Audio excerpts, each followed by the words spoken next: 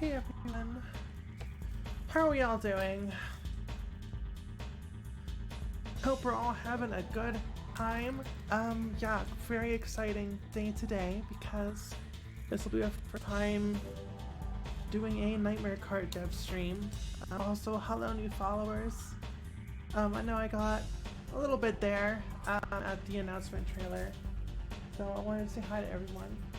And also, I guess you can say hi to the cat because she's desperate for attention, so she'll be talking while I talk. You want to say hi to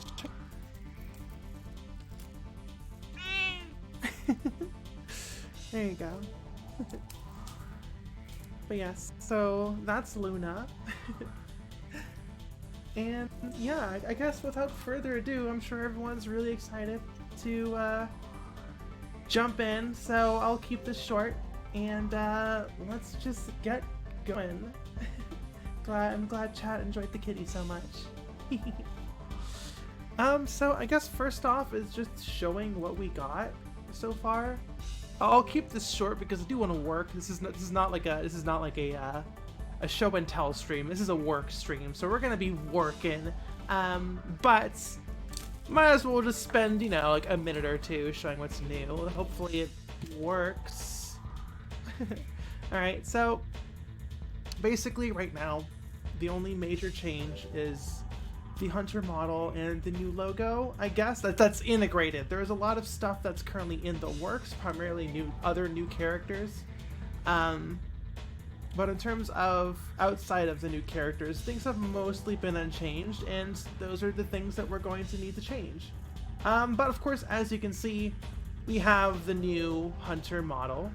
I guess that their name... Oops, do we have an echo on? No, we're good, okay. False alarm. Don't want a repeat of Tai Lopez plays TF2. But anyways, yeah, so we got the new hunter design with the beast claw, but everything else is mostly unchanged, right? Things are still Bloodborne themed, like, you know, like the UI especially. That's all that stuff's gonna have to change. And that's what we're gonna do today. Ah, puppy, hold on. Sorry, puppy. I have a Gatling gun. Common Zero says, love the new hunter. Sorry, the new hunter looks sick. Love the bandage face look. Thank you. Yeah, shout out to Mino. He did the design for the hunter. I made the model, but he did the initial concept, which was banging like anything he draws. Holy shit. Please follow at art_Mino on Twitter. Shout out. But anyways, lever action shotgun we can keep, actually. That's an original weapon I added because I wanted to be able to have a shotgun that you can reload with one arm. That was just a Terminator reference, so we can keep lever action shotgun, but most of the other power-ups are going to have to change. The UI is going to have to change. The weapons, like this blood spear, this is going to have to change. So I think the first thing we're going to do is going to be one of the easiest ones, which is Quicksilver bullets. For those who are unaware, if you look at the mouse right here, this is Quicksilver bullets. That is an item in Bloodborne, which is, you know, the bullets for your gun, right?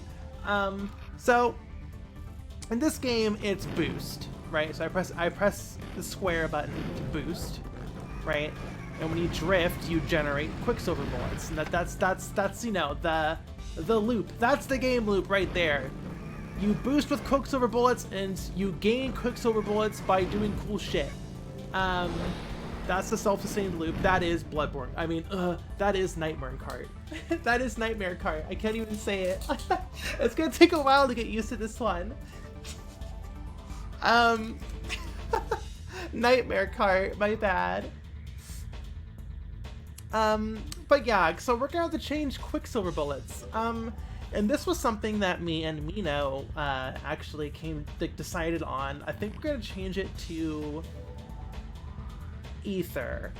Maybe Aether? Like an AE? That might be fun. But we're thinking like a blue liquid, because it's used for boost, right? So it makes sense that it'd be like a magical liquid that you like put in your car, I guess. I don't know the lore. I wrote this shit. But yeah, so that's what we're gonna change it to. So instead of it just being Quicksilver bullets, it would be a ether. Magic nitro, exactly. See, like, they shouldn't be bullets anymore. The bullets, like, using Quicksilver bullets to boost your car, like, it made sense for Bloodborne, but literally nothing else. Why would you use bullets to boost your car? That's stupid. That's not how bullets work, or cars. So we wanted to change it to like a liquid of some sort, but it's still a inventory item, right? If it was just ether, should just be a third bar, progress bar, but we have 6 bullets to boost with. So we're thinking just vials of ether. So let's have magic bullet. So true. The final ETH. Estrogen, sure. We'll make it Baja Blast colored. Now I want it to be like a deep magic blue. You know, like a magic meter. Shoot backwards, go faster. I mean, you ain't wrong, Minty. Also, hi Paige. Sorry, there's a lot of people in chat today. What a shocker. Nightmare Cart. Gaz says Bloodborne, I mean Nightmare Cart. We already made that. I already made that mistake. I'm probably going to accidentally call it Bloodborne Cart probably at least 100 times before I get it out of my system. Yeah, that's why we're streaming. We got to figure it out. But yeah, let us jump straight in. Let us jump straight in. Get it because I'm a bunny. Sorry. Let us jump straight in to the user interface to change Aether. I think Aether is going to be the easiest, one of the easier options, one of the easier tasks for us in this big change. This big rebrand that is changing Bloodborne Cart into my Nightmare Cart. So I want to do it first so we can kind of gauge how difficult this entire process is going to be. I'm confident that we can get it all done in 2 months, but I don't know the specifics, which is what we're going to figure out now. So we're going to open up the main player user interface. We're going to go to U, our item resource widget, right?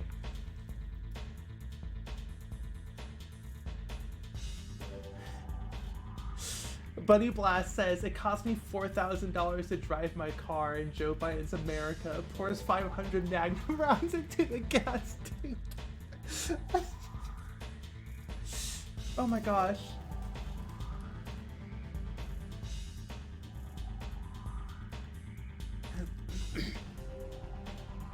Funny West in chat. Oh my gosh, hi. Funny West says, hello Sony and its many associates. I am your unwavering ally. I'm drinking too much blue. You're so funny. Okay, but if we're gonna need an icon, right? So I guess we should make the icon first. So let's open up Sprite. Ooh, we're doing fun art to start. How exciting. This resolution for the icons are, I believe, 64 by 64? Yes. This one's a 3D model. I guess it would make sense for us to make a 3D, like a shitty PS1, I shouldn't say shitty, a basic PS1 3D model of Aether. I think that would be fun. That would be on brand. That would be fun. So let's open up Blender. Oh no! Blender? Blender, are you okay? Oh, thank God. Okay. Let me go ahead and open it off screen. I'm diving through my folder hierarchy. That was so spooky. I am so spooked. What if something went wrong?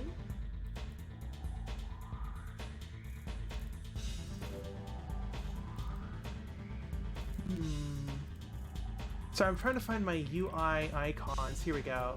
All right, so these are all, I think this is every single 3D icon. 3D inventory object in Bloodborne, PSX, and Kart. This is every single 3D object I use for the renders. Fun fact. And that includes this, you know, this health file. If you've played Bloodborne PSX, I'm sure this looks familiar. This scene here houses everything. Isn't that fun? You even got the wrench and the guy in the briefcase. Isn't that fun? I had so much fun making all these. Oh my god, outfit swap! Alright, we'll do an outfit swap. I guess we'll switch to classic summer bunleth. Because it's so warm out right now and not pouring rain. Sarcasm. So I want like a little vial, like a very stereotypical science vial. A vial for science. You know, like a test tube. That's what it's called, test tube. So I'm not calling it science vials. My goodness. I need to work on words more later. I guess it'd be 6. This is a hero asset. God, I can't believe not only are we doing art, go away skull. Not only are we doing art, but we are also doing a hero asset. What a great way to start our Nightmare Kart dev streams. This is gonna be so fun. All right, so, you know, like a science file. you know what I mean? You know what I'm saying? Like that, science, like science. You know, like I just look at this and I want to do science. Like I'm gonna do so much science in this. The science file. Hi, Kitty. Yes, you can sit on my lap again. Funny West says the drink that makes you smart. Exactly. Yeah, science.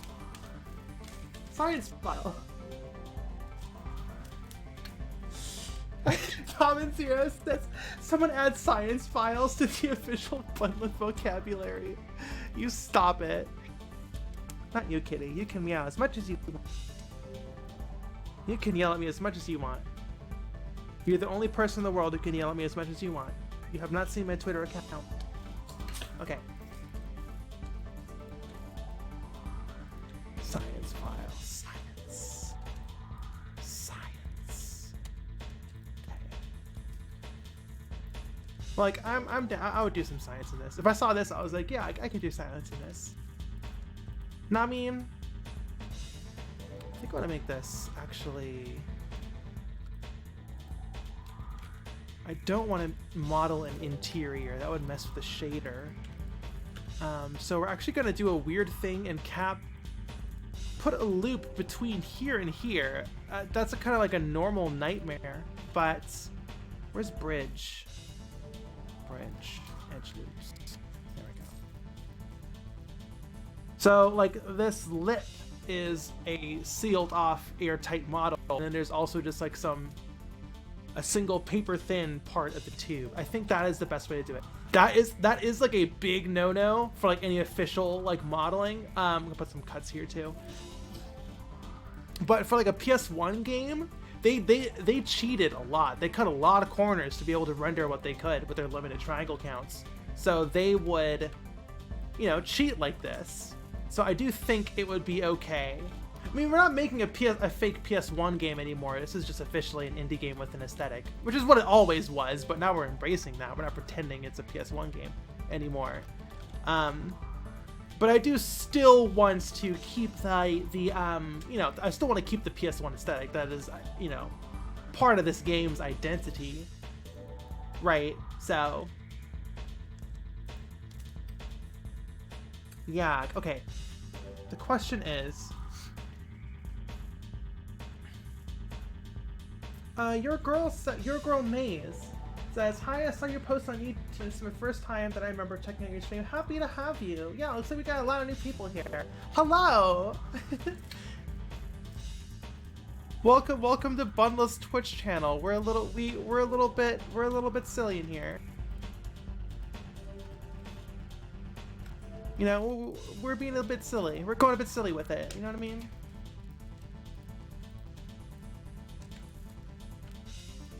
We're proper rapscallions. A little bit. Alright, fine, Eve. A lot of bit. We're a lot of bit silly in here. Okay, so what we're gonna do is do this, rotate you. We're gonna do a... Whoa. Right, way over here. We're gonna do a Boolean on the water. Sorry, the water. The Aether. And I want Aether to be like...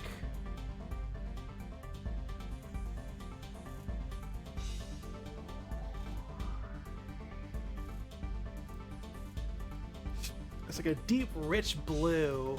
You know? Like, kind of like this. Oh, excuse me. Like, that just looks magical, you know? It also looks solid. It looks like it can just, like, bite off a chunk. It would taste like chocolate. Like velvety chocolate. A blue drink.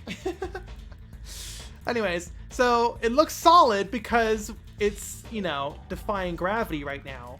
So what we're going to do is do a Boolean modifier. Not build. Boolean. Boolean. There we go. Difference. I'm going to direct it at cube. So now, as you can see, just to demonstrate, turn you on wireframe for all you people who aren't, for people who are like fluent in 3D. I'm sure you know exactly what I'm doing. But you know, I try to demystify game development and like this kind of stuff. So I feel like, you know, some people find it interesting. Getting off topic. Anyways, so yeah, we're gonna have a Boolean here, which will basically like cut it like that, right? You know, it's like a negative subtractive volume that sucks triangles away. Don't hear about that very often. Anyways, so now we have this. So now it looks like an actual liquid. But let's actually throw our materials on here. I think we have clear, right? Clear. There we go. I'll probably make it more clear, but the magic Gatorade. This is just for previewing, right? The question is, should it have a cork in it? I want to say no. I want to say like it's pouring out. In fact, what I want to do is... Hold on. In fact, go away, Skull. In fact, yeah, what I want to do is have it out like this, right? In fact, I'm going to model this like it's glorping out. Yes, it's glorping out. It's got a glorp. Hold on. No. This is gonna be the coolest shit you've ever seen. Just you wait. Just you wait, chat. If I can get it to fucking work.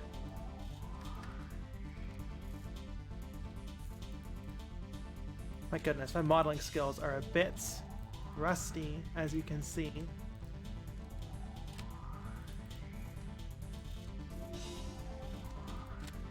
There we go, it's glorping out.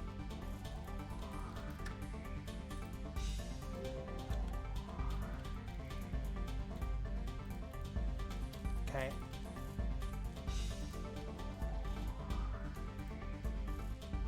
.45 degrees, so we get square pixels. Okay.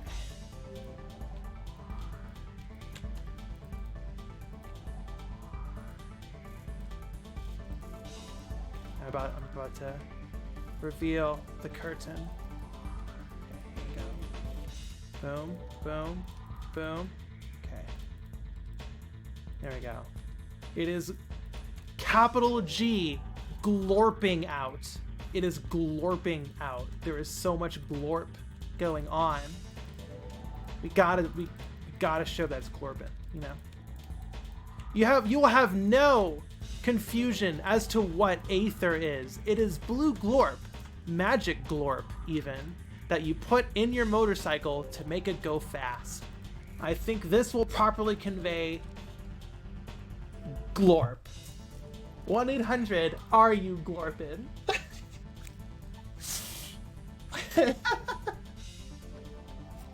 Y'all like that gamer glorp? That's what we're calling it, gamer glorp. Yeah, that's fucking thebomb.com/cool if I've ever seen that. 1-800, are you glorpin'? Vulpus says blue aether is the crystals used in Final Fantasy 14. Hell yeah. Lucky Dingo says, I saw the Nightmare Kart trailer, looked awesome. Thank you! Thank you. I worked very hard on that trailer. Probably some of my best work. Well, who am I kidding? The bundled animations are my best work. That's why half of y'all are here. Okay. Cuddlefish, just subscribe. Thank you so much. Oh my gosh! Springtone is gifting 5 tier 1 subs to the community. 2 Cuddlefish and Shade Fox. Zoning Out, Nolgris, and Etrizen. Thank you so much, everyone. Thank you so much. Oh my gosh. Common Zero says, I choose to believe that the blue glorp tastes like microwave gushers, and then you would be correct. Okay, so we're gonna export this. Look at all my keys. These are all the keys for Bloodborne PSX. This key I made for Bloodborne Kart. It's a modern looking, it looks like a, you know, copied car key. Well, these are all the keys. You play Bloodborne PSX, I'm sure you recognize these keys. Does anyone know what this key is for? Are there any Bloodborne PSX enjoyers in chat? What key is this for? This is a test, chat. This is a fun test.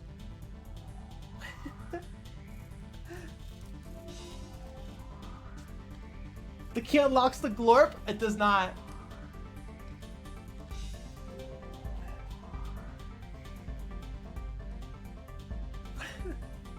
Goes to your mom's room. No, rats off Toya. Your girl Mace has never played regular Bloodborne. I'm a poser. Okay, I'll give him the answer. This is the key to the sewer level in Bloodborne PSX. This is probably my favorite key model I made. Mocha says, the dev streams have been a roller coaster from voting on the first official one to get slapped with the Sony strike to now developing again. I had a lot of fun. Thank you. I'm happy to have you here. Been around for a while. Kenny, get back on my lap. Come on. Make up your mind. Are you gonna be on my lap or off my lap? Oh, my VTuber just broke. That's always fun. Come here. Come here. Come here. Come here. Come here. That's a good girl.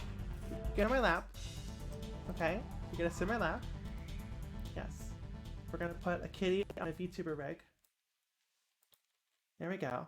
Everyone say hi to... Oh, she is clipping.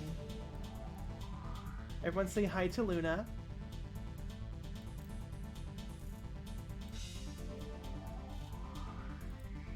There we go. Anyways. Yeah, so we're gonna export the Aether. Right. Export. Yes. SM. Okay, are we going to be insufferable? We're gonna be insufferable. We're gonna find the actual AE. There's capital AE. Where's lowercase? There it is. Boom. Boom! Time to be insufferable. Oh, look at that. Oh, fuck! This might cause problems, honestly. Would this cause problems? Oh my golly. I guess we'll find out. Do I find out? Do I dare? Do I dare? I think I'm not gonna dare. I'm gonna do a proper AE. But in the UI, anything player facing will have the special character. I do not want to dare. I do not want to anger the Windows OS developers.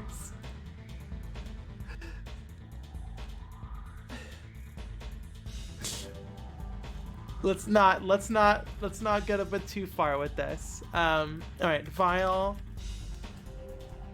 right, so here's our power-up vial.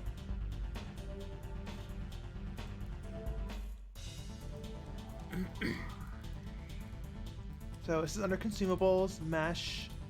This is for power-ups. Right. So yes, we're gonna put it in here. Where did I export? I exported you where I should because I'm a good girl. Who organizes everything correctly. Okay. Sedative, Aether. Ooh, I should capitalize that A. I guess the A and the E would be capital, huh?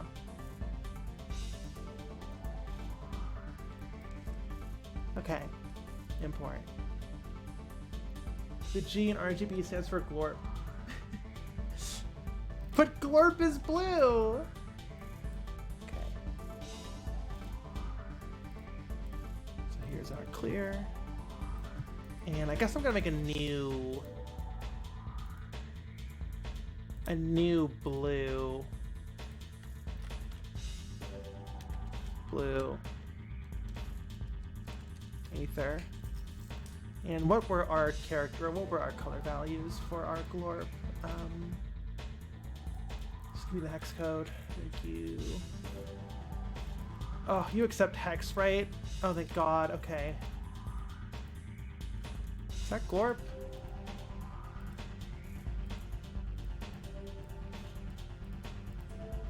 Glorp, Glorp, Glorp.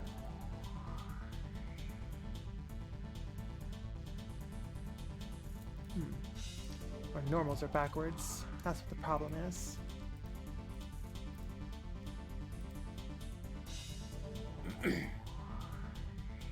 Terminal Limit says, can I wishlist the game on Steam? It is not, the Steam page is not live yet. I'll be working on that as soon as I can.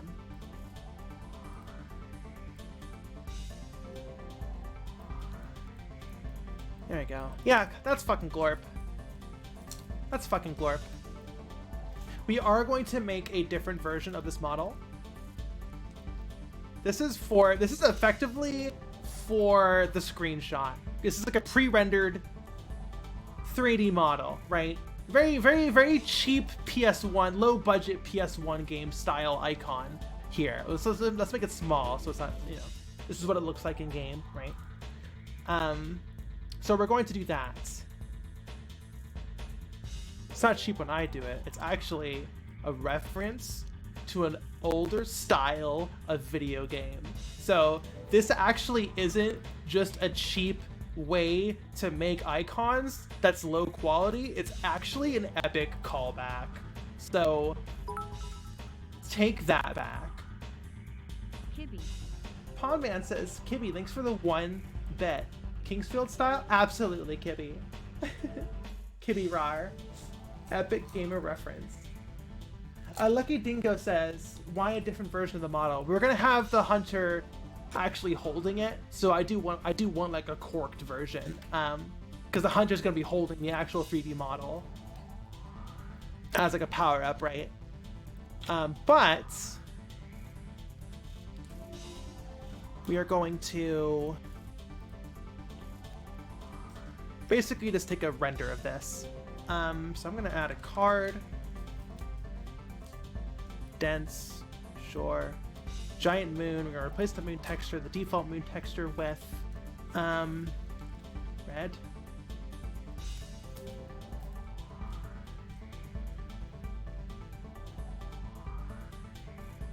No, yes. It's difficult with transparency. What the fuck? You're not solid. There we go. This is always super difficult because there is semi-transparency here, so I can't just take a picture, a screenshot, and then lower the resolution in Sprite. I guess no. We're actually just gonna do black. Blackout.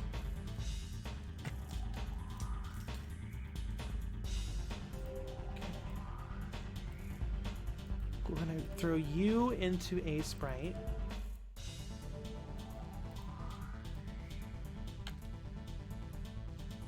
Kibby says, how interesting that you're rendering this in engine rather than inside the 3D modeling software. Yag! Yag. You got me. Like this. Actually, we're going to expand by 1 pixel.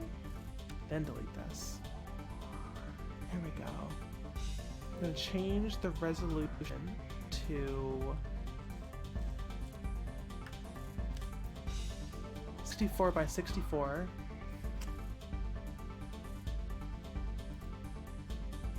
Now, we're going to crop this properly first.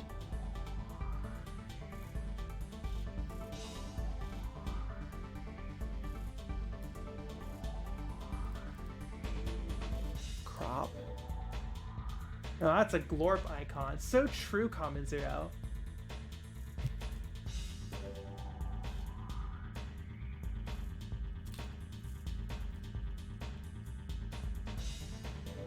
Maximum glorp. Okay, now we change. I don't know, but like just like look at this. This, I don't know. This gives me a retro game feel.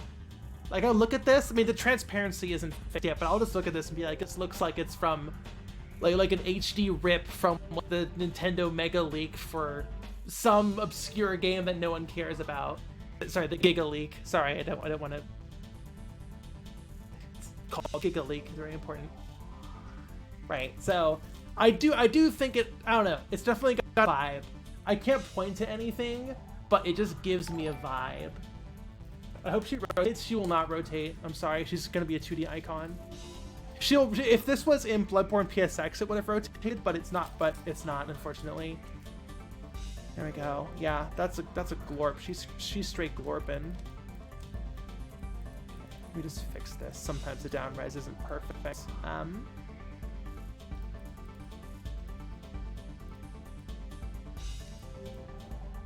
Let's actually double up the pixels here. I think the actual display resolution is like something crazy, like 32 pixels.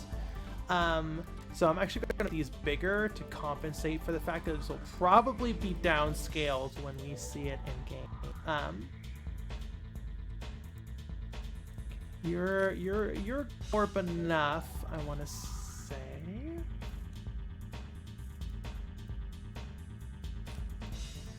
But yeah, what are we gonna do about these pixels? I wonder if I can just select all. Oh, actually, this is perfect.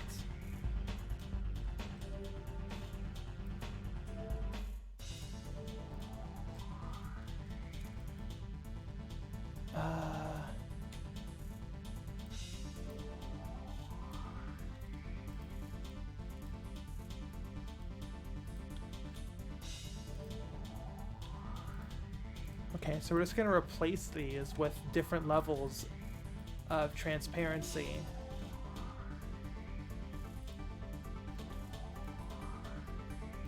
Right, so this will just be our glass. We're describing the color values.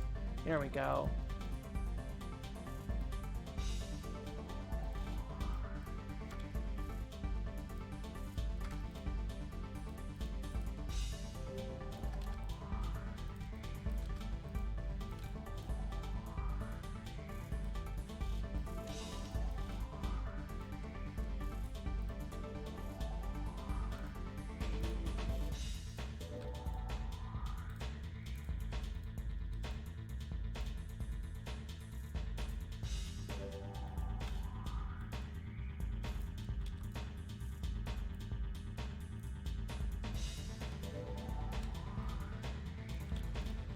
Sorry, I'm very quiet. I am like hella hyper-focusing right now.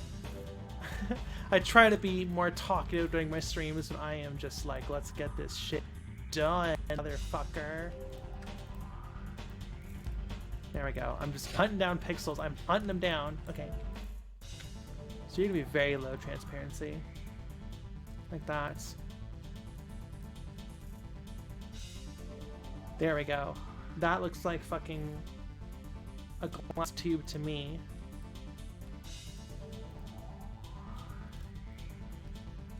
Okay, now we can crank up the tolerance. We can select all of these and delete them.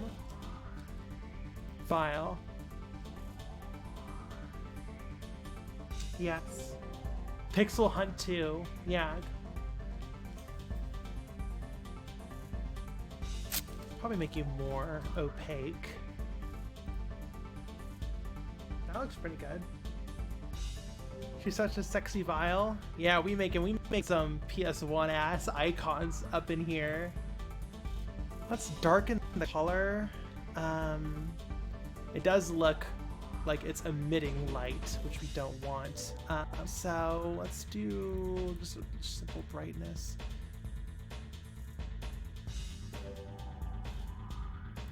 That. Export as Bunleth sticker.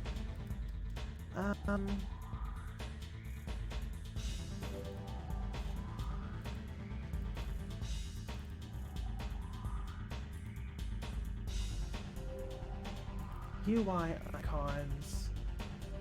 Here's our icons. These are all the icons. The preview is all ruined for some reason. The preview has like a bunch of weird artifacting that's not in the actual textures, but these are all the icons. So I'm going to grab icon blood vial and just change the name to Aether, which I guess is kind of the blood vial's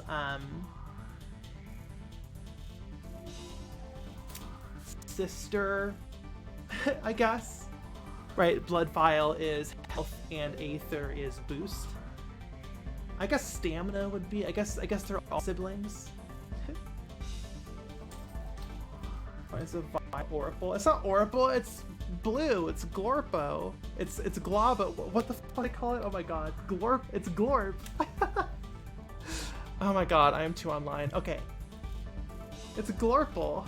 It's not Oracle, it's Glorple. Oh fuck. I'm having too much fun on the internet right now. I'm being too silly right now. Glorpborn Kart, exactly.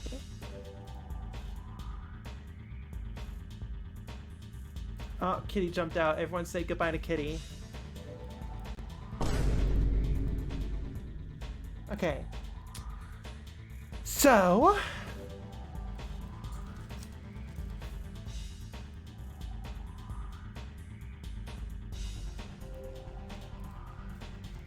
blood file. We're gonna import our icon Aether. Look at that! Oh! Fuck Yag. Fuck Yag! Look at that icon. Oh, so delicious. Look at that. I want to say the blood file icon, the actual color of the glass is a lot darker. Like you can see, this is white. This is way darker than white. So I want to, for the sake of consistency, we're going to darken this significantly and maybe invert the colors actually.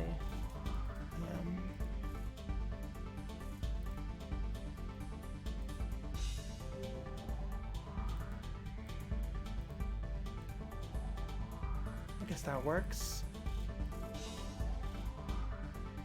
Icon Aether. Nope, still darker.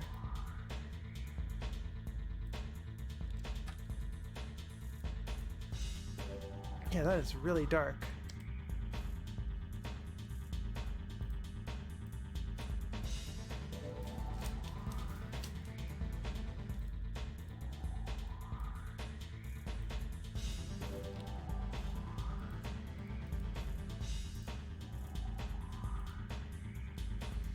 Okay, that looks better.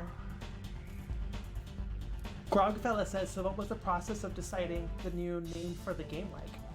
Yeah, so there was a lot of fun, like, meme name suggestions. You know, like Cartborn. I guess not really Cartborn, but like Bleed for Speed, that kind of stuff. And those are fun, those are funny. But I wanted this game to... I don't know, Bleed for Speed could just mean anything. I guess it could be for anything. I wanted this to be similar phonetically, not phonetically, but just similar in like pacing to Bloodborne Kart. So I chose Nightmare Kart because it is 3 syllables. It ends in cart, so I can still do the Kart, like, you know, in the title. So it would occupy the same cubby hole in your brain, as Kyle Bossman would say. It's occupying the same cubby hole, right? When you think of Bloodborne Kart and you hear Gianni go, Bloodborne Kart, you are pulling from one cubby hole in your brain that has a lot of cubby holes for all the stuff you remember. I want this game to fit in the same cubby hole. So when you see Nightmare Cart, you think of Nightmare Cart. And it just goes in the same cubby hole. You know, it's nice and simple. You know, don't worry. You don't have to put it in a new spot in your brain. It's right where Bloodborne Cart used to be. Krena says it fits perfectly in my cubby hole. Yes, of course. Anyways, Grogfell, that's a long-winded explanation why I liked Nightmare Cart so much. Outfit swap by Paige. Oh golly, we're going through all of them today. What? Now, how are you doing here? What are you doing here? How did you get back? Get out of here. Silly cat.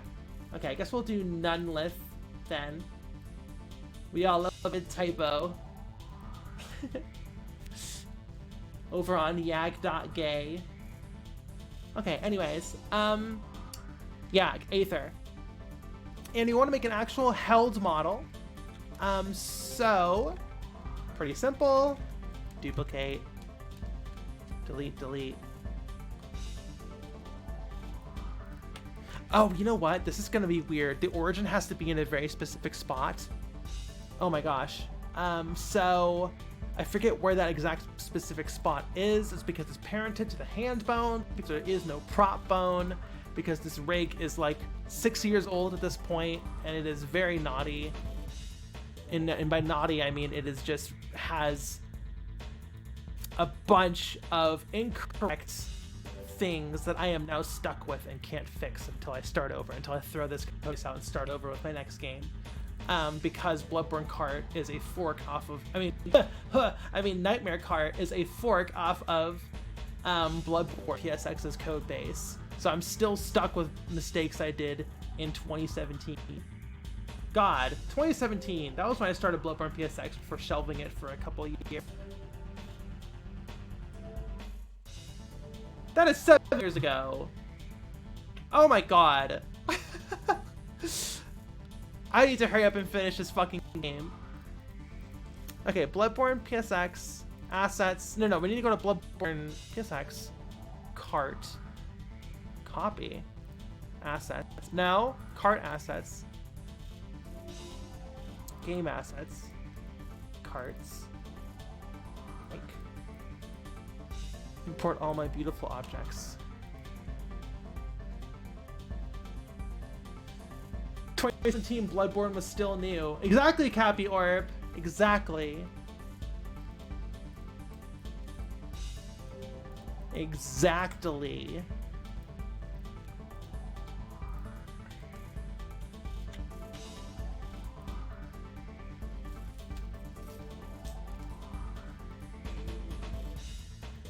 Okay.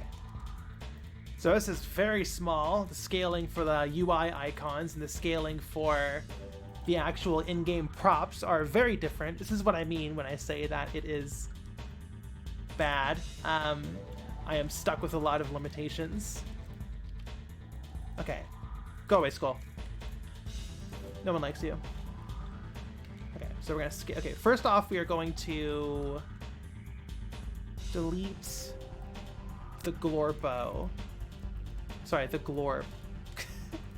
gotta get my gotta get my naming convention correct here. Don't want to mess up. Okay, now we're gonna flatten you out. You are a full vial of Glorbo.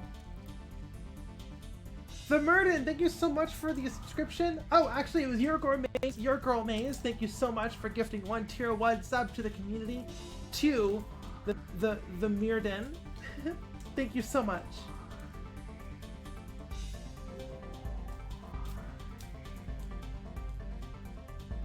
Hold on, catching up on chat. Cube-chan. Did someone mention Cube-chan? Oh my god, who mentioned Cube-chan? I'm desperately trying to find it. Trying to find. Oh my god, I'm behind on chat. Yeah, Cube-chan was, before I had the model for the doll in Bloodborne PSX, she was just a blue cube. With the voice acting, so you'd walk up to the cube and the cube would be like, "Welcome home, good hunter. What is it you desire? Let the echoes become your strength." So she was the waifu, but she was a blue, like the Bloodborne waifu, no, like that is just something that Bloodborne has. Bloodborne has a waifu as the doll, and she was, you know, the waifu. And so we just had a blue cube be the Bloodborne waifu for like half of the game's development. Yeah, that was Cube Chan. She got fan art. I wish I had the fan art saved of Cube Chan. That was one of my first fan arts I'd ever gotten. Was Cube Chan. I wish I knew who drew it. Oh my god, we got a hype train going. Holy moly. Thank you so much for all the bits, everyone. From I Am Surge for 100 bits. Krenna, 100 bits. Oh my golly. Glorp hype. Lucky Dingo says, Cube Chan sounds very lovely. Yeah, should bring her back. Should immortalize her. Okay, so this will be the held version of Aether. Right. So this will probably be in carts, assets, game assets, power-ups. This will be in consumables, power-up bullet. It'll be power-up Aether. Like that. Okay, so I need to explain something. How this rebrand is going to work behind the scenes. This requires an explanation. So pay attention, chat. Bloodborne Kart is done. Right? It's like I finished Bloodborne Kart. I just can't share it. Right? So any of you game devs in chat who have actually shipped the game before, you know how fragile a code base is for a game that's launching in a few days, right? That code base is very fragile. I can't jump in with a saw and rip things out and put new things in. It's too fragile for that. So what I'm effectively doing is layering all the changes on top of the code base. Almost like a mod, if that makes sense. It's hard to describe without getting super technical. But basically, we're mostly going to be updating everything after runtime. What do you mean Ubisoft does it all the time? Funny. But yeah, that's how it's gonna work. So it is pretty annoying, but this is, I believe, less destructive, which we cannot afford to be with a code base this fragile. So we're gonna go to main UI.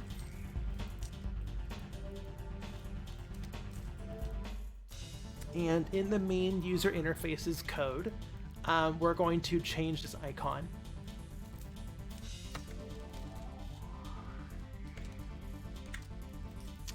In the wrong level, in the wrong graph. Oh, excuse me. Where's event construct? There you are. So on the first, basically on load, we are going to grab our item resource bullet. We're using visual scripting for anyone who's new here. And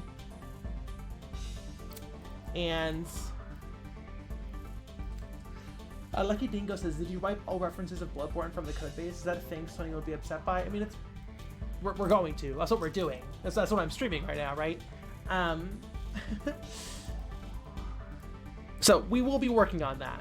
Don't worry. That's what we're doing right now, actually.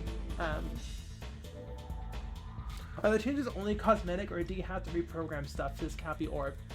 Only cosmetic. We might reprogram some stuff, but it's mostly going to be, I mean, we're going to be writing code to create cosmetic changes, but we won't be affecting gameplay or anything.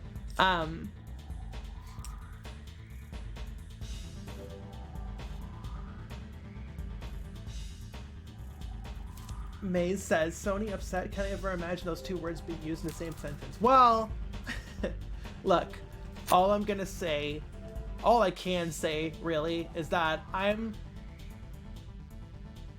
happy that this game has not been shut down. That's all. I mean, like, I consider the alternative, and I'm like, I think this is a pretty good outcome.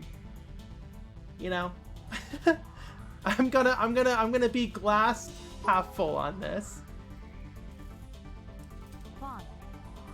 Casey explosion in chat. Oh my gosh, hype train successful. Thank you so much for the bonk, Casey.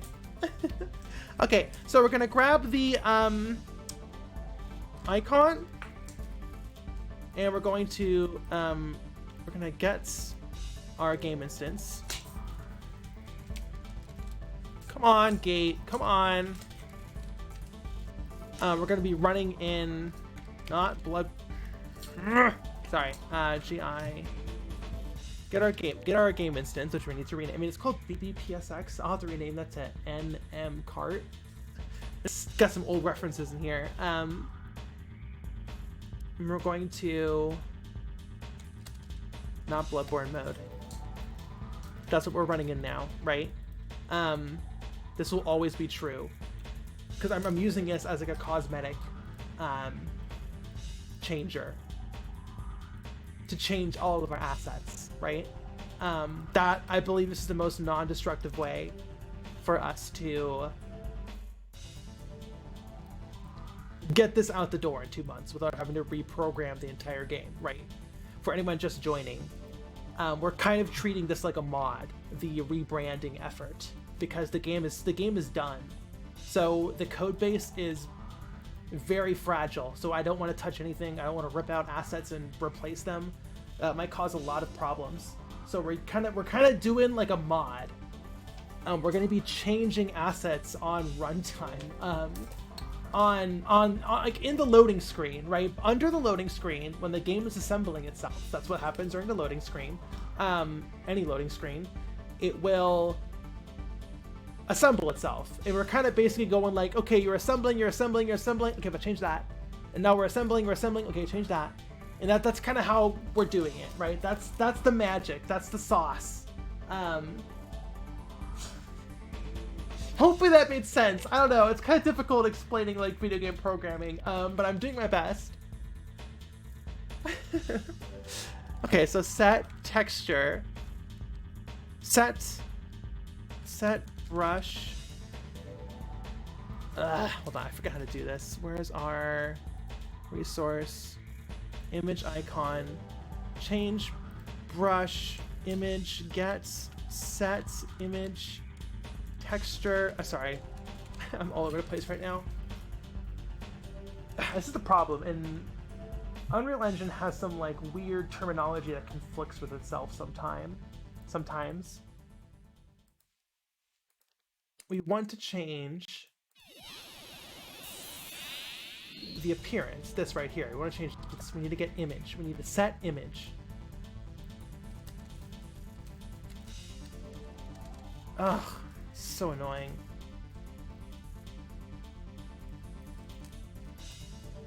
And Neko says, has NMK been decided as the official abbreviation? Well, NM Kart, I guess. But yeah.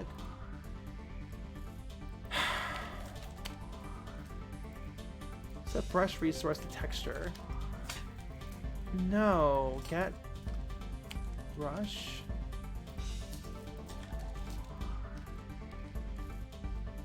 Make brush from texture. Is this it? No, it's just slate brush. Oh my god. I'm so sorry, everyone. As you can tell, user interface is not my strong suit. The pains of being a solo dev is you will have a couple of Achilles heelses, and you focus elsewhere. That's why Bloodborne PSX's and Nightmare Kart's UI is kind of on the basic side. Game dev time. Oh, excuse me. Oh, excuse me. I'm so sorry. Okay, so icon.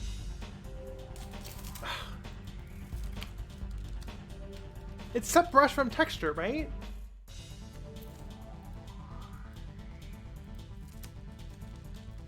Yeah, set brush from texture.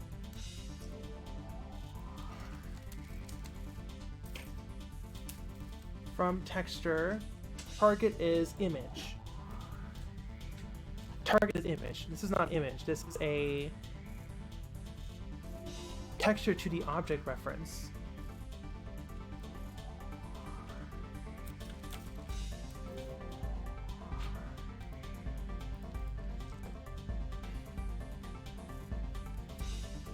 Eustace says, don't worry, Lilith, Unreal Engine is not good with interfaces either. True. Very true. Very, very true. Icon is a texture. Item resource bullet. Oh my god, I'm so upset. This is one of my oldest assets that I made for Bloodborne PSX in 2019, 2020. So I don't remember how it functions. Appearance?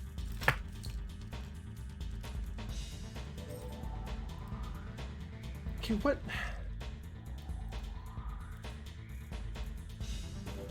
Image icon. Icon is a variable. Oh my gosh. No, this is just terrible naming. This is not... I'm grabbing the wrong thing. Image icon. There we go. Get fucked. Okay. Okay. Now we can set brush from texture. There we go. Oh my gosh. I finally did it. I finally did it. And the answer was Bunlith was very stupid. Oh my god. We fucking did it. Holy shit. Classic programmer moment. Blaming the engine instead of her own stupidity. Okay. We fucking did it. Okay, we're grabbing in the Glorpo. The Glorp, sorry.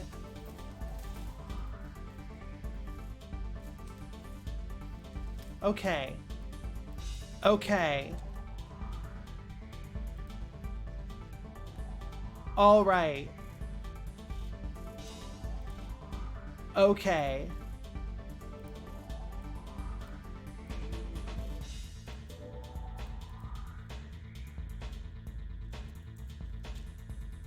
All right. Okay, hey Ava. There it is. We got Glorp. We got Aether. And that looks like a vial with blue Glorp coming out of it. There we fucking go. Now, of course, I'm gonna have to get used to that. Do I want it dripping the other way? I want it dripping the other way. We are going to mirror this. Okay, we're gonna do a few things now that I can actually see it. Its final results in Engine. We're going to... okay, we're going to transform. We're gonna flip horizontal, and we are going to actually shift y'all over a little bit. I want to say kind of like that.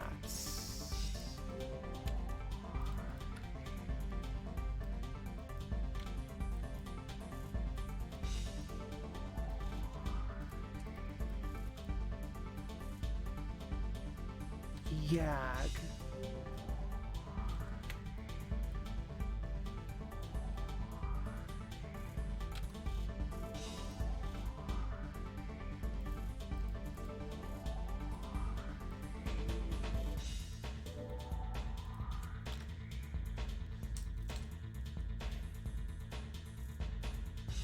Reverse the drip of the glorp.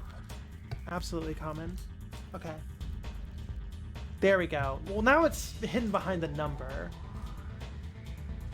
I think I like this better, though. I think this reads better. Like, it just looks better with the 0.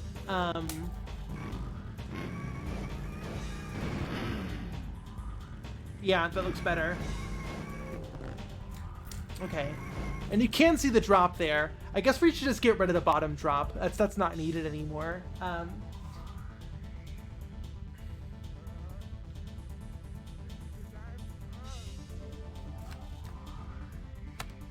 But, okay, we're gonna delete this. But I want to have the shine on this side.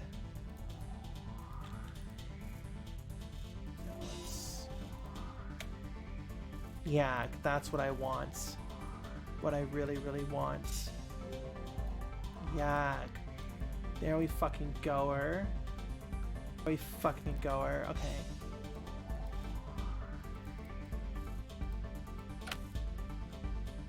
Yeah, a little bit brighter right there. We got a nice little gleam going on. Nice little gleam. We gleamin'. We are gleaming up in here. Straight gleaming. Aether. Boom. Gleam. Okay, we're gleaming too hard. We fucking gleaming. Okay. Refresh. Slightly less gleam. No.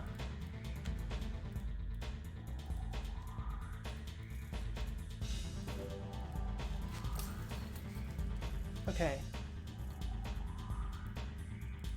Boom. Gleamin' and Glorpen common. Yes! There we go. Boom. Shiny, gleaming, glistening drip of Glorp falling down into the zero. Look at that. Look at that. That's poetic. This is pod racing. Yes, that looks fucking great. I am proud of this icon.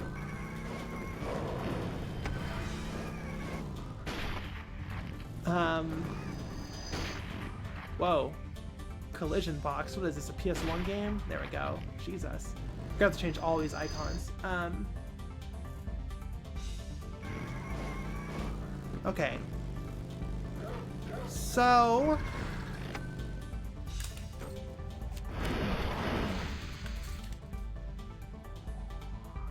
now we gotta change the icon's name.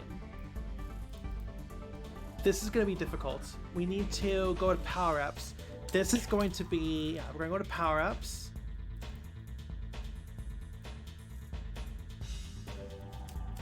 Kibby says...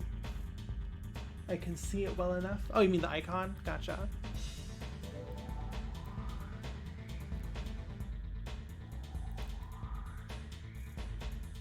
Change all of these.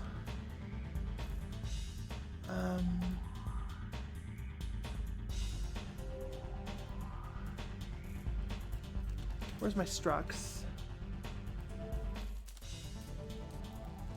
Not power up weight.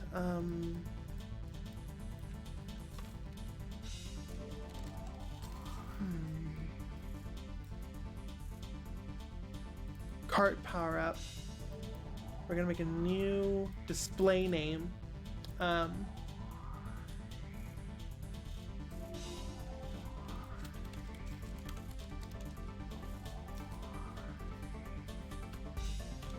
Right.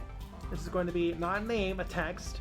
It should be display text. Display title maybe. Okay. So we're basically adding this is the data that lets the game know what your power up is. What its name, its icon, all that stuff. So we're basically making new information for the new assets.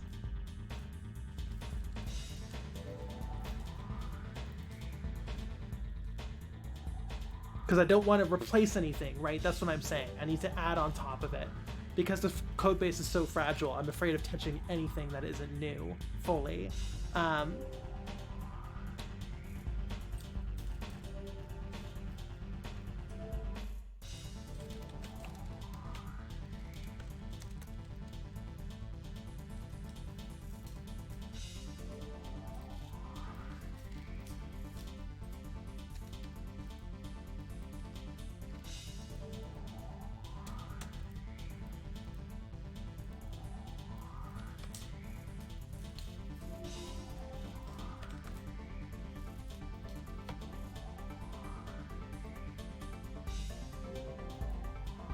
Kubik, hello. Does Unreal Engine break if you change a single value name? Unreal Engine won't, but my code base might. Unreal Engine is more competently built than the janky code base that is Bloodborne Kart, that is held together with bubblegum and a prayer. I don't know how to tell you this, but my code's pretty janky. I'm no Unreal Engine engineer. Will you make the Bloodborne related assets into a pack? No, no way. No, I can't do that. I could not do that. Grog says some of the best games ever are coded like dog shit. I'm gonna go out on a limb and say most, if not all, games are fragile and falling apart and full of errors and held together with bubblegum and a prayer. We are all just human after all. I'm gonna restart Unreal Engine. Speaking of, Unreal Engine has a very bad relationship with struct assets, specifically in blueprints. For some reason, they are just some potential fatal bugs that can prop up by changing a struct. And seemingly restarting Unreal Engine every time you edit a struct seems to get around that issue. Do not ask how I learned this. I'm sure you can infer how I figured this out. It just works. Exactly, Dirty Jester. Also, hello, Dirty Jester. Oh my gosh, we have so many chatters today. We're at 146 viewers. That's pretty great. Let me retweet my announcement tweet. Tweets go old so fast now.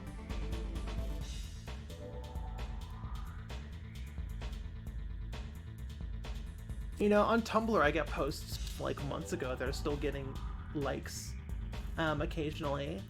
But on Twitter, if that tweet is older than 2 hours, you are getting zero attention.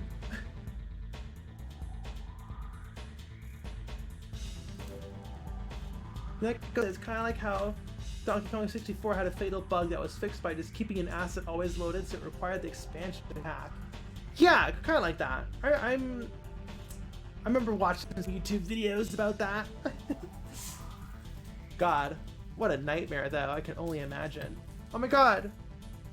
Nicholas jump scare. Where the game speeds up when FPS went down. Yeah, I remember reading up on that. I remember watching up on that. Fucking YouTube, am I right? Nicholas, my beloved.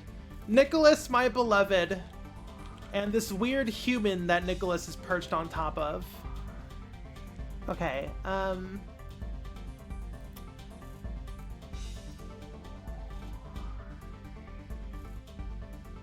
that freak was? That freak? Who's voicing that freak? Yeah, the bird is Nicholas. Confirmed.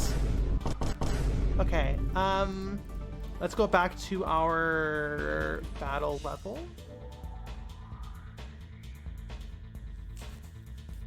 Light Lyco says, advice on how to learn to code for games when you are dumb and only know how to draw with crayons. Sure, because when I started Unreal Engine, I was also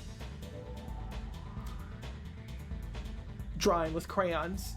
I'm not sure what that means, but yeah, visual scripting. Unreal Engine has a great tool called Blueprints, which is just its visual scripting middleware, I guess, for C++.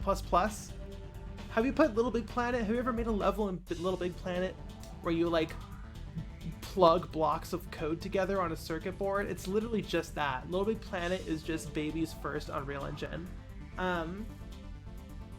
Visual scripting just works for my brain. I can't do traditional coding. My brain is it just hates that. But like seeing blocks of code visually plugged in, holy shit, that is some spaghetti. But that's one of the negatives for visual scripting is the messiness. Well, I mean, I guess traditionally coded, you can have messy traditional code as well. It just manifests differently. But yeah, spaghetti. I don't have my Italian music on my soundboard. I should have done that. Anyways, I'm getting beside myself. We need to go to Our power-ups. Where's my row? Where's my data table? Wait, where's my... There we go. Why were you gone? That was so weird.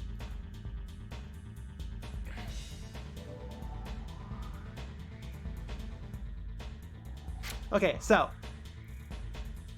we're gonna go to Quicksilver Bullets and go to oh, now we're gonna grab the character. Now we're gonna grab the AE. I guess it'd be capital AE. Aether. Like that, I guess, right?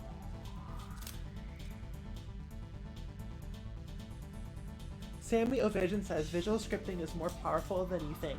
You'd think it'd be limited in what it can do, but if you know what you're doing, it's perfectly usable. Yeah, all my games have been 100% visual scripting.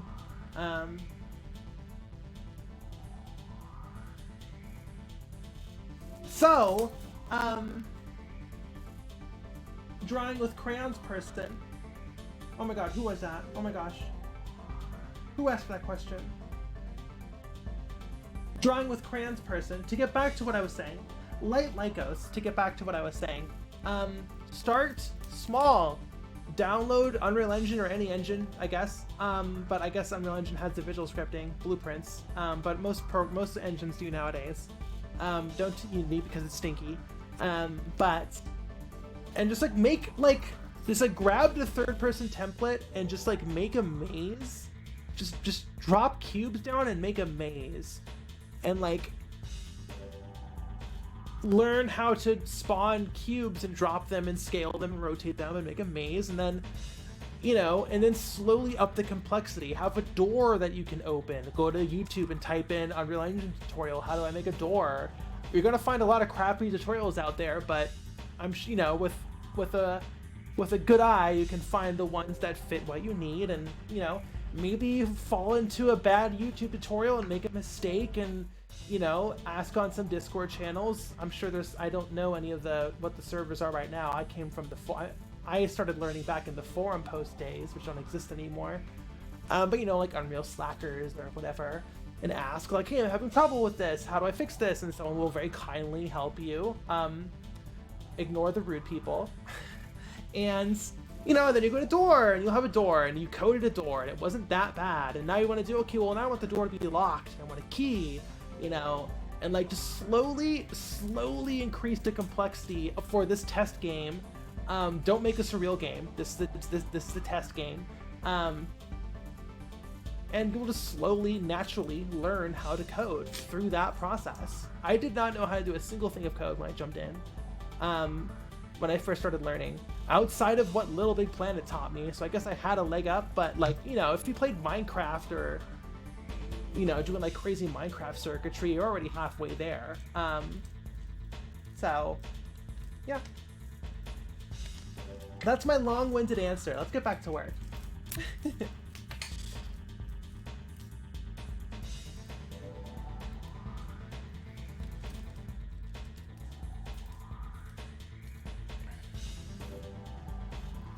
We do need to make an Aether bundle.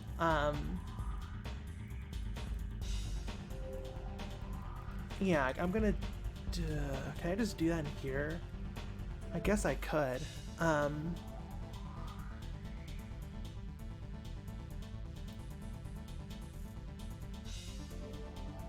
Yeah, I guess I could. Let's export this. Power up bullet. We already have this exported. We have it imported.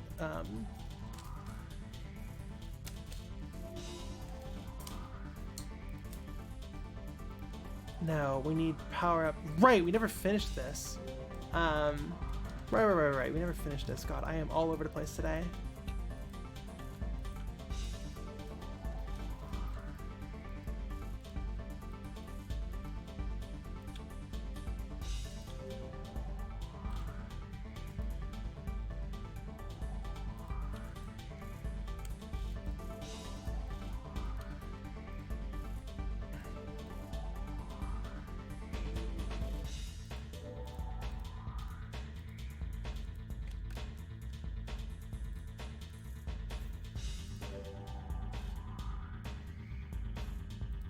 Oh, excuse me. Sorry, I'm just importing, exporting. Nothing too fancy going on right now.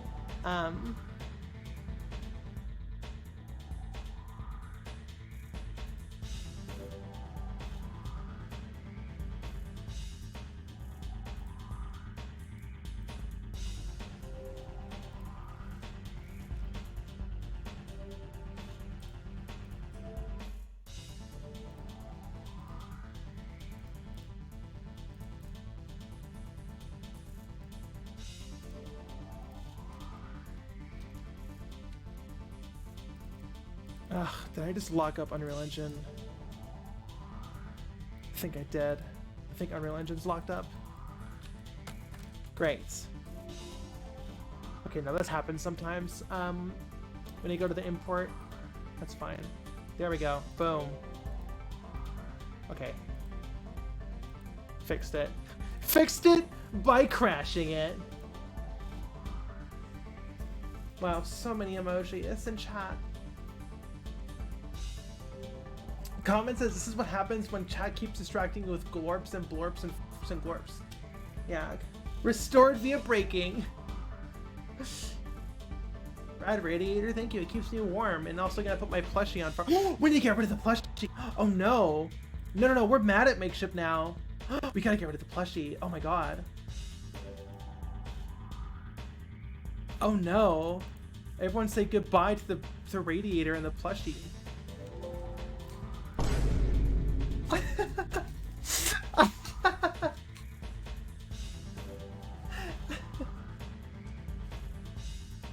God, what did Makeshift do? They used AI art, so they're gone now.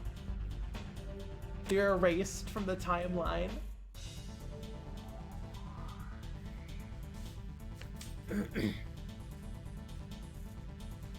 I know, right? It was they made like a fake product for April Fools, and it's like actually paying an artist to like design a fake product, which would have been, I don't know, that would have been really fun. It sounds like a really fun little thing to do for April Fools. They just generated it with AI. It was fucking awful. More like make shit. QBK, that is funny. You blocked them over a joke? No, I didn't. Are you really trying to downplay how bad using AI is? Kibby, do you really want to do that? Let's not do that. I didn't block them over a joke. I blocked them over exploiting stolen labor to make art.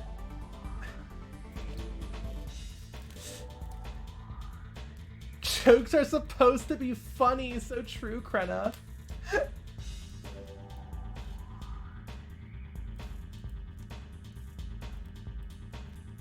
Okay.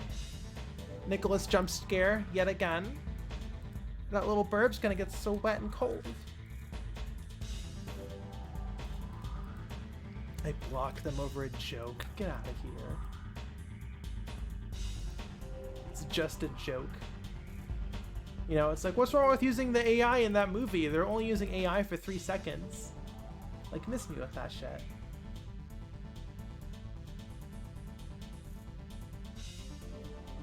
Altered Ren says, are you telling me using other people's work without their permission, without paying them to generate something for profit is bad? Kippy, you're okay. Just be careful with what you say when you say stuff like that, okay? We don't want... I'm sure you don't advocate for AI, but I'm gonna need you to understand that statements like that does benefit AI.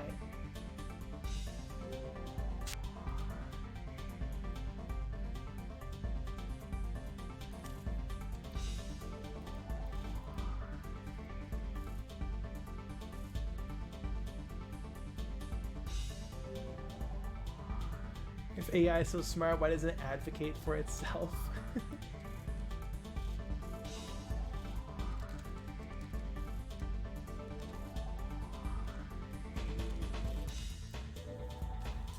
Samuel Vision says, give AI no passes. Call everyone that ever touches it a loser. Make them sweat. Exactly. Exactly.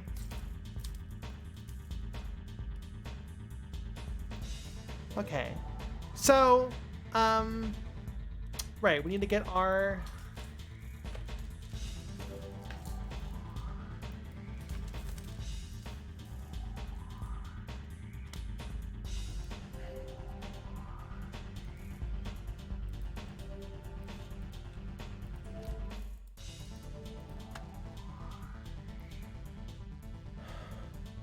Power up Aether.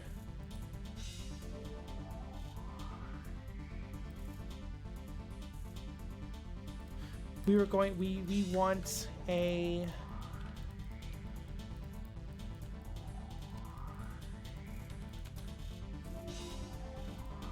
brown. We want to band around all of them because they are bundled together.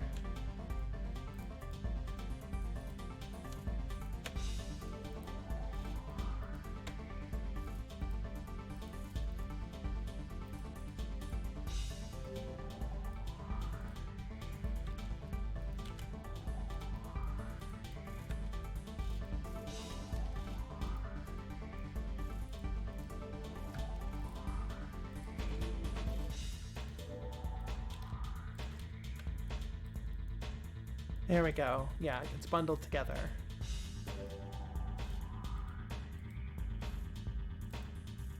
That.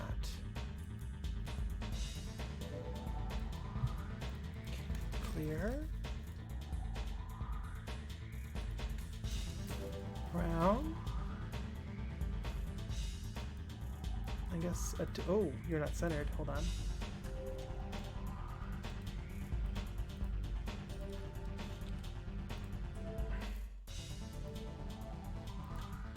There we go. And blue Aether. Where's our glass? There we go.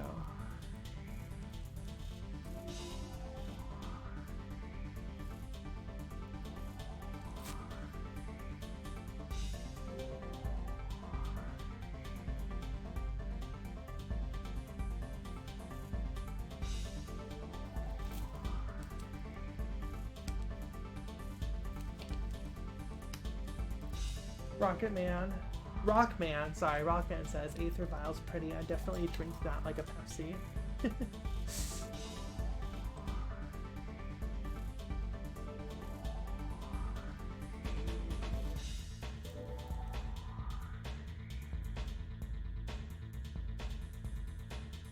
Rockman, sorry Rockman.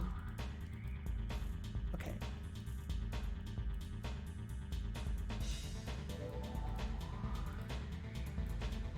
Okay, so we're gonna go back to our, oh gosh. Hold on, I'm thinking here. All the player facing stuff, S_Kart power up. We need to make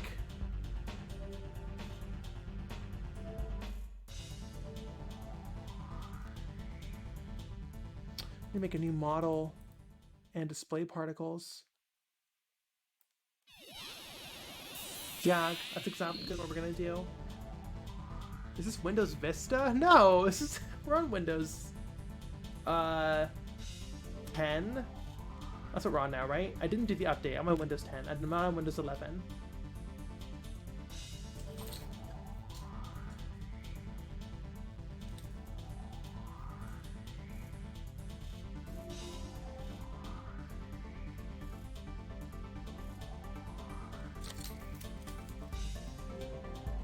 Raid says, hi, who are you and what do you do? I'm Bunleth and I make video games. That's what I'm doing. That's who I am and what I do.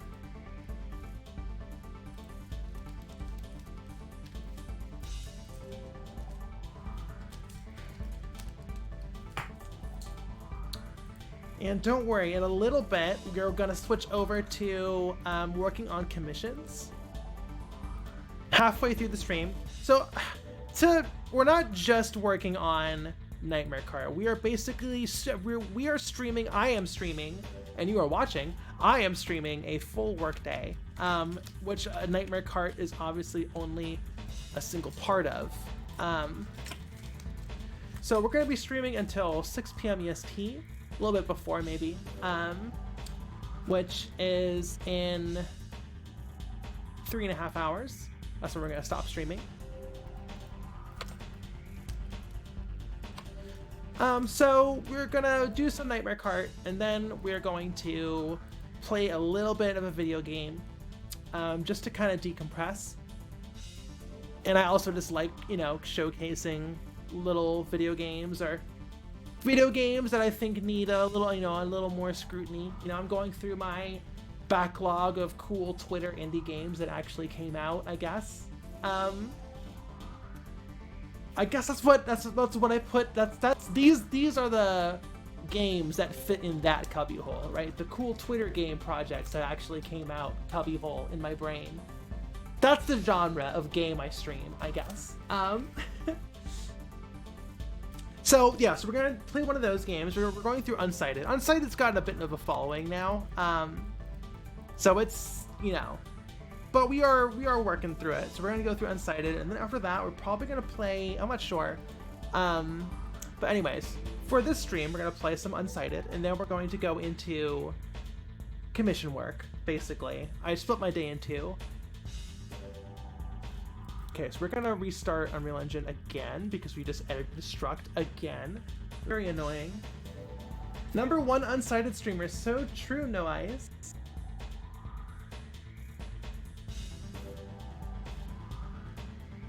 Oh, excuse me.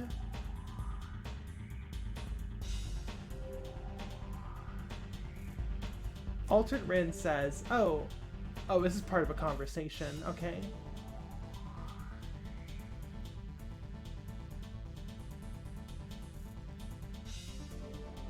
Right. Yes. So someone brought up basically the concept of using AI for personal use. Never, like, I think the example was for like a DM campaign for like D&D, and Altered Rin's response is perfect, which is basically even using AI for silly stuff that just stays in, like a friend's D&D game, helps the AI grow and learn, which helps further steal from actual artists.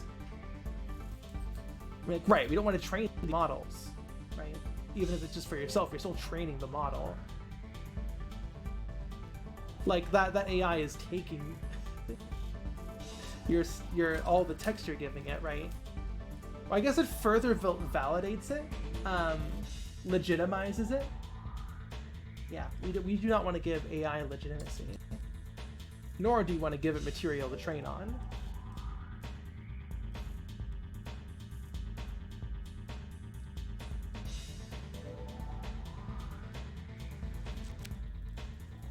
It says switching to comfy mode won't be able to chat, but I'll be watching. All right, see you later. Or I guess, well, I'm not seeing you later, but chat with you later.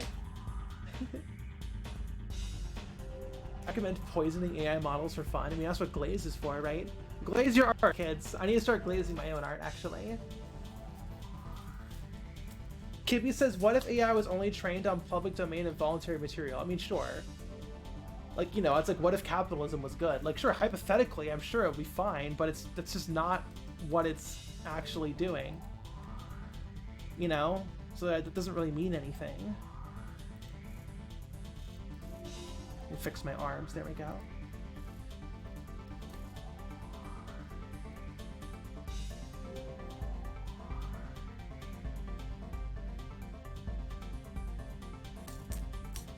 Okay, we are back up. So, we have our Nicholas jump scare again. You know, I was like, let's change the boot up map to our test level, but I kind of like the Nicholas jump scare. It's kind of warming up to me.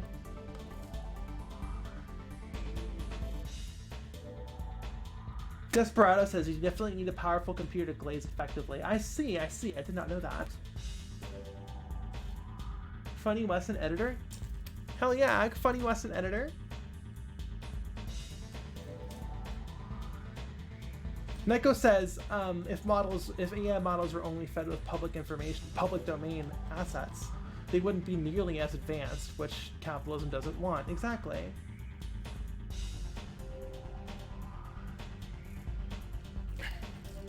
Like, here's an example. Robots replacing labor. Machinery replacing labor is an overall good thing, but it is not a good thing in capitalism because that means less jobs. But in a perfect world, less labor would be good because that would mean less hours for us, but that's not how capitalism works, right? Like, it would be great if we could have machines take over most of labor so humans can just live without laboring their whole lives. That would be fucking great, but that's not how capitalism works now, is it? What if AI can blackmail you? What if the world was made of pudding? That's the real question. Would that be fucked up or what? Okay, Aether.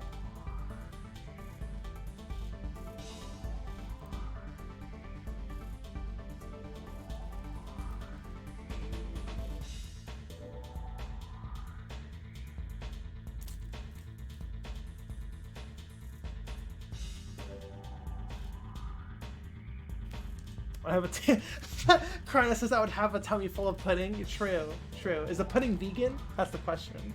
That's the follow-up question to what if the world is made of pudding. Is the pudding vegan? For me anyways. Okay, so back to Kart power-ups. Synced into the pudding. Okay, so we're gonna go to QS bullet. Once again, this row editor's messed up.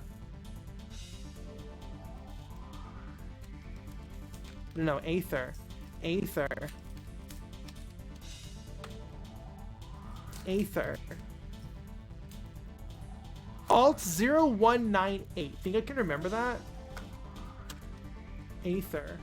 I should memorize that. Alt 0198 is A-E-T-H-E-R. Okay, Aether. Aether. Okay, Aether. Aether. Okay, now we need an icon for Aether. I want it to be an our bundle. I wonder if I can just so let's make a new icon. Our bundle. Aether.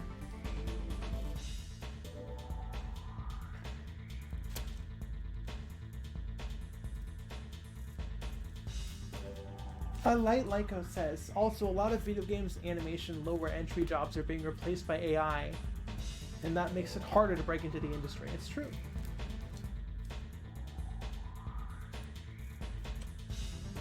Are we at that stage? Are we? I guess we are at that stage. Like, those jobs are all being replaced. It's true. Here, I'm gonna grab some values.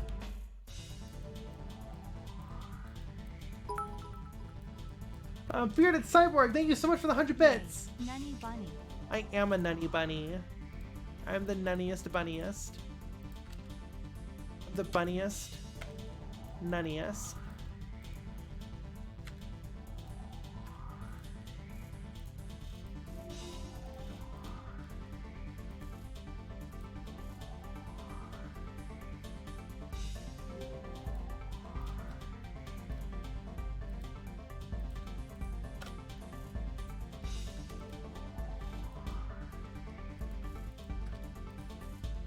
Okay, we're just going to be drawing our own cork.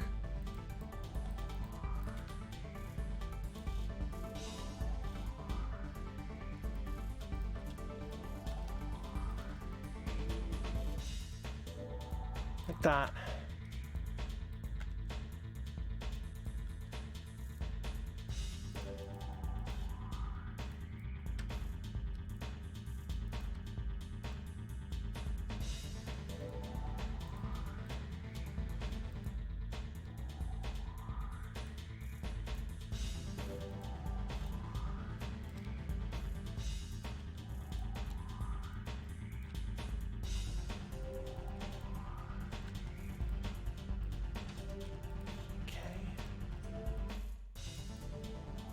Go. We pixel and we Arden.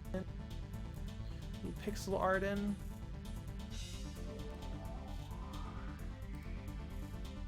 Who up pixel and they arts.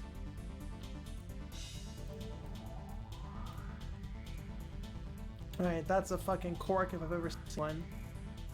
I do want to have it filled up though, so let's do this.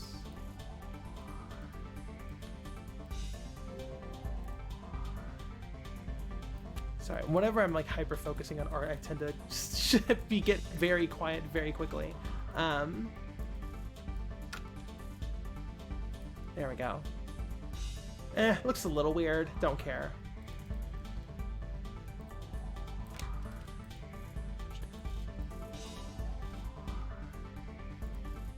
Okay, now we're gonna do the classic. Just duplicate it 3 times. Gonna shrink you down a little bit. I guess I could shrink you both down.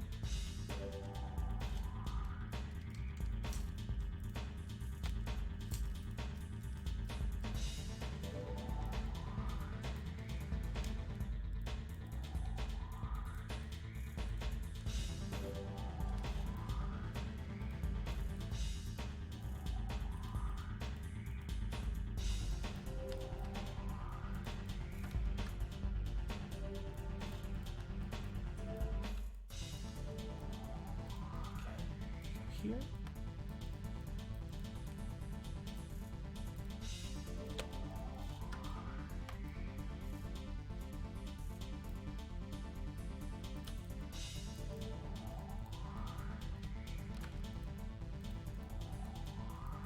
Duplicate. Make you a little bit smaller. And a little bit darker because you're in the background. So you can be a little bit darker as well. That's perfect.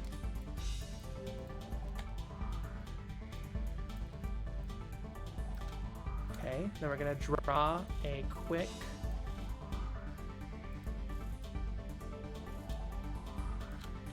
This is so cursed. Never make art like this. We're gonna draw over a little strap. This is so cursed. Never do this at home, kids. Never do this. In fact, just pretend you didn't see this.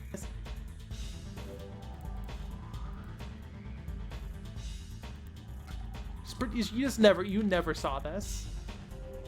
Ever. Like, not even a little bit.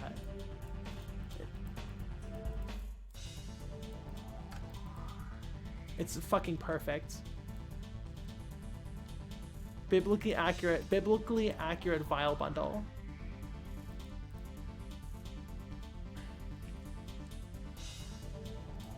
Yag.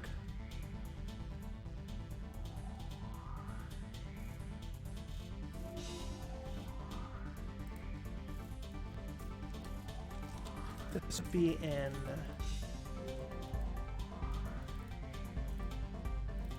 no. This would be in power-ups, wouldn't it? Yes. Aether bundle. So the icons would be in UI. Oh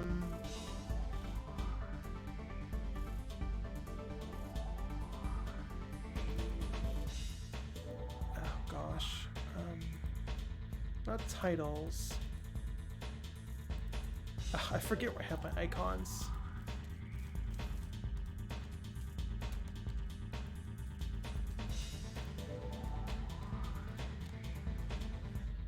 Of course, okay. So that bundle looks terrible. That perspective is all wrong. Let's fix it.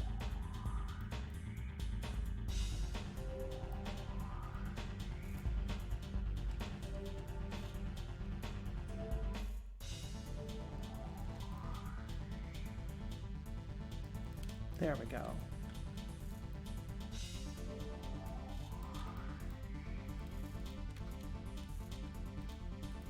There we go. Now this is art.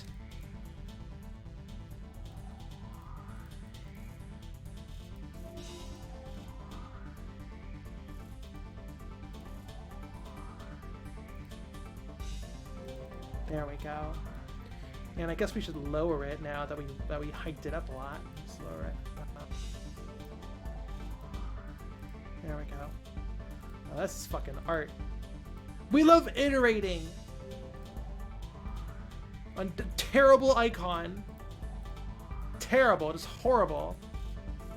Boom.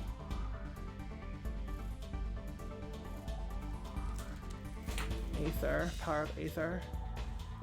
Boom. Motherfucker. Okay. Kibby says, I've been drawing and making 3D models for over a decade. Don't plan on using AI ever, and I'm confident in my skills. That's the spirit. Just gotta practice. I mean, that's why the joke is always someone saying boo with a pencil. Like, just pick it up. Just pick up the pencil. Just download Sprite or Blender and just do it.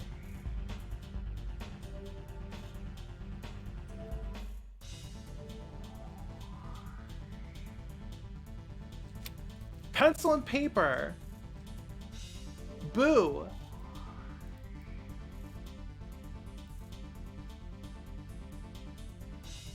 But a beginner could never make this. What, this? A beginner could make this. I can tell you that much. A beginner absolutely could make this. And that's all this is. This is just, you know, like 5 years of these mixed together. That's what most of this game is. Not all of it, of course.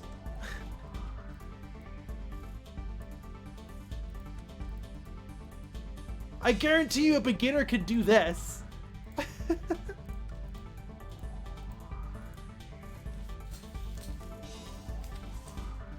Okay. So I'm getting a bit heated here. I guess that's why I'm always so open with my development, is just to make it seem as easy as possible, because like game development is so scary and unknown, because game development is so hidden and like opaque, and everyone keeps their secrets close to their chest, you know, so they can get an edge, because capitalism has pitted us all against each other, and I don't like that. I want to peel behind the curtain. I want to peel back the curtain a little bit, because I'm in a privileged position to be able to do that. You know, and just make it seem not as scary as it's been hyped up, it's been cracked up to be. Okay, so Kart pawn.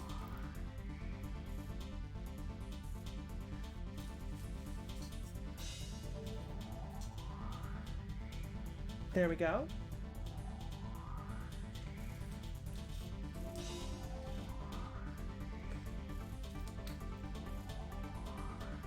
Do you want to know what Bloodborne Kart is? Do you want to know what Bloodborne Kart is? Here. This is what Bloodborne Kart is.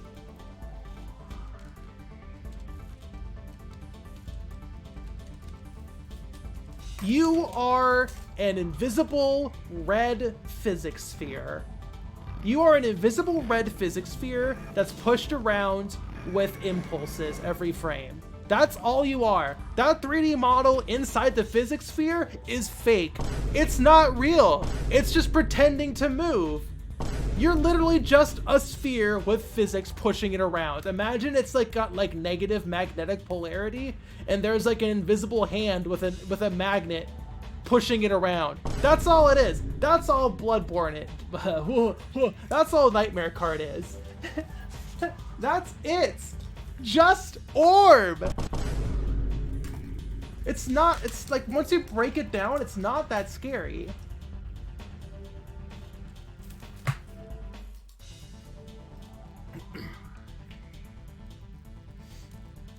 Samuel Vision says we can all aspire to become a sphere driven around by impulses.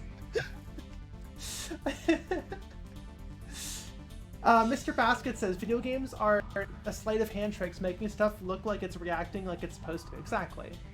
I want to let you know, most games, you're literally just a sphere or a capsule if you're a biped, being pushed around with impulses.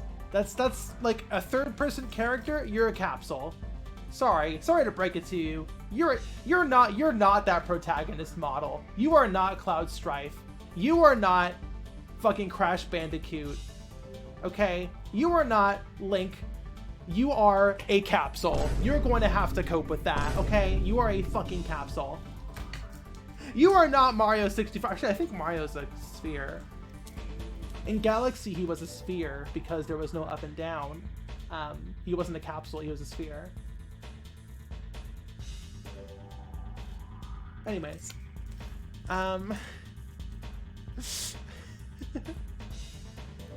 Capsule. Point at you emoji. Dirty Jester says immersion tells me different. It's true. But the immersion's been ruined because there was yellow paint. And because of woke. So you're a capsule now, cope. Sorry, I'm getting way too trigger happy on the Vine Boom. I just think it's the funniest fucking shit ever. Okay, so we're gonna go to power-ups.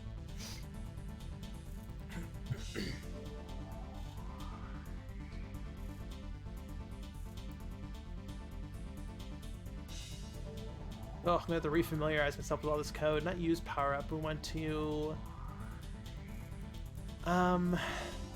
grant power-up. I think that's what it's called.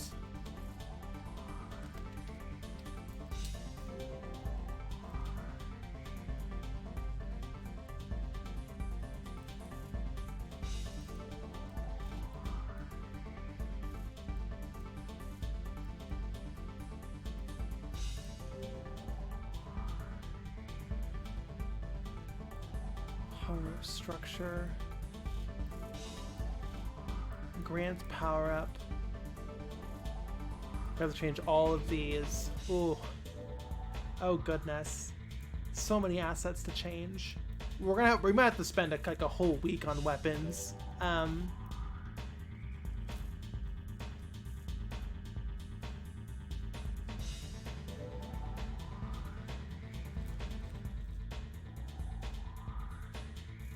On the yellow paint argument, me and my friend, I forget who, but oh god, who was it talking to? Is it Mino? Was it stream itself? Was it chat? Fourth person? Was I talking to chat? But yeah, just like gamers would not survive the red barrel, the exploding red barrel era when that started, like in like the very early video game just industry, when we all decided that red barrels would be explosive. This is basically the yellow paint shit is kind of the exploding red barrels of this generation. And like gamers would not. They would have been like, my immersion, why are barrels all red? That's not, you know, like maybe explosives are red in real life, but not to this degree. This is too much. Weren't red barrels a thing since Doom 1? No, Doom 1's exploding barrels are green, weren't they? Am I mistaken? It has been a second, but I thought Doom's exploding barrels were green. Yeah. Right. That was before the red barrels era. Yeah, it was green. They were green. They were gray and green.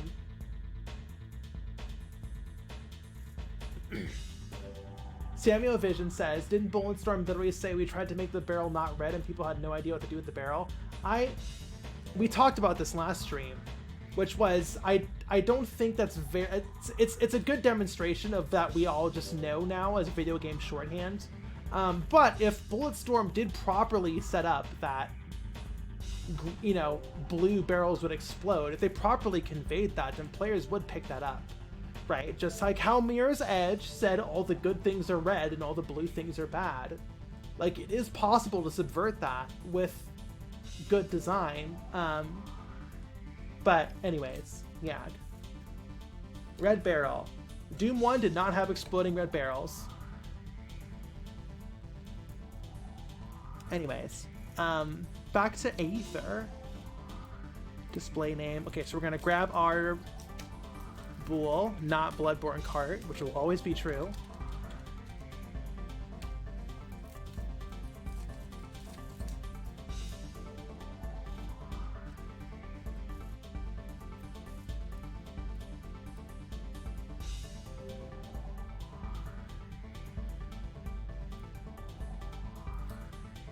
Zanchlo said Borderlands had exploding barrels in all sorts of colors and it worked just fine with colors dictating what element. Exactly, because I'm sure I've never played Borderlands.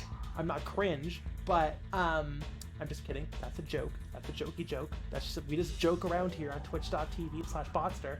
But yes, because I'm sure Borderlands properly set up and tutorialized, even wordlessly, I don't know, but in some level tutorialized that these barrels exploded and the players picked that up fine.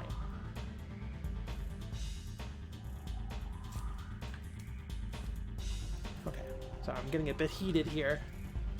I love talking about video game design. It makes me so happy. I feel like in a different world, Bunleth would have been an annoying YouTuber talking about game design. Which I don't know. I guess I'm happy I decided to just do game design instead of talk about it, instead of theorize about it. So I'm happy with this path I chose. You need to cross your arms. Ugh, I don't have a pose for that. I should have a crossed arms pose when I'm just like, okay, you know what? Just put this down for a second. I need to talk to y'all. I'll switch to crossed arms pose on my VTuber rig. Icon's not used here.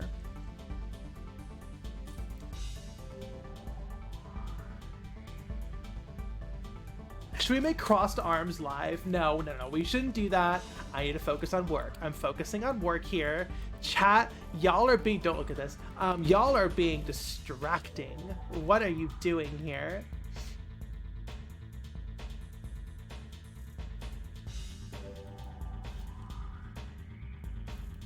Update power up.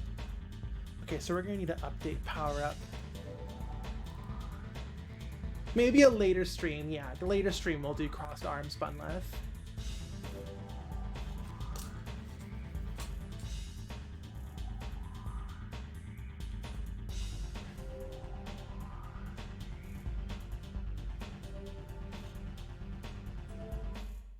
Do not distract Bunleth from her glorp. Yeah, we're glorping up in here. What else are we supposed to do? Okay, so icon, model skeleton, display particle. Do we do display particle? Yes, okay. No, we don't. Okay, that's fine. Sorry, I'm talking to myself, which is called rubber ducking in the industry. In programming spaces. That's just cope. That's just programmers going like, no, I'm not talking to myself. I'm rubber ducking. You're talking to yourself. Okay, you can talk through the process. Do any of you even know what rubber ducking is? I forget if that's a common phrase or not. Rubber ducking is, yeah, basically the story goes is you have a rubber duck on your desk, and when you're having problems with your code, you talk to your rubber duck about it. So you're basically, you've ever been like, hey friend, I have a problem, and then you explain the whole problem, and in the process of explaining the problem, you figured it out because you just sat there and talked, you just said the whole thing and it made sense now. That's what rubber ducking is.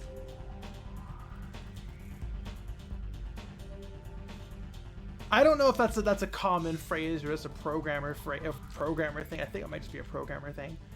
Regardless, not now if you didn't. That's what rubber ducking is. But what I'm saying is, I rubber duck with chat. Chat's actually a really good rubber ducking method. Sorry, I'm saying rubber ducking too much. That's a weird word. That's a weird phrase. It sounds weird. Okay. Skeletal. Ninefell says, you're your own worst critic, and vocalizing out what is going on is great for processing things. Exactly. So I use chat to rubber duck. It's actually really helpful. That's kind of why I like streaming my process so much. On top of it, just, demystifying everything. It's basically, everyone wins. That's my thought process anyway. Happy birthday, Mr. Basket says, this is my primary use for ChatGPT. You should probably never use ChatGPT. I would recommend never using ChatGPT ever. Let's not use ChatGPT. Okay? Are you a bad enough dude to not use ChatGPT?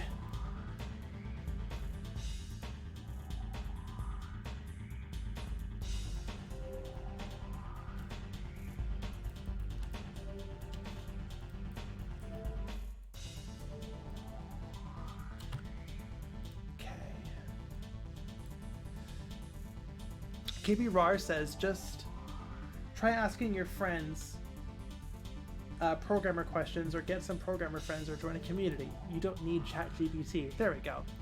You don't even need a person. Just get a rubber duck. That's what we're doing. That's what we're talking about. Just get a rubber duck.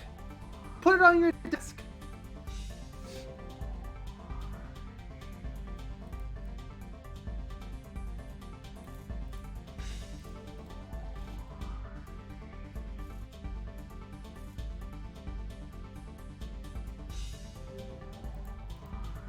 Okay, so I'm going to grab I'm going to spawn a power-up. I'm going to make it a single-use power-up. We're going to say QS bullets.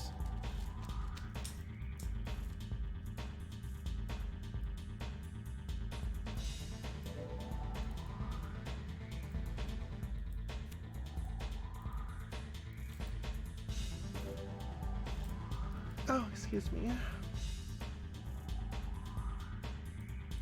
Okay. More switcheroonies.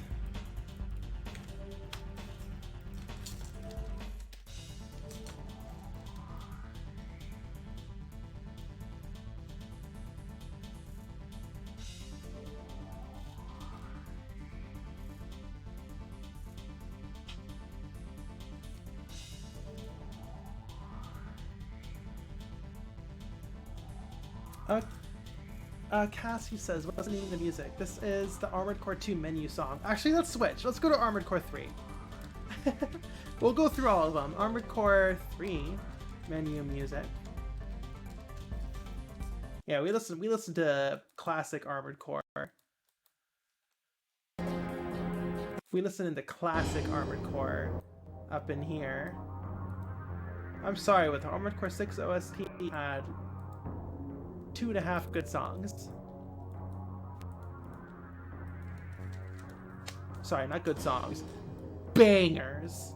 2.5 bangers.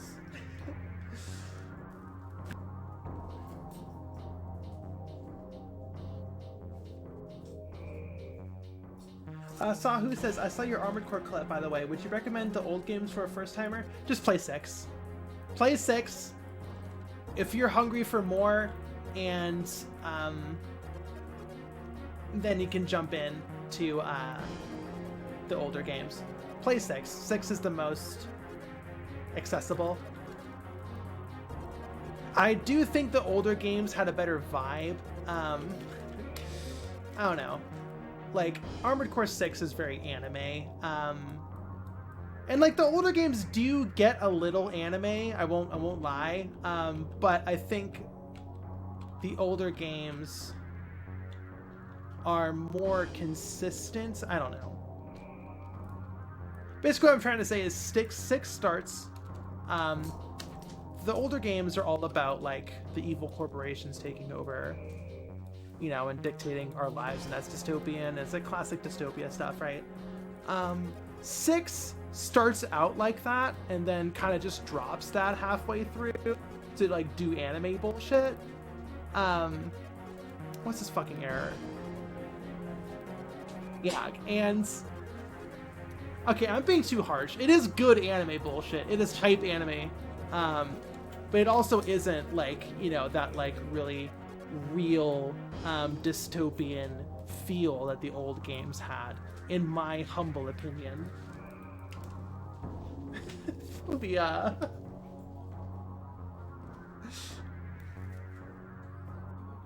Yeah, can I have a Diet Coke? Thank you. But yeah, so if you're playing Armored Core 6 and being like, oh, I love that like corporate political war stuff going on, And you want more of that? Play the old game. Play 2, play 3. The 3 series is my favorite. I would say start with 3. After 6, if you want more, play 3. And then 3's direct sequels. 3 is great.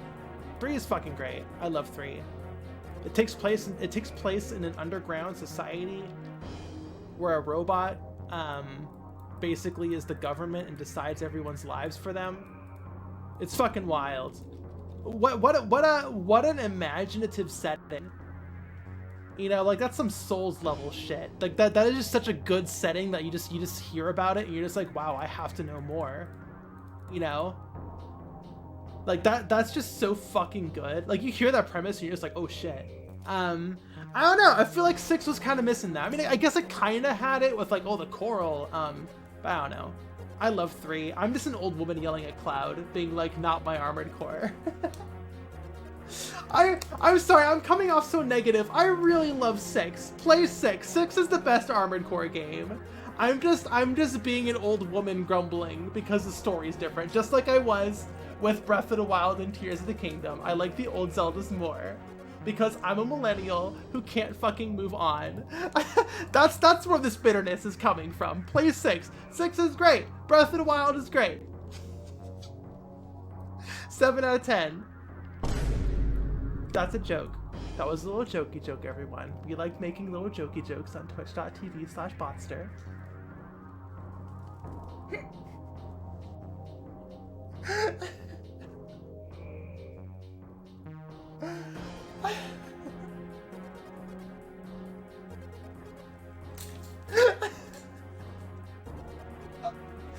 Sorry, I am being such a stinker right now. Okay. What the fuck? Ugh? Past Bunlith had some issues here.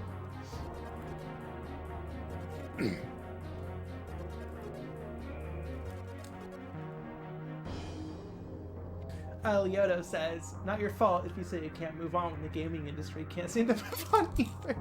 No, like, in all seriousness, I do like where we are in the industry right now. Games have been more creative than they ever have been, just not in the AAA space. Whoops. But the continuations of classic franchises do feel like they're floundering a little bit. You know, like the new Zeldas and the new Souls games. I mean, you know, I know they're all technically new franchises, but you know what I'm talking about, right? Demons, Dark 2, Dark 3, Bloodborne, Sekiro, Elden Ring. I guess that's another hot take. I'm sharing way too many hot takes today. I didn't like Elden Ring that much. I really enjoyed it, but I dropped it, which I've never done before. I just dropped it partway through. Ugh. Sorry, everyone. I'm trying not to be this contrarian. I'm trying not to have these hot takes. I really wanted to enjoy Elden Ring.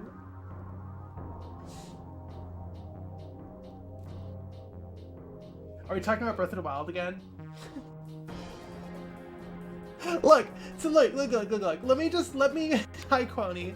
Let me go all the way back to the start. I play Armored Core 6. That's the first Armored Core you should play. I have old woman yelling at Cloud issues with it, but it is the best Armored Core game. If you finish Armored Core 6 and you're curious about the origins, about the earlier games, play 3. That's what I would suggest.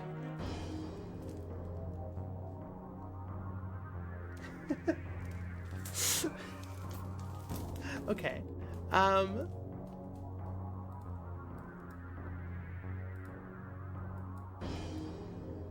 What is going on here?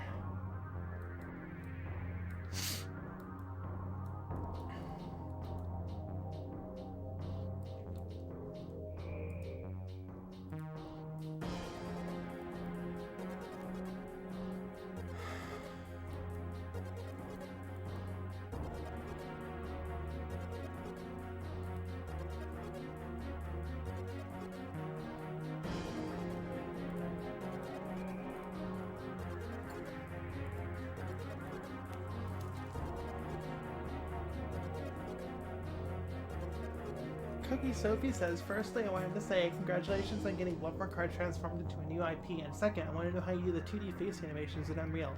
I just switched the materials out. Here, you know what? You know what? Here's another secret, everyone. All my Bunleth shit is in my Nightmare Kart codebase. I know, it's terrible and disgusting. But it's true. Hey, you want to see something? You want to see something really cursed? You want to see something really cursed?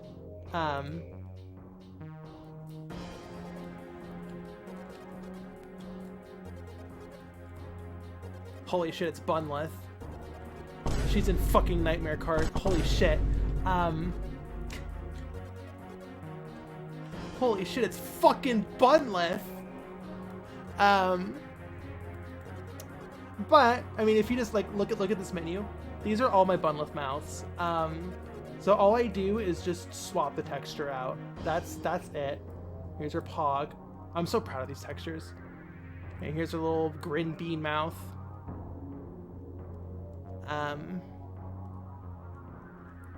Where's the Yag mouth? Here's her Yag mouth. Everyone loves a good Bunleth Yag mouth. Yeah, that's the secret. You can just animate that.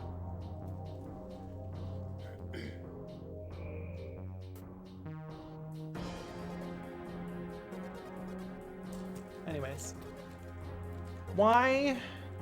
This should be displaying our new Aether model, but it's not. Now, why is that? Why is that, chat?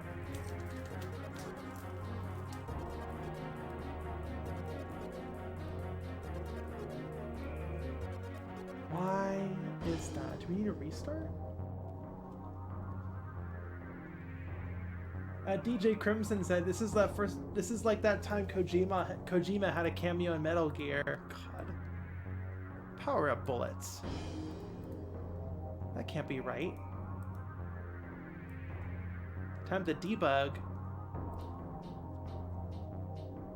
I'm not. Well. Yeah. Okay. No. We're debugging this. False. How are you false? How are you false?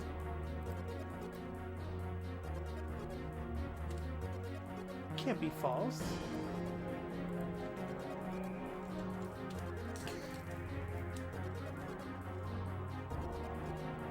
How are you false? You're true. You're literally, like it says right here, true. But when I print it, it's false? Huh. Because we're only doing it at runtime. No.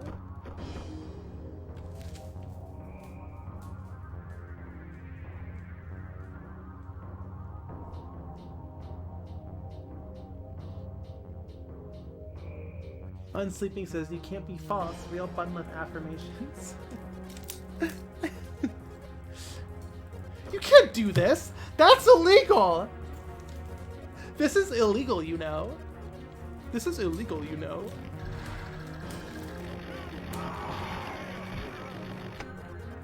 Aether. Okay. So we do... Okay, so it's partially working. Okay, you're holding it incorrectly. But okay. So now we're going to use the Aether. And that'll give us 14 Aether. Okay. Ignore the click. If you know, you know. I want to change it to Aether Vials.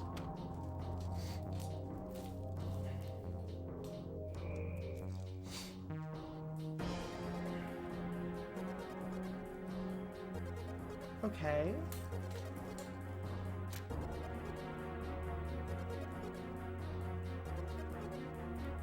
Why are you false?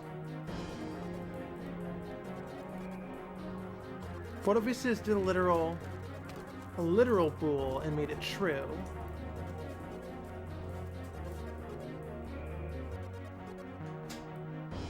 Now you're Aether.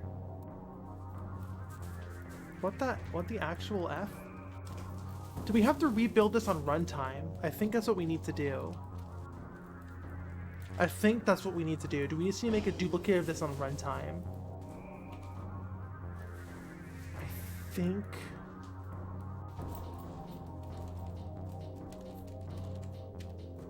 I think so. We're just gonna have to make a duplicate of this.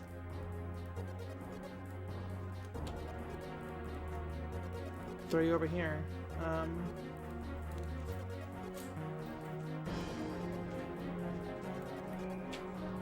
No, wait, that's we're plugged into the wrong thing. We're plugging you in here.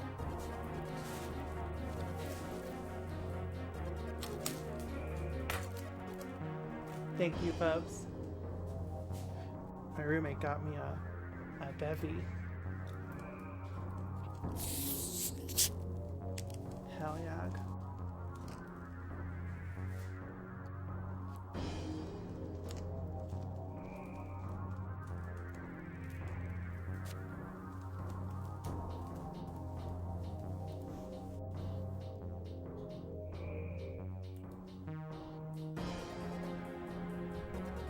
There you go. See? Problem solved. And look at that spin. I guess it was spinning, whoever was asking. We are definitely spinning. Kind of fast. I don't remember it spinning that fast. Was it always that fast? That seems a bit fast. That's some glory ball, right? Ether.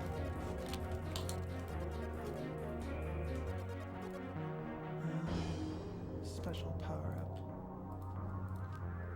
Spinning, that's like a trick. Yeah. Okay. I mean, the model is incorrectly. That's not held correctly.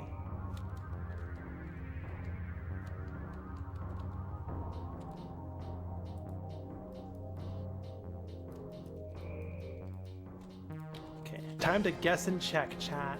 Time to guess and check.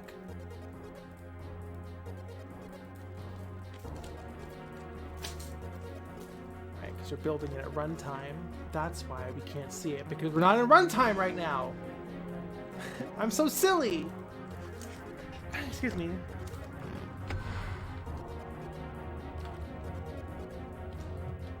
Where'd my ether go?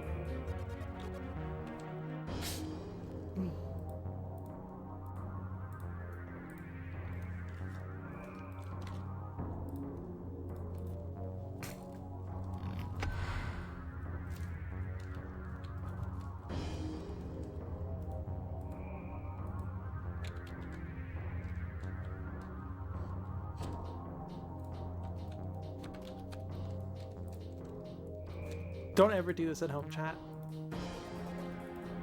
Write a better prop system than I.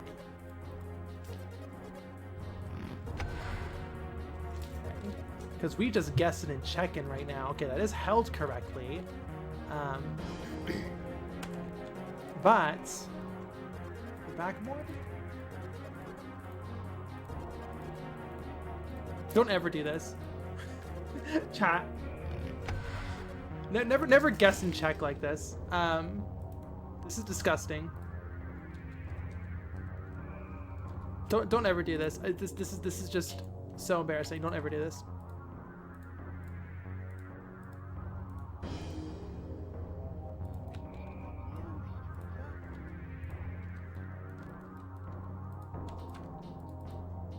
Don't ever do this.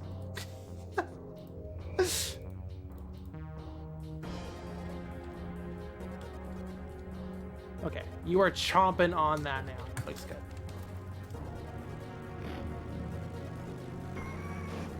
No, I kind of want it to be poking out from underneath the hand a little more. Don't ever. You know, I want to simplify these models too. If this is going to be in game, if this is in engine and not on a this is not a hero asset anymore. Is basically what I'm trying to say.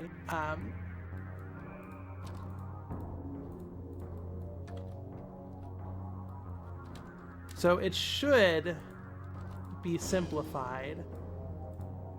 The model. It should be less triangles in this.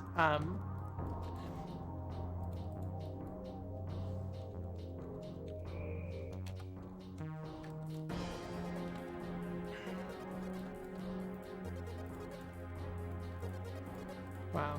It tries to quads tool.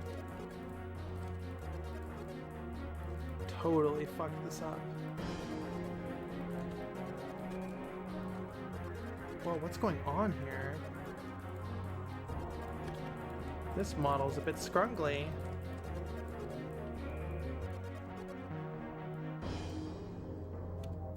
Okay.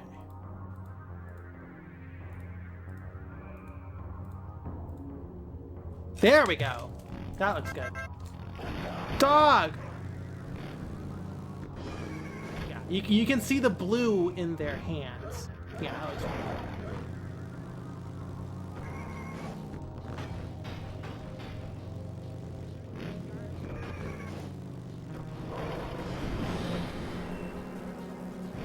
Cool. Okay, and now, okay, so now we're seeing icons missing, right? It just says 3 exclamation points in the top center of the screen because there's now no name and no icons. We need to replace all those names and icons, right? So now we have a proper system in place. The basically 4 power-ups, the Bloodborne branding has been successfully scrubbed off, right? Hopefully all of these except for Aether. Oh, the weapons, not the weapons, right? Except for the weapons. We talked about how we had to dedicate a whole few days to weapons. But the Bloodborne branding has been mostly scrubbed off. And now we need to put art where that scrubbed off previous art was, right? And as a test, our Aether has successfully been replaced. So we've done one of them. It is time to do the rest. Right. The bell sound effect has been replaced. We've already replaced the bell. Yes, boost with Aether. I might desaturate the glorp. I might desaturate the color a little bit. I'm not sure if I like it. Right, so this is the pistol. It's invisible because you don't have a new model for it yet. But yeah. Aether.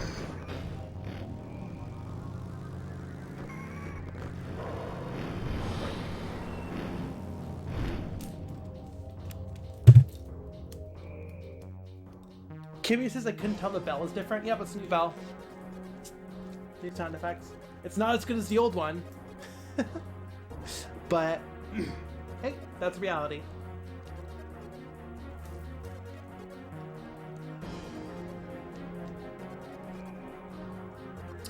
Leo Brillo says the blood echo symbol on the top right also needs to be scrubbed. Just want to remind you, there is no backseating on the stream. Thank you.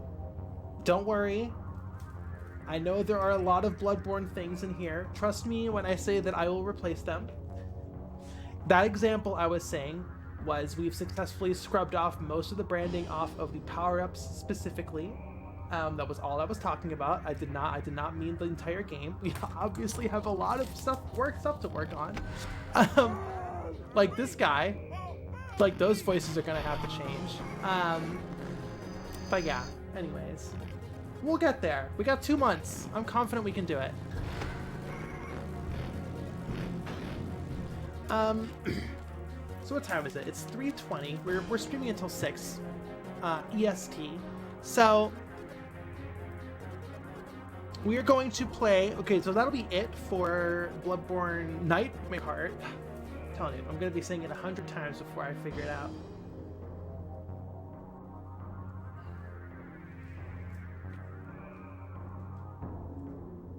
The old bell wants to buy cigarettes. So true, Ninjas 2. Also, hi, Ninjas 2. Okay, so we are going to take a quick break. When I get back, we're going to play some Unsighted and then work on commissions. So I'll see you all on the other side.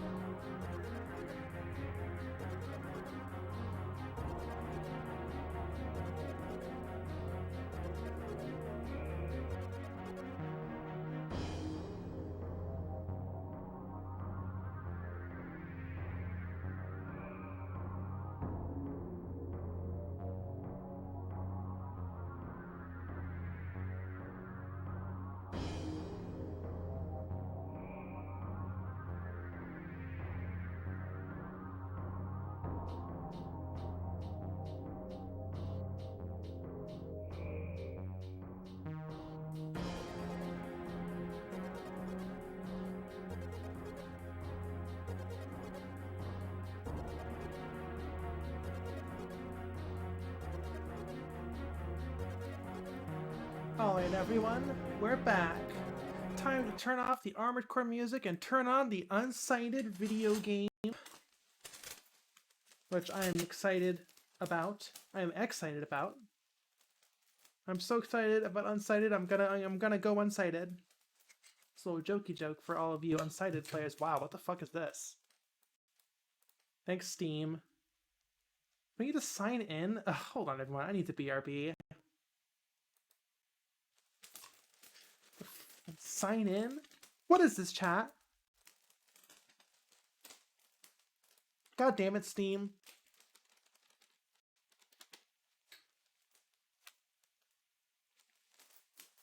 Why do you make this so hard?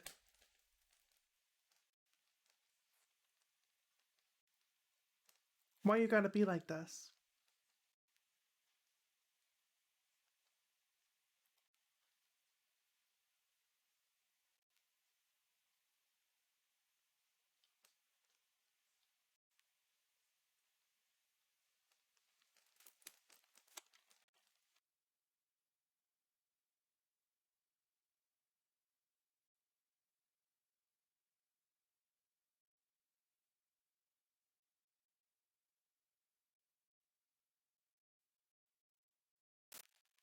God, this is so upsetting. I don't care, Steam. Stop telling me all your new releases and just play the fucking video game I bought. God, I Steam. Okay, I think we're good now. I think I can go up. Okay, I think we're good.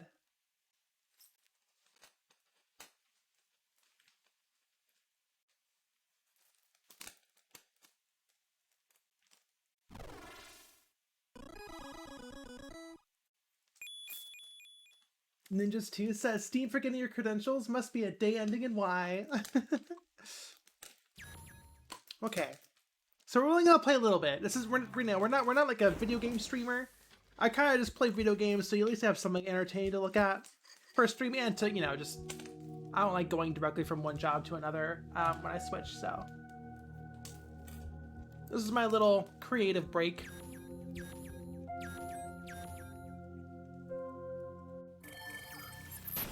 Ninja says this is the everyone has a death timer game, right? Yes. This is Unsighted. You play as a lesbian android. This is part of the lesbian android cyberpunk subgenre that exists and is totally real. I didn't totally just make up. And we are playing it. Made by two trans people, I believe. It's great. Play it. Shout out to lesbians. Made up genre? As far as I'm concerned, all genres are made up. Okay. So what are we doing next? We're going to this objective. It's a Metroidvania, top-down Metroidvania. And everyone is a robot, and after a set amount of hours, they go unsighted, which is basically going hollow in souls. Aquarium entrance. Okay. So let's go right up. Okay, cool. Excuse me.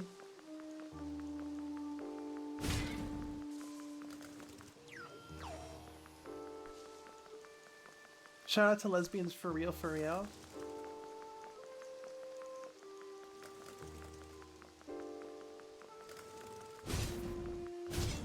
There we have a fire sword. The fire sword was there.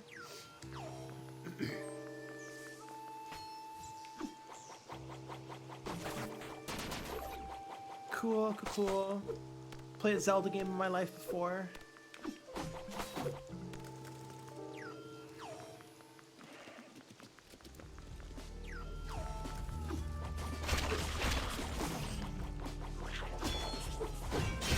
I fucking parried that shit.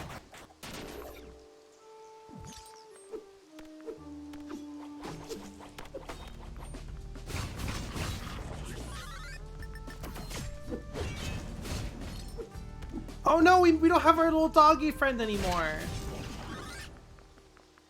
That's right. Awapi has moved on to greener pastures.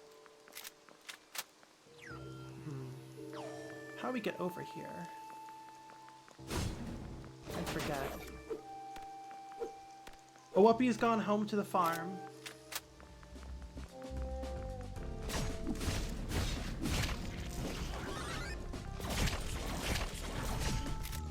Wow, finally a gun that shoots 5 ways to shoot 5 evenly spaced enemies. That was only 3 though. Let's be real here.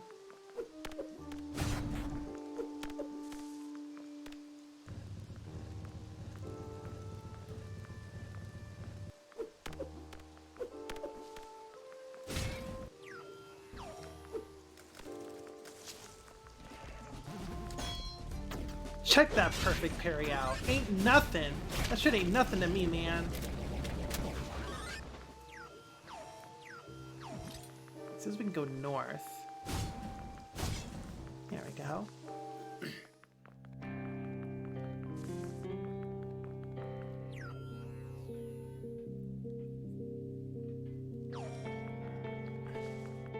Right, we can't go this way. Wait, we got the spinner! Wait, what was the spinner button? Wait, what was the spinner button?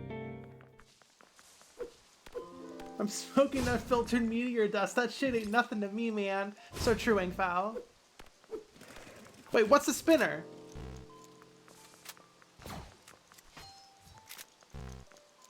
Oh.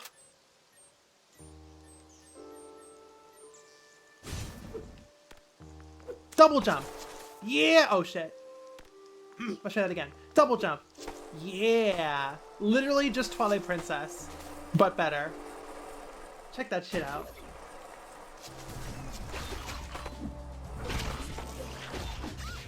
Not good for combat though.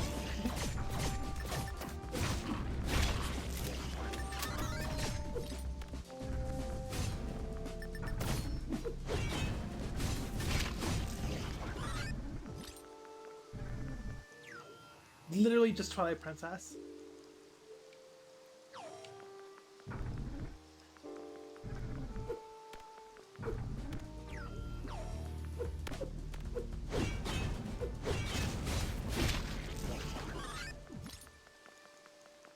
Okay, I'm guessing.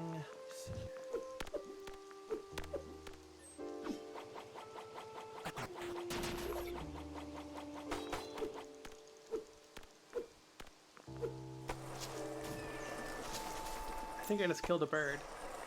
That was terrible.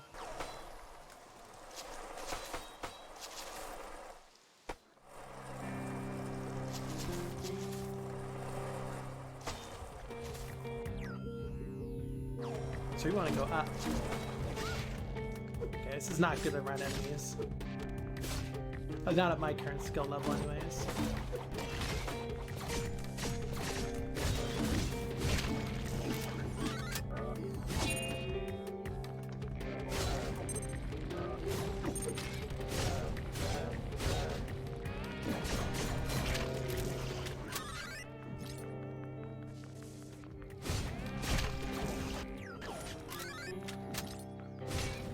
Alrighty.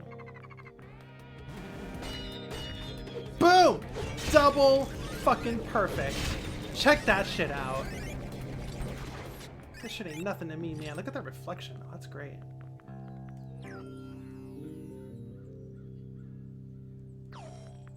Right, so our spinner can now break through these rocks. We're Metroidvaniaing so hard right now. Oh, come on. Ugh. How dare me force me to use my Estus. Uh-oh.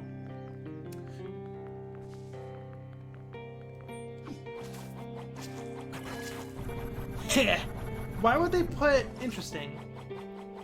So basically, this is one of the Metroidvania, you know, keys to the overworld. The spinner is another one. The spinner, you get second in the progression. This is a linear progression. Or are these more like guidelines? I guess you just need both to progress. But the one you unlock first throughout normal progression is used second? That's very strange. Why would you put the shuriken behind the spinner bricks? Whatever.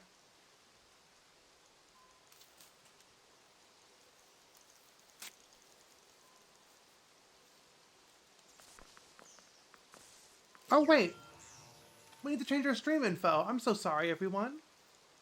Oh my golly.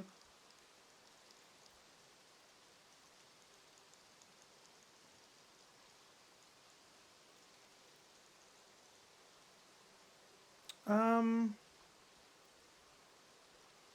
hold on. Where is my app? Creator mode, edit stream info. There we go. Okay. Unsighted. Playthrough.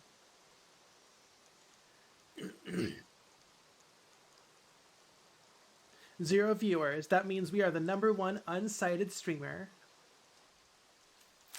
That's how you know you're playing a niche game. 0 active viewers. Excuse me, I only play games with 0 active viewers on Twitch.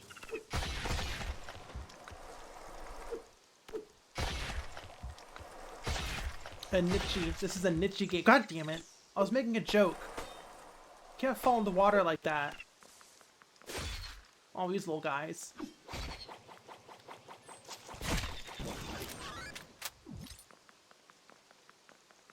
Is that Spinner Legend of Zelda? It is. As far as I'm concerned, all games are art.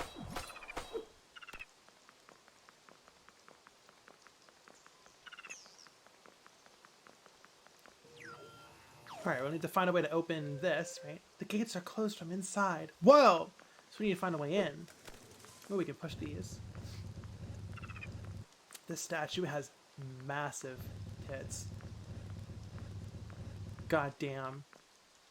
I'm feeling a way about it.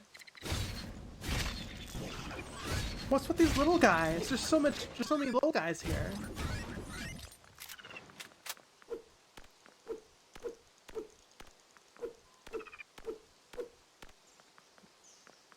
Can't push you in the water. Can't push you down. Stack statues are the best. You're so cute. Ow! Asshole fuckhead. Jesus.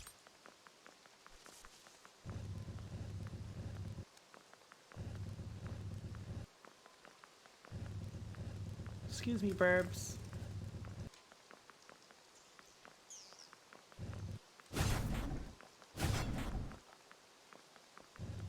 Can I not push you on the platform? No, we are just using you as a stepping stone. Okay.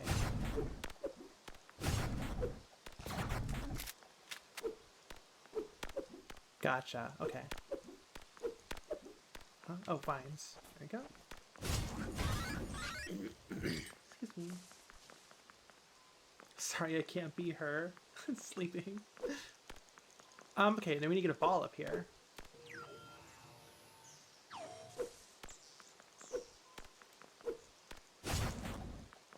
Whoa. Hell yeah. Okay, can we jump with this? We can. Oh,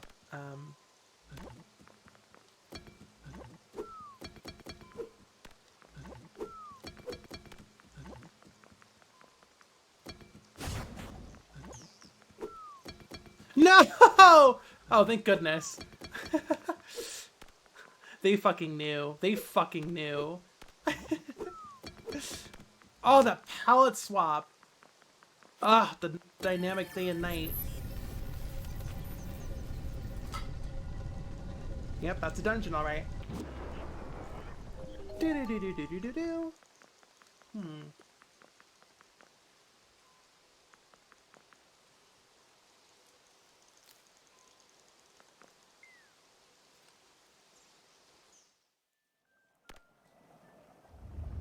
Alright.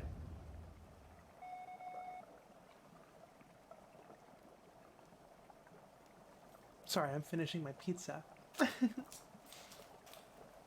Iris says, "Brr, what is up with this temperature? It's freezing." Ah, good, the boss intro. Lesbian number 3. It's Maria. She's in here, guarding the meteor shard. Maria, that's a scary one. She's one of the oldest automatons around, and highly advanced for her time. I remember seeing the doctor speak with her. The doctor thought it was a good idea to give a shard to her so she could keep it safe. It's sad to think what could have happened to her. Angry lesbian has come for you. You know, when anyone enters my vicinity, they actually get a cutscene like that. They get a bundle of silhouette, all in darkness with imposing music to tease my introduction. Yeah, they just walk up in the room and then it's just like dun dun dun dun dun dun dun dun dun, and it just shows that bundle in silhouette panning down. Reading.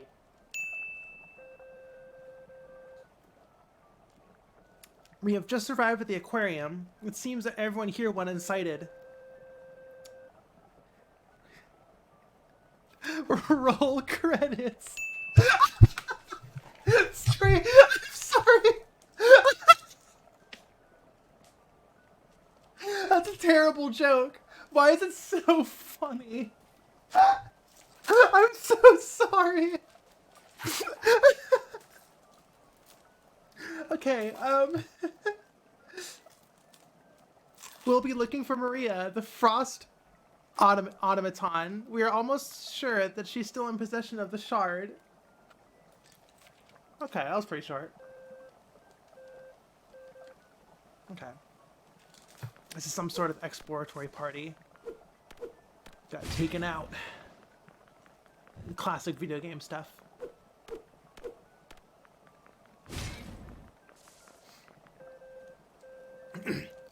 We're setting camp temporarily here at the aquarium entrance. We brought a crafting table so we can create new equipment with the materials found here. Hell yeah. In-universe explanation as to why there's a crafting table in here. Look at that shit. Not that we'll ever need it.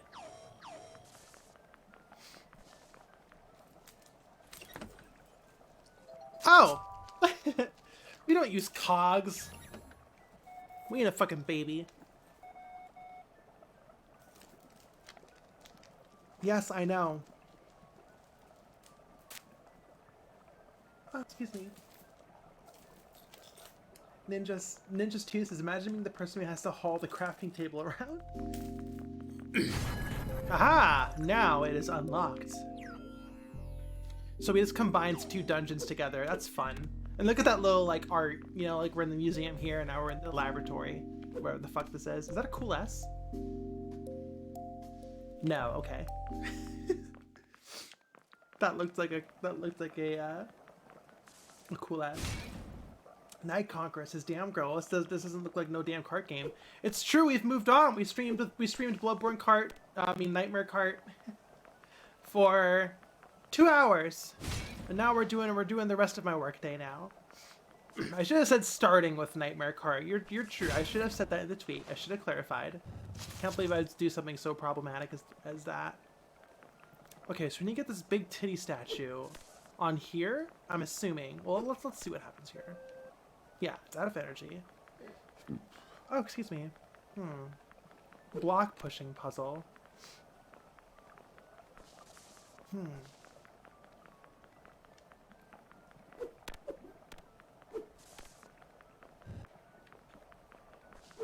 Oh, was that it? Okay. Sure, game. Sure.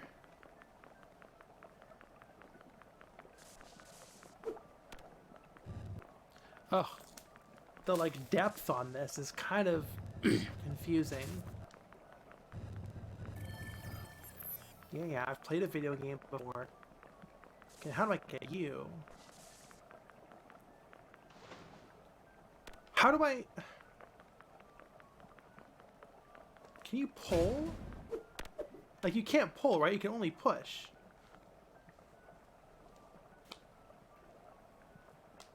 So...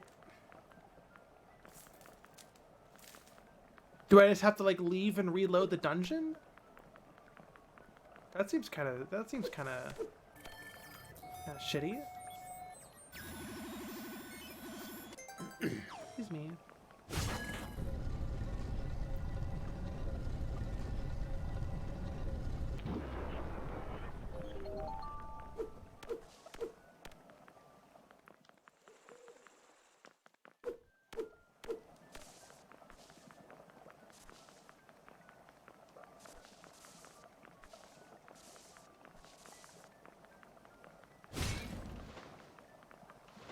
No? Can you pull?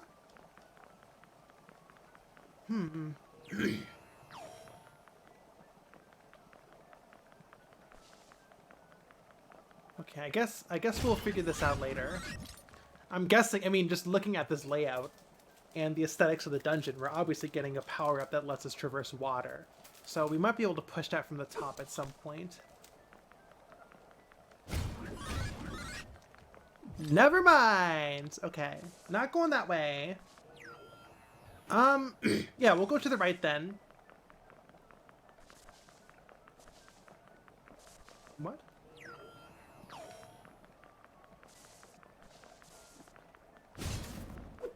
Huh?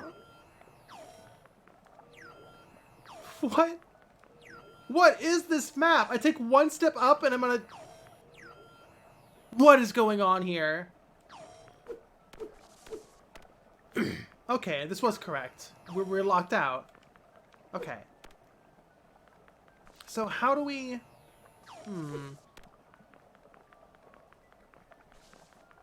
Do we push this? Can we pull?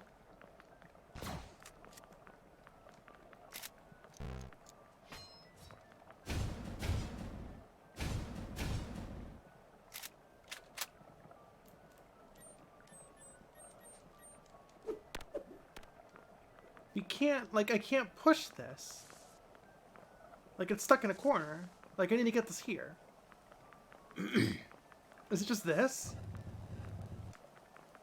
Like, no, right? Like, no way. Huh? Wait, what the fuck? Wait, are you serious? Are you fucking me right now? So you don't need the crazy statues with the energy flowing through it to power these up? The symbols do match. Then why did the other statues work at all? Okay, whatever. I'll chalk that up to being my fault. Okay, here we go. Here's the actual dungeon. That was on me. I overthought it.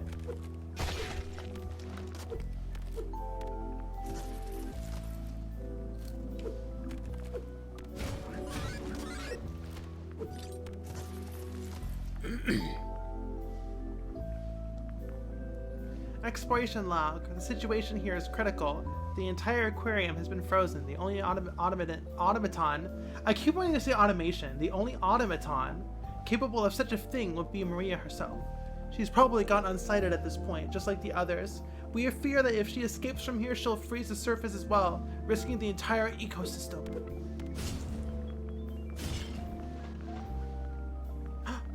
Wait, how do you fish? Guess you can't fish here.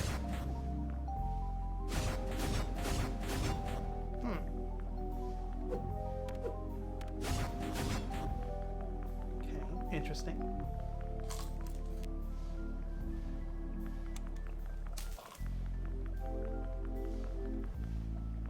Why would you introduce these as pushable and then put them all in corners?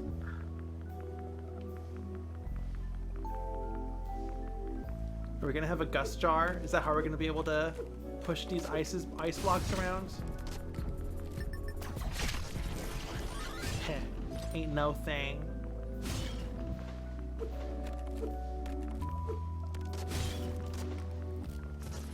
To mess with the player, of course, yeah.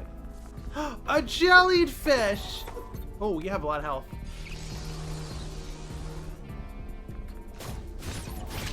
Oh, right now, this spinner just sucks. It really is a Twilight Princess item.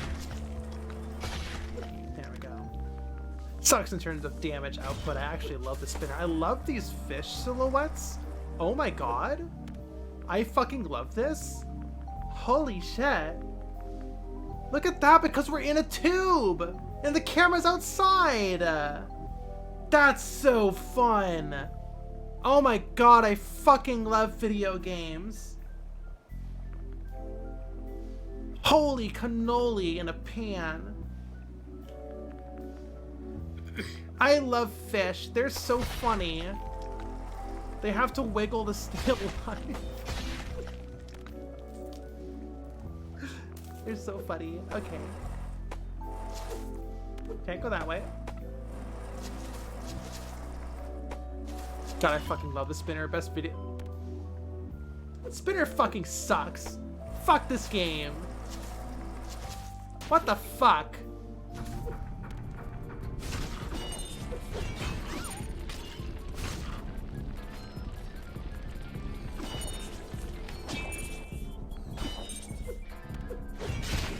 Boom. Ain't no fucking thing. I've played a video game before.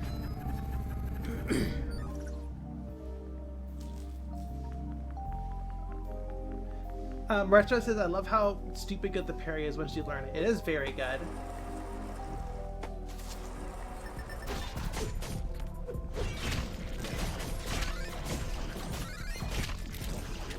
God, the shotgun's awesome.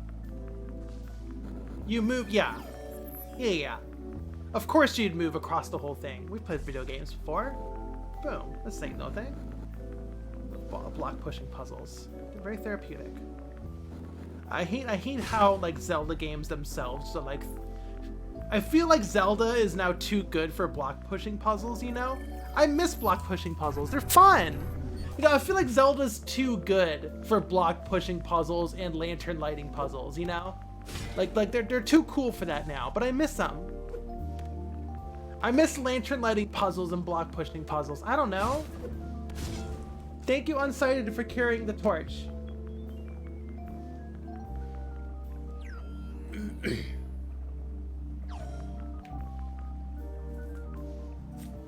Sleeping says sometimes a simple little puzzle makes my brain feel good. Yeah, that was a good puzzle. This game had some of the puzzles aren't really hitting for me, but a couple of them have made me feel like I'm just playing a Zelda, like an old Zelda game. I fucking love it. We're not asking, but can we jump these? Oh, we can. Okay, cool.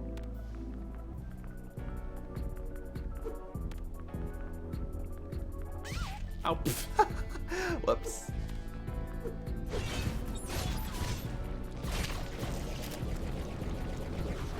Okay, now we gotta get all the goodies. Yes, level design. Ah, love that. These pillars aren't just for obstacles. You can jump across them too. That's great. Oh, we need a key. Okay.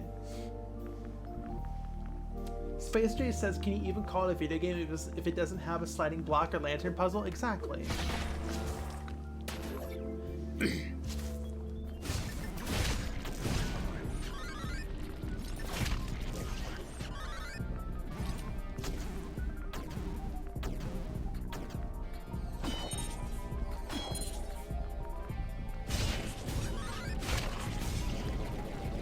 Boom.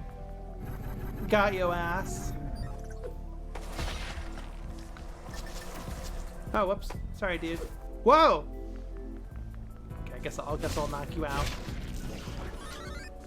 I might knock you out, I mean blow you up in a little bits. Okay.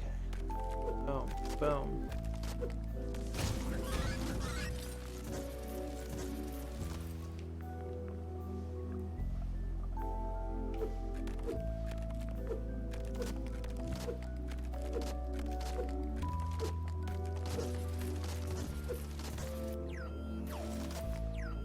Okay, there's a treasure up, so I guess we'll go up to get the treasure, and then we'll go down to go to the rest of the level.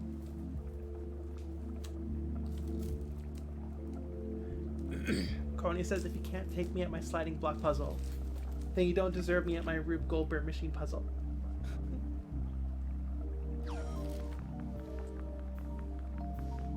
Oh, great. Oh, double great.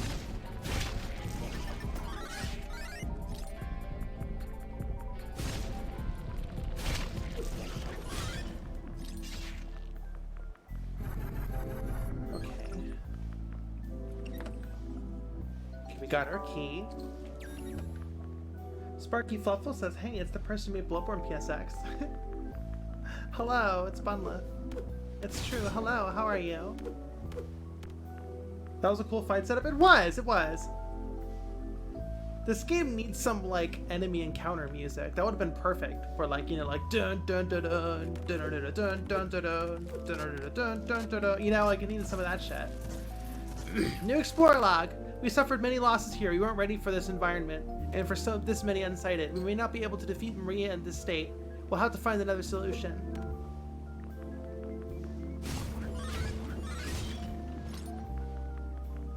Huh.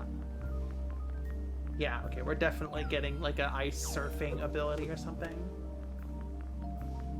Yeah. Damn it.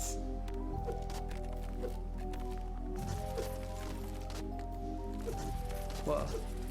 They respawn, thank goodness.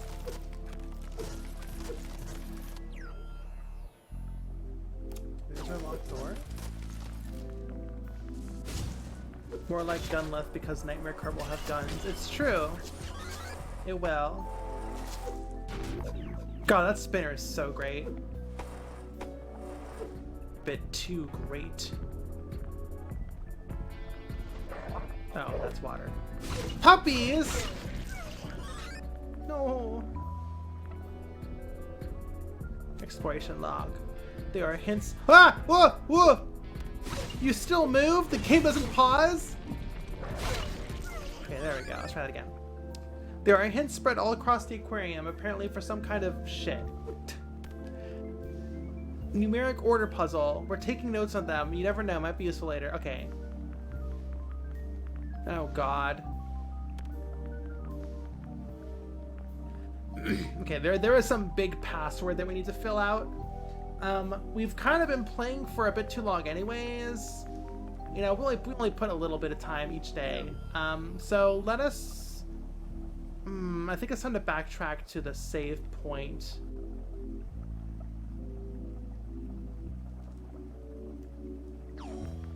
Do we backtrack to the save point? I think we do.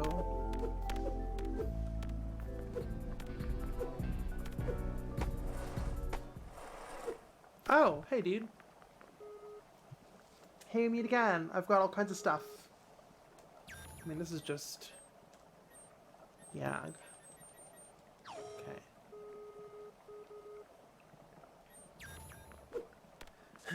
Okay. Zanko says, been following you on Twitter for a while and found out that you stream too. Thank you for being an inspiration in all you do. Thank you so much. That's a very kind thing for you to say. Oh my golly.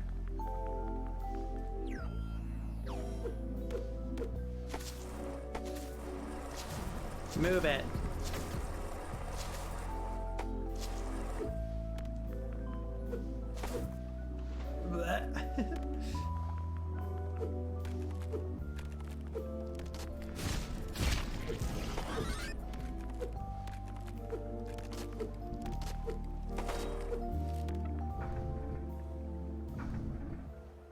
All right.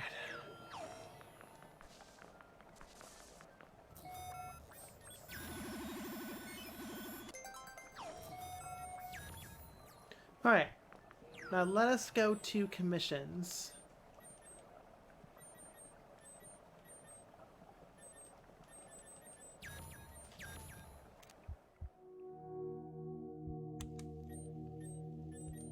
Quit. Quit. Okay, so next up we're doing commissions.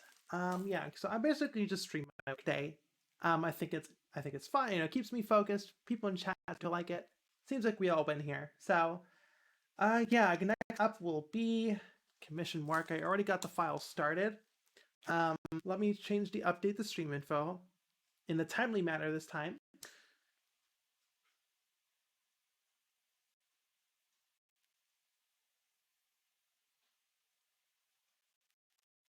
Art. We're back to art. Boom. Fury spotted. Good game. I got the bad ending, like the joke ending, which I didn't know would send me back to the start of the save file. So I need to play it for realsies.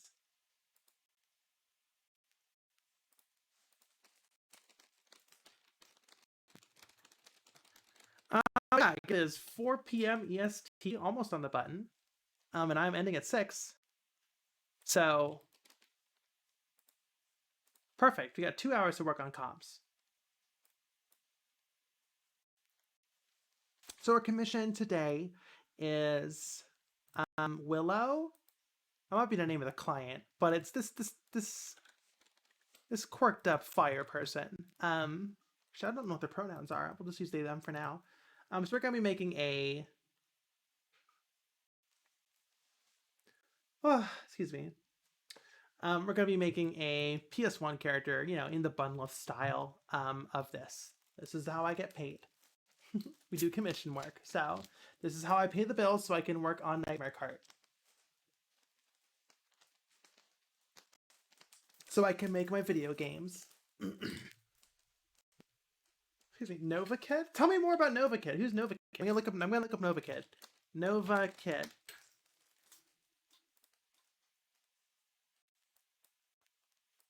Oh, yeah. Fire hair guy. Vaguely cowboy. I see it. Hell yeah. Gas people in Starbound. Okay, cool. So this is my character canvas, I called. Basically just like a featureless mannequin. So we're going to be taking our character canvas and turning it into this fire cowboy girl thing. Cow thing. I don't know. Cow thing doesn't sound right. Cow person. But that sounds like a furry. Anyways, I guess cowboy is also very furry sounding once you remove the context. So, I mean, obviously the obvious thing is, what do we do with that head, that fire head? This does not have to be animated. So we are going to be probably just modeling the fire flex, maybe doing some texture work. So this will be very interesting. Yeah,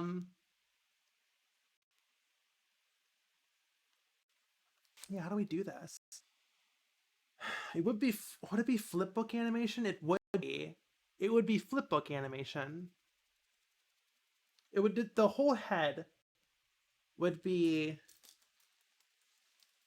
a flipbook animation, except for the icon, which determines the direction the face is looking, right?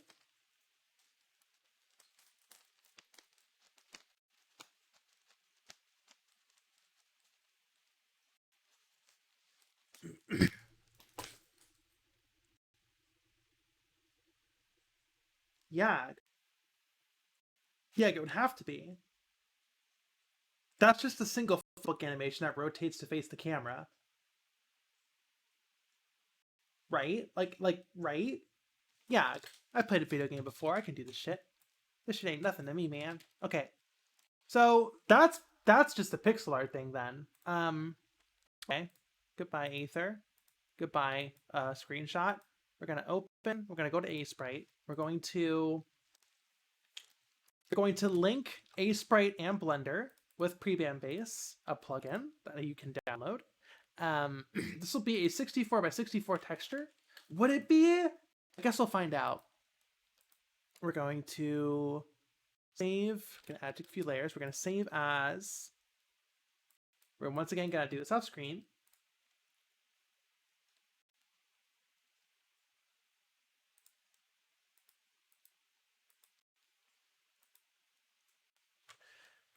Excuse me. This would be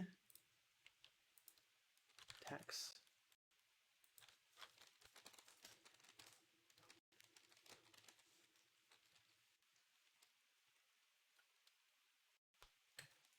Okay, so this will be the head texture. We're going to sync this. We're going to open up the reference.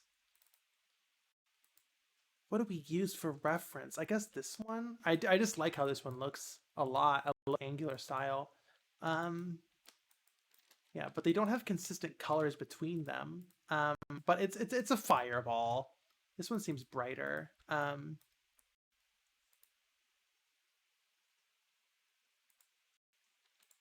So we kind of just, you know, I'm pixel work. I'm so bad at. This is just temporary. Don't worry.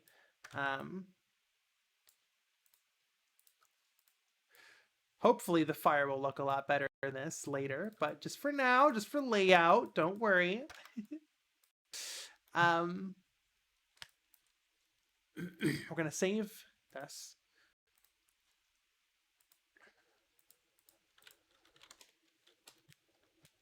So if this was animated, we would have to make multiple frames of the fire. We're not going to do that because it's a static image.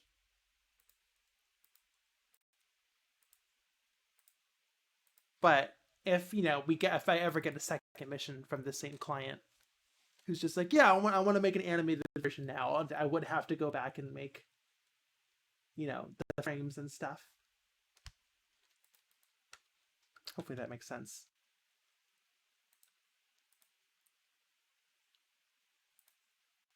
Okay, so now we have the texture here.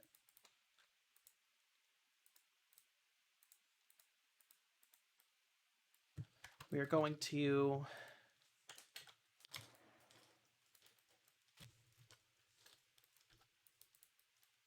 delete the head, just all of it, like it's just gone. Say goodbye, head. And we are going to add a card.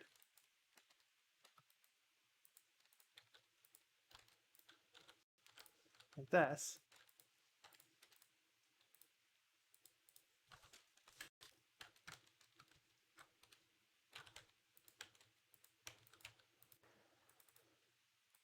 Sign.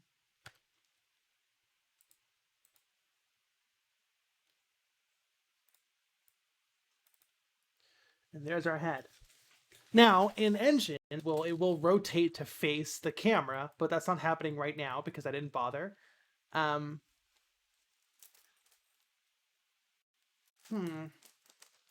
Everyone's losing their head over that. Pony, you're fucking funny. Oh, excuse me. Okay, so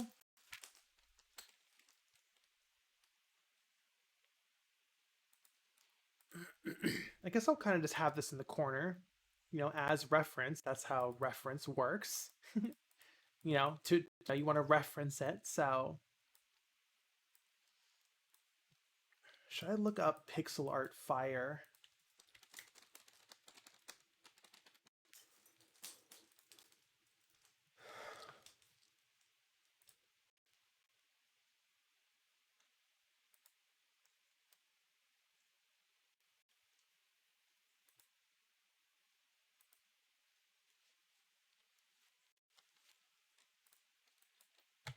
So I guess first off, we want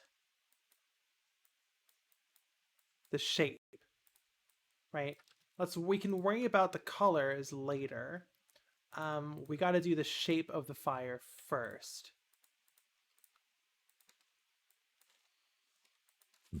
Oh, excuse me. We'll put a little palette there. Okay.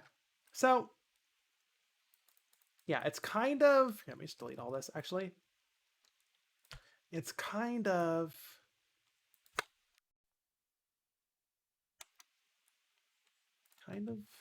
head-shaped, vaguely. Yeah, vaguely head-shaped. Right? Because it is a head.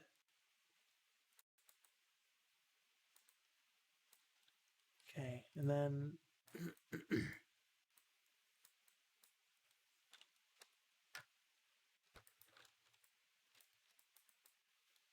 Okay.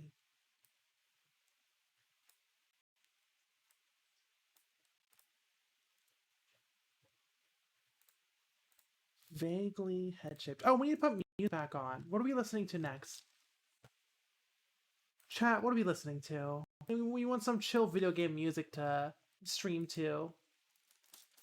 We're so quiet right now.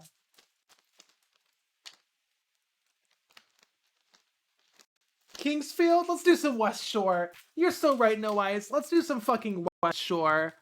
Let's do some Kingsfield. It's been too long. West Shore, baby. West Shore.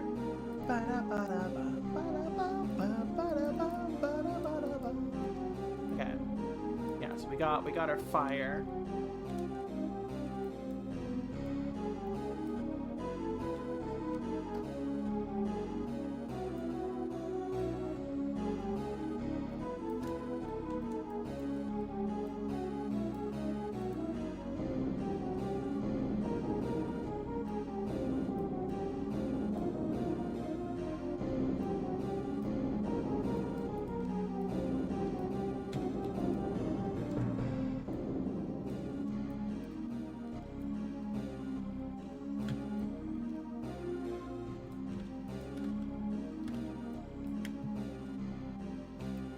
do like the fire here more. Do I make you 128 by 64? I think we do. Because we want you to be centered, right?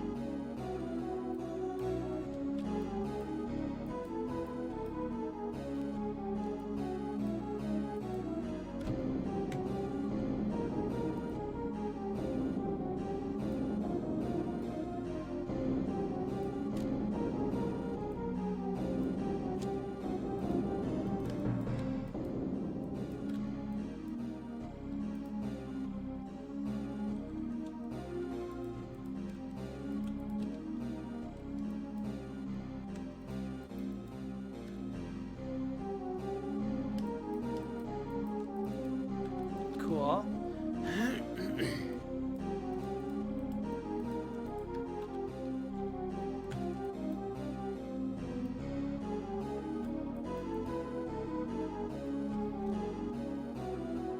That looks pretty good.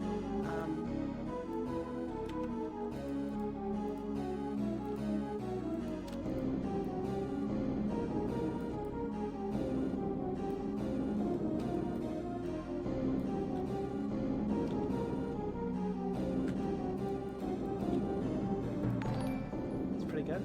Oh my god, Frogcast is rating with a party of 17. Thank you so much. Hello.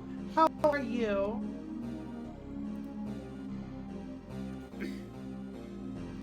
Yag.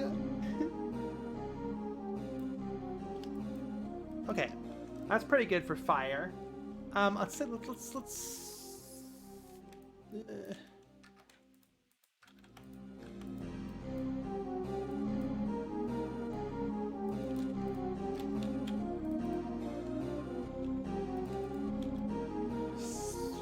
spread that out a little bit.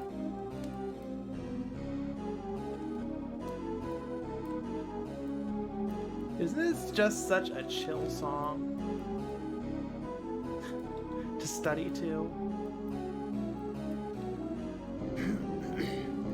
Okay. Hello, Frogcast. That's pretty good, I say. So I guess we'll actually do it on the lowest color.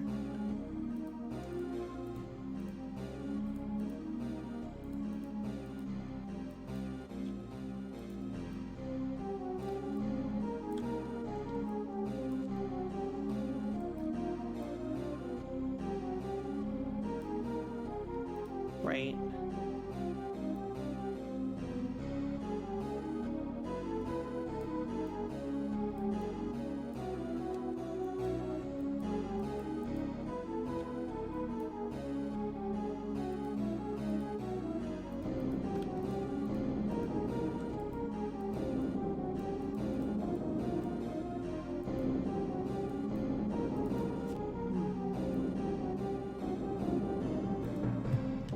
Fire pixels.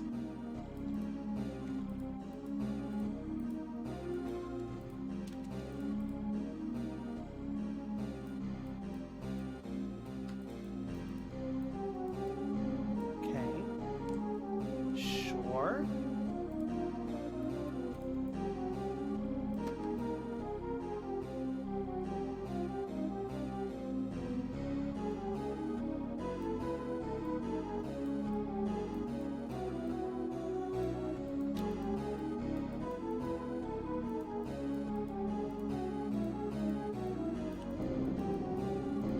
Pixel art. Getting better at pixel art. I never did pixel art until I started Bloodborne PSX. Fun fact. Never did it. Until Bloodborne PSX, that was when I started doing pixel art, and here I am. Doing it for money.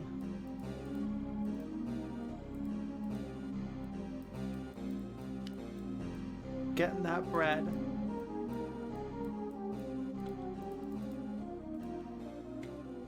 Pixel art is fun, says Mana. Hello, Mana. How are you?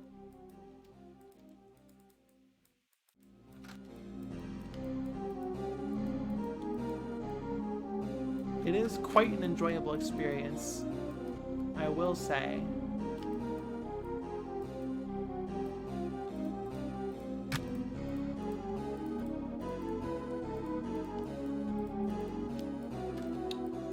I kind of don't like the orangeness. I kind of want it to be more fiery.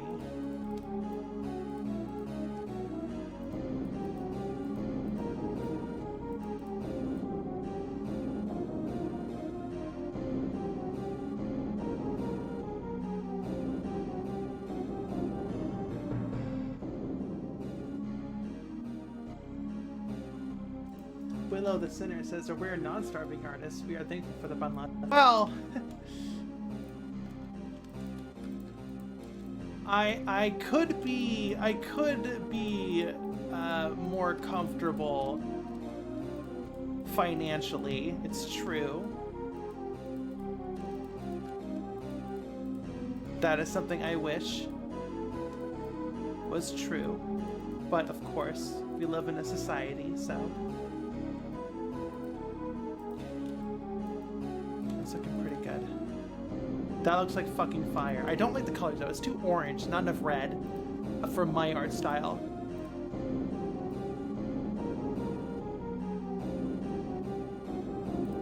Yeah.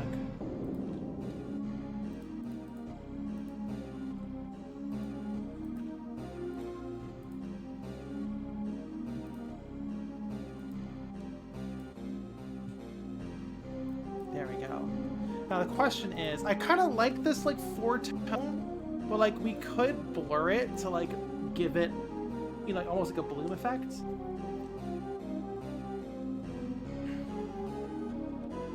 Like that seems kind of fun.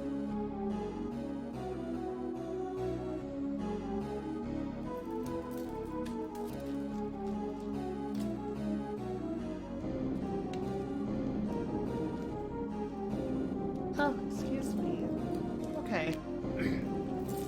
Next up is the pixel face. So we're actually gonna put the palette in the corner here.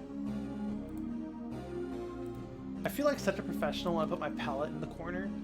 Like this is like the most professional thing you could do. I know it's pointless. I just love leaving the palette up because that's what the pros do.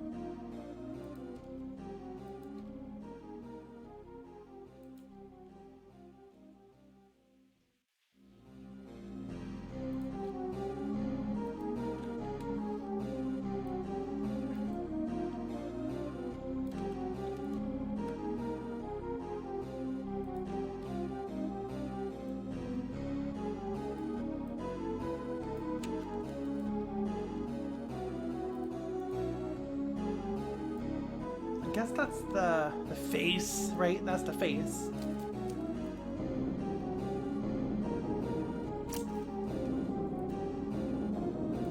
Amanda says, I hope you're excited for the next Halo Night and the incoming extended grunt roleplay that'll be a bit for the evening. Uh-oh. Okay. That's pretty good. I guess that's the face.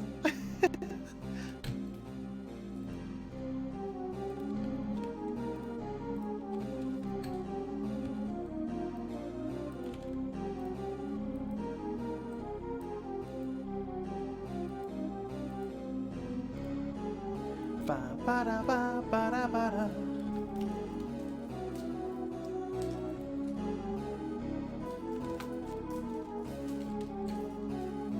Okay, just like that. You know, obviously we're gonna, for PSX reasons. Sinner says, well, is the whole head gonna be a sprite that faces the player? Yes! This will be, I mean, it doesn't rotate now, but imagine it does.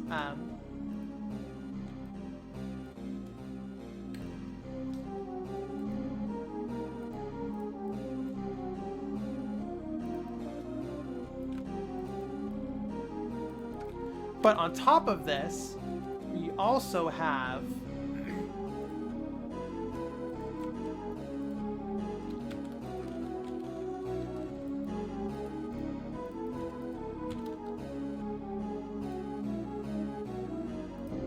the like face direction thing, the little cross section.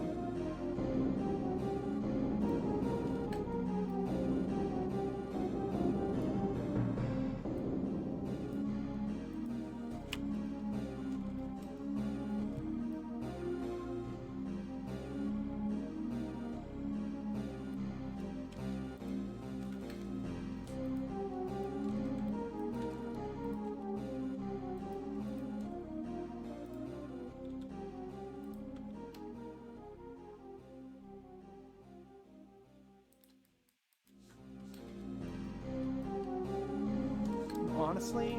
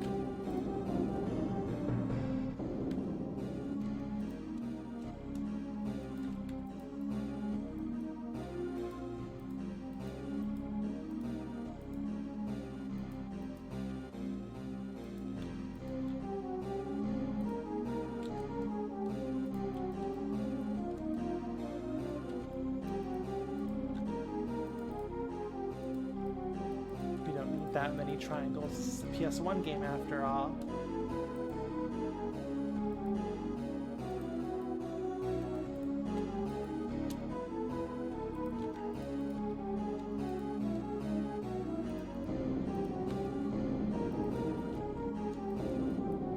So the idea is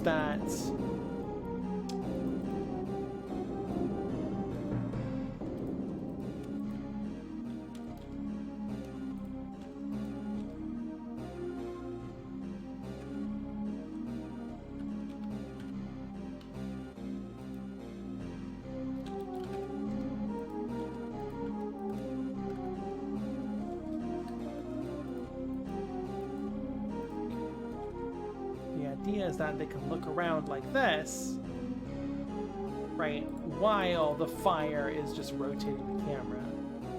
Right, so now they can look around. That's the magic.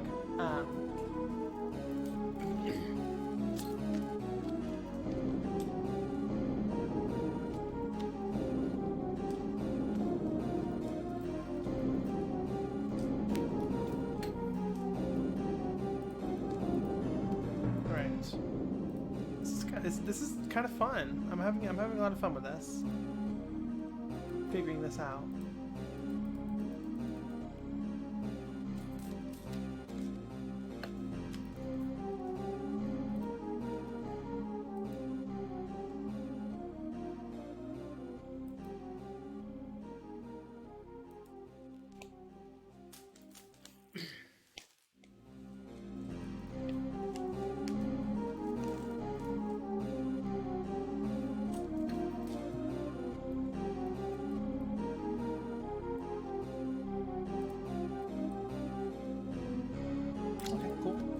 Oh, that's the head.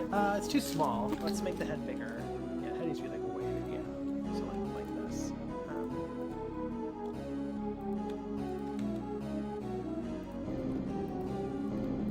Okay, so that's our.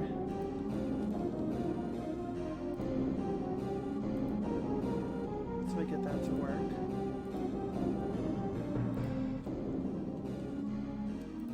So next up is, well, the body, I guess, which is pretty, like, the underbody is mostly just going to be texture. I think this might all be texture.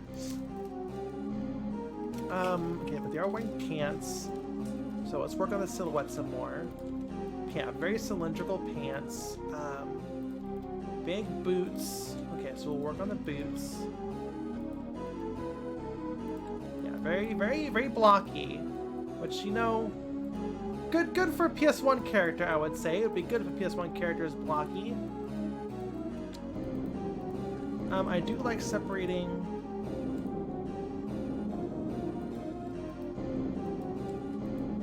the limbs, the leg angles out. They kind of have shorter toes. That might just be the art style though.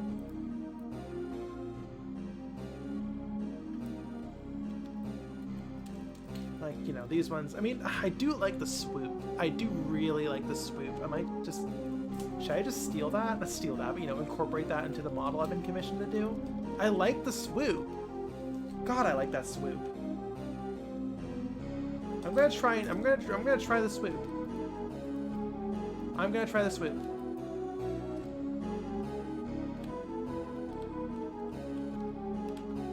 Swoop. How fascinating. Swoop.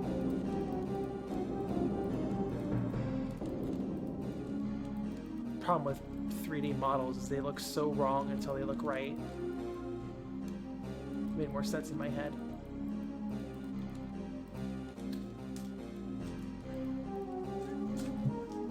Hi, kitty.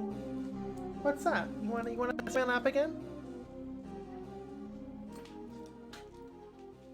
No, you don't want to sit in my lap?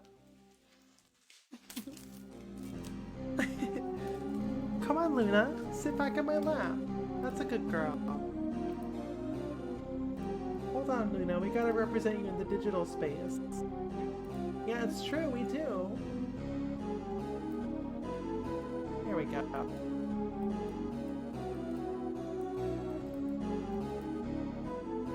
Perfect. Luna girl has arrived. Kibby, kibby, kibby, kibby, kibby. Meow. I love you, kitty. Okay. No more distractions. Back to work. Kitty, I'm trying to work here. Stop headbutting me. Oh, you're so cute. You just want love. Okay, I'll give you some love. Yeah.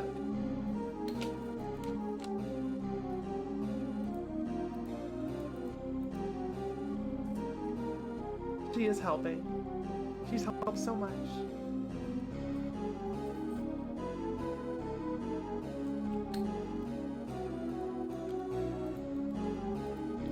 Okay. Oh, her headbutts are so cute. She just sits on my lap and headbutts my arms.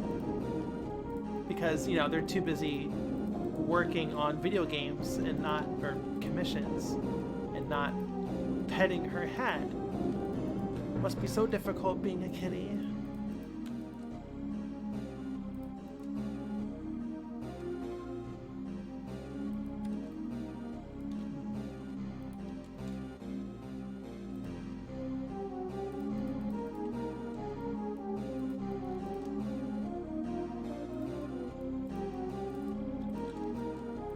Must be so difficult being a kitty.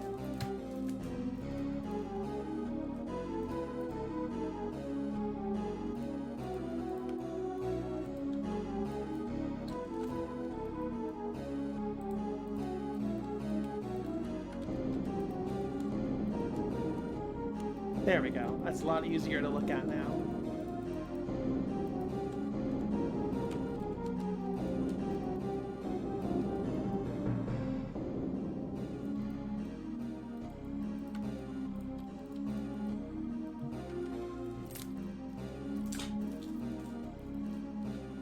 Swoops. I'm actually really excited for these swoops.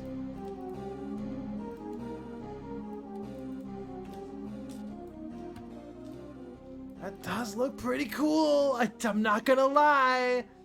I like the big swoops. The swoopy boots. Yes, kitty, I like the swoopy boots.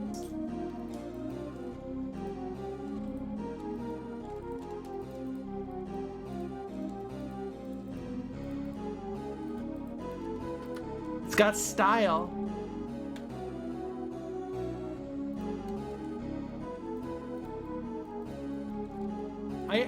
I love this. This is great.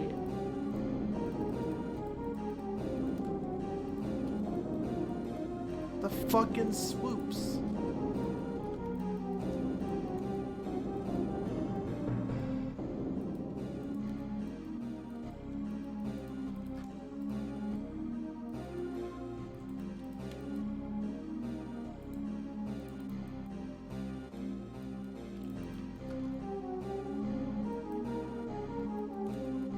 paws. The big cowboys.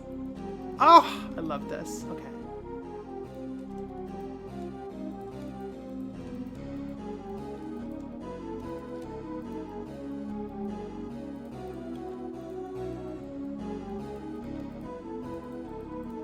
I'm obsessed with the big swoops.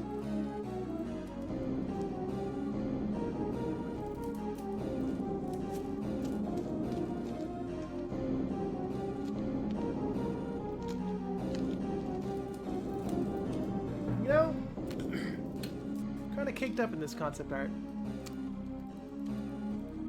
I just like how it goes from big to small. You know, back to big. I do like that. That's actually really fun. Hi, kitty.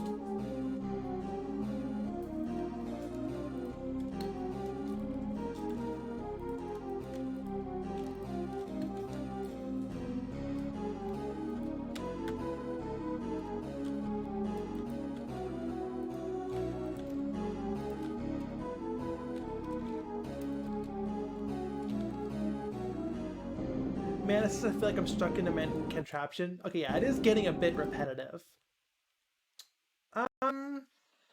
What's next? We can put on Foregone Destruction. Let's go through all the Bunlith hits. The Bunlith streaming music hits.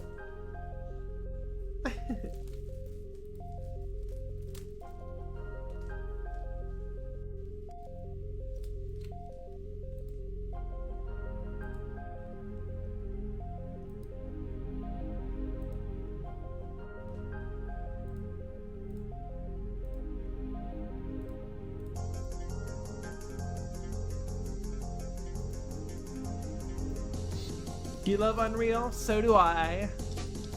Get it? Because, you know, it's Unreal Engine.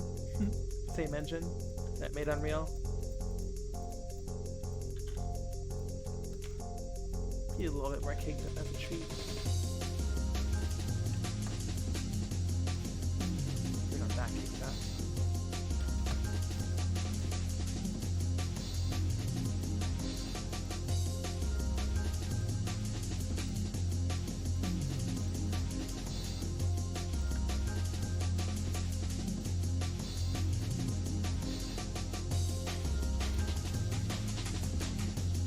I love the swoops.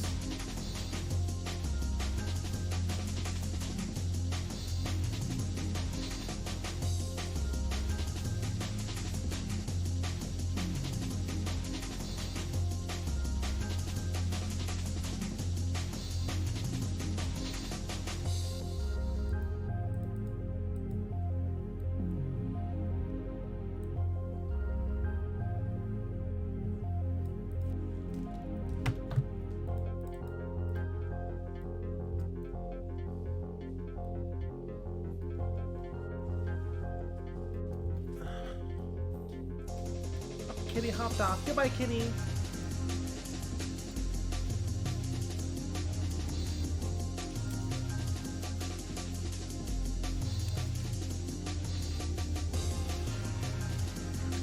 Okay, good swoops.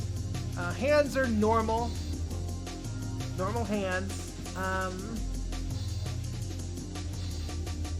There is fire coming off the arms, the exposed arms as well. Interesting.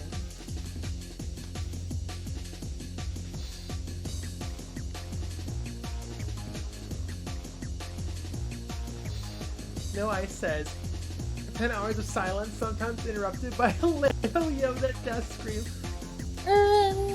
I can't do it. I can't do the Lego Yoda death scream. What a good sound effect.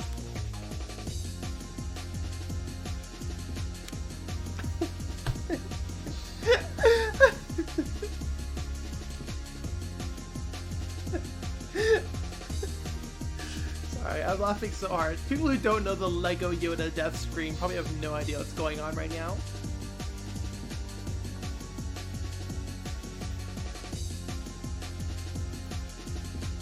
Okay. I mean, next up is the paunch shell.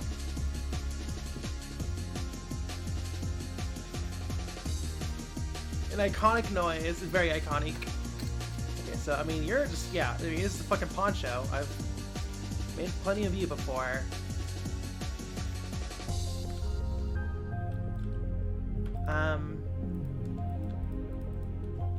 Yeah, I mean, you're a fucking poncho.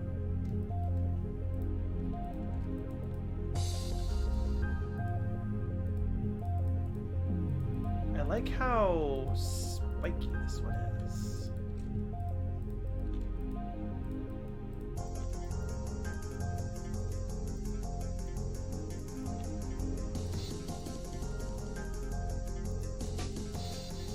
Dirty Jester says, love a good poncho, so comfy and easy to wear. Yeah.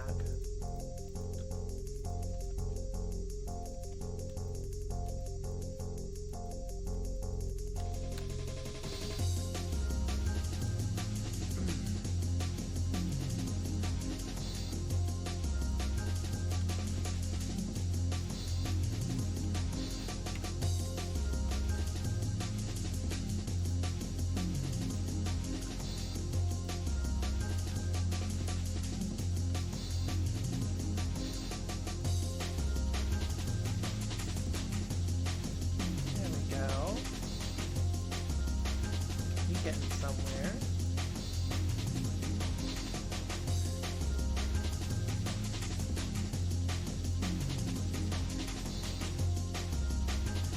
The question is, do we connect this to the body? I think we do. I think that's what a true PS1 model would do. You don't really have a lot of overlapping triangles because of the jitter, and you don't want the jitter to, you know, cause clipping issues.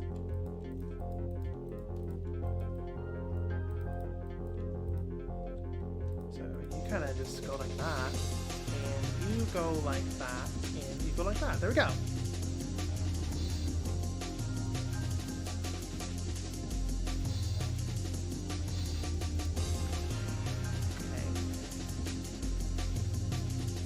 Then,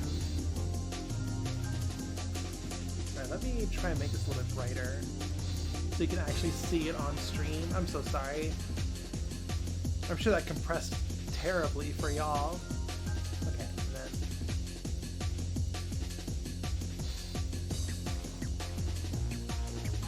some extra cuts here.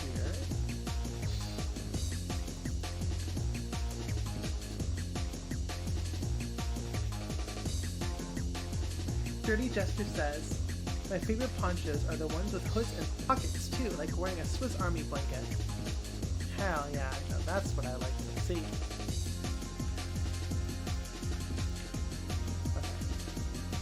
Poncho. I do like how it kind of sticks out. I think that's interesting. I do kind of want to preserve that instead of it having to just go down. I think this is just a more exciting silhouette. We might have to have the poncho controls, dedicated poncho controls. I'm gonna put another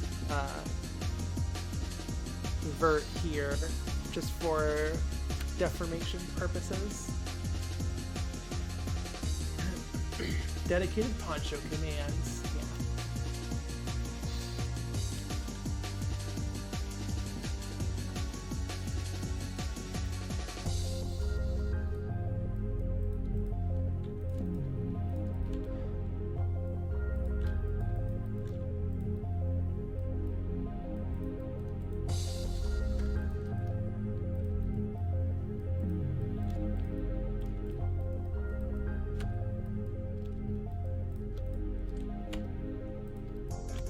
Can we get this to rotate to the visual camera? To like the preview camera? Is there a way to do that? Because like, you can make it rotate to like the actual render camera, but I don't think you can get it to rotate to the preview camera. At least not easily.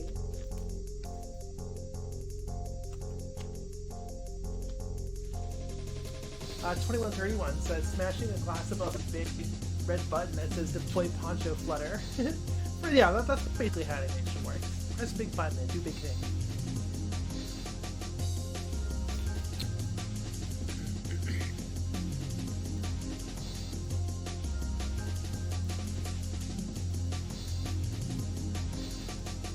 Sorry, I'm fixing this topology.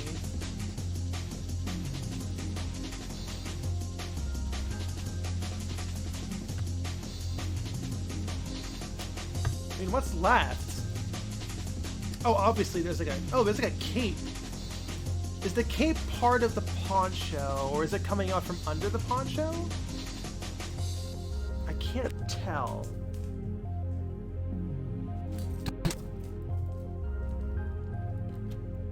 Is it just the poncho extended, or is it... Or is it attached to the scarf? I mean, this might be a question for the client. Let me see here.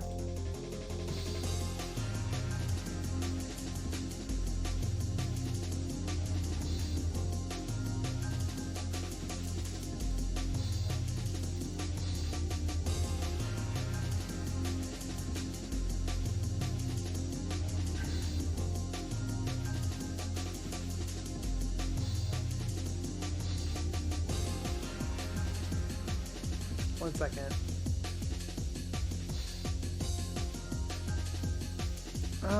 This might be a client question. Summon the client! Yeah.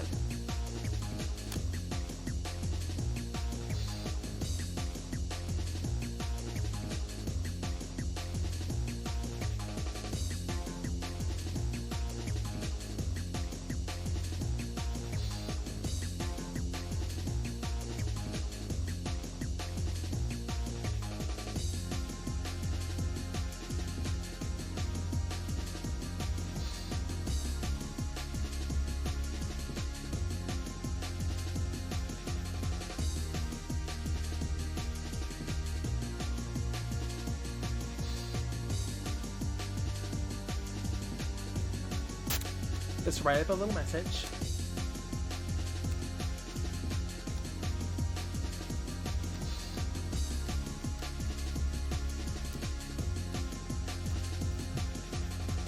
Let me do a little diagram.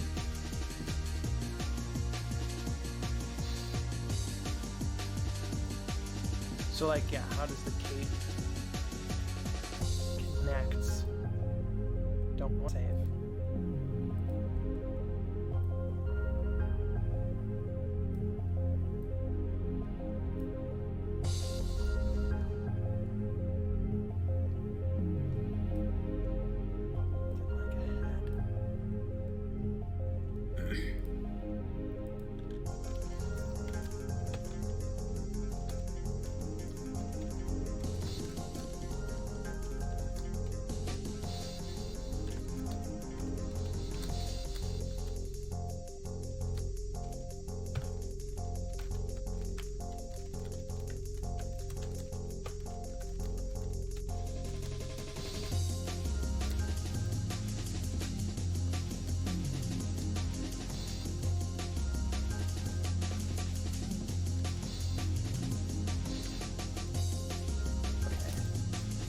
So I guess for now, I will... Message sent. So for now, I guess I'm assuming it's part of the top scarf. I guess. So let us do that. Let us work on the top scarf. This is pretty big.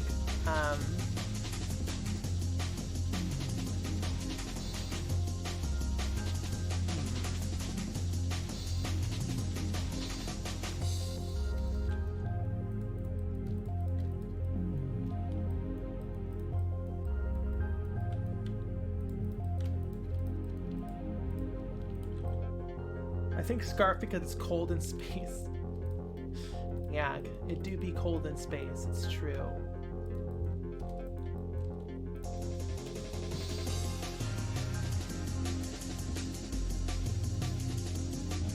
Oh, excuse me.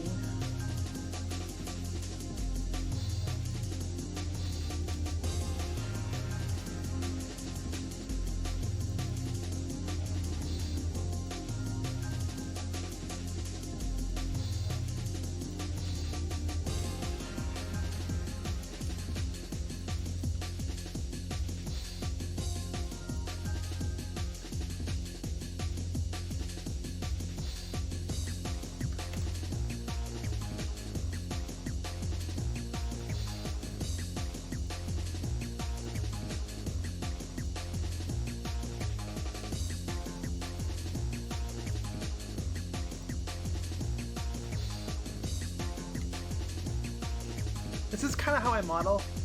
I call it like a like a wire bush. I don't know if you know what the fuck I'm talking about. You know, like those like lawn art wire bush things, like lawn art, like bush cage. What would you call those? Like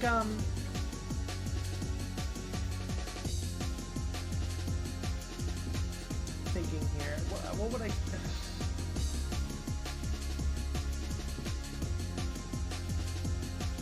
I'm trying to find a good image.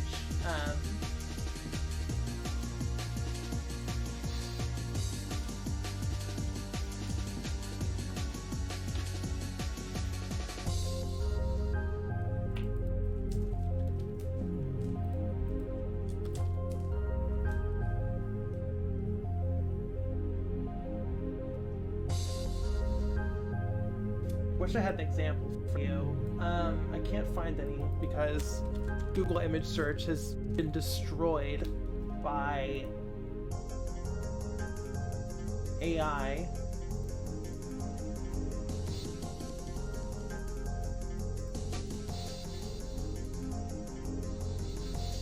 But basically, like, imagine like a wireframe. I model out a wireframe first, and then I figure out how to fill the faces in later.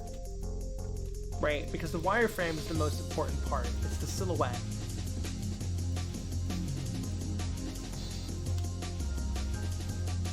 What is that called though? Like, you know, like when you have like a bush for like lawn art, and it's like, you know, like the shape of a, it's like the shape of a like a dog or something, or like an elephant or something, an animal of some sort, and it's made out of wire, and you grow a bush inside of the wire.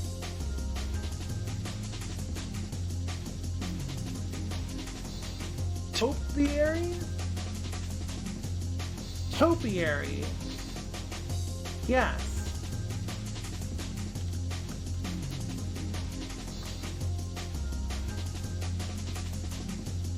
Yes! Yes, hold on. I'm trying to find a good example.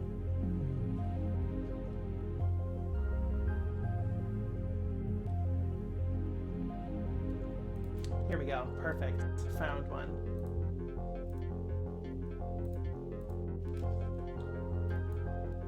Like these.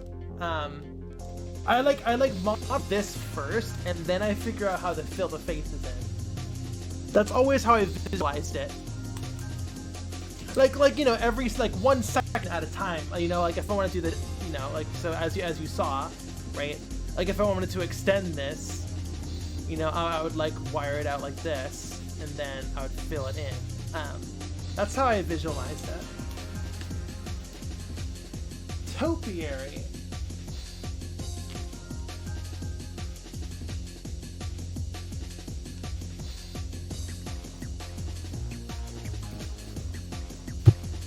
Okay. That looks good. I like this.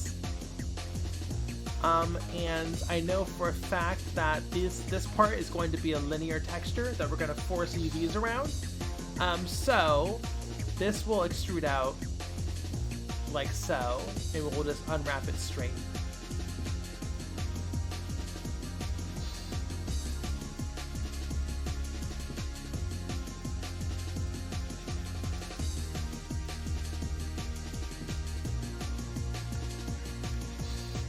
That might cause some issues though, but we'll cross that bridge to get to it. Actually no, we're gonna cross that bridge now.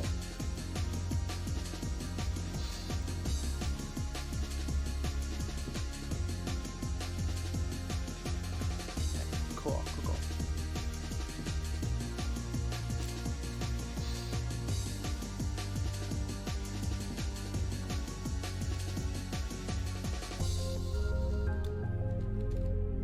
Okay, I got a word back from the client. The cape comes out from under the poncho.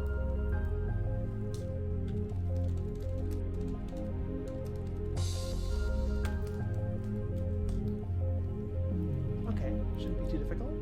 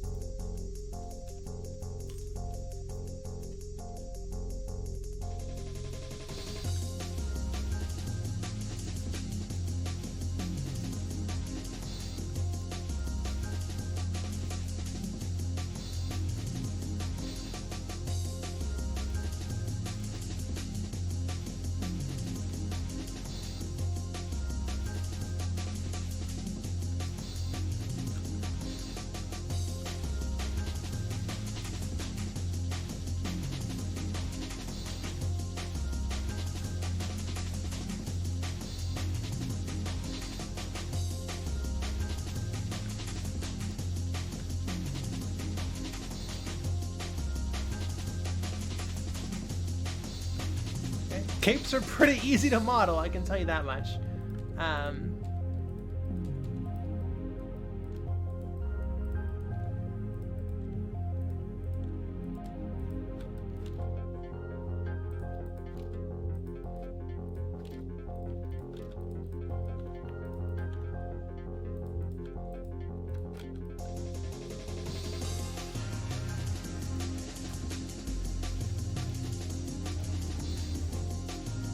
Krena says, have I been summoned? Have you? I'm not sure. Alright. That looks pretty good. If I don't say so myself. I want to say the elbow... Is this at the elbow? Yeah. It's at the elbow. Moby, hello!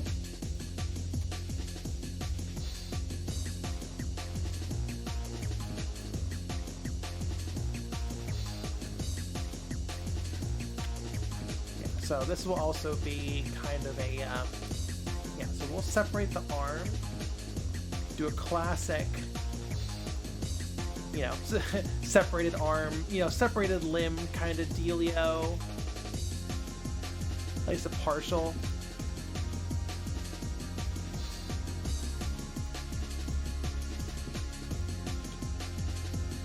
So that's like, this is like the folded over, like the sleeves are rolled up, right? Or there's a cuff. They're like, it's folded up and then buttoned. I've seen that before. Some flannels do that. That's my assumption that these clothes do anyways.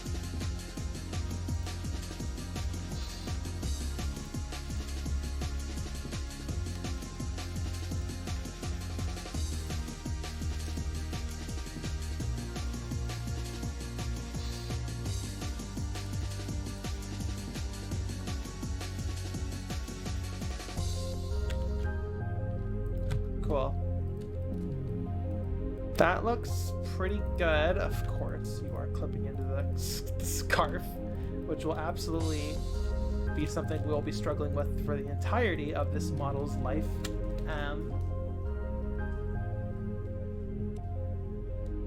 Krenna said gay people. I assume there's something on gays. Gotcha. And same with this, there are tassels here, which will just be a linear texture that we will force to wrap around. So we're just going to extrude out like that. How are we on polys? I mean, obviously not a lot, because most of the poly count is in the head and the hair, which is not a lot. 700! Oh, we can go all out on the body. That's unprecedented.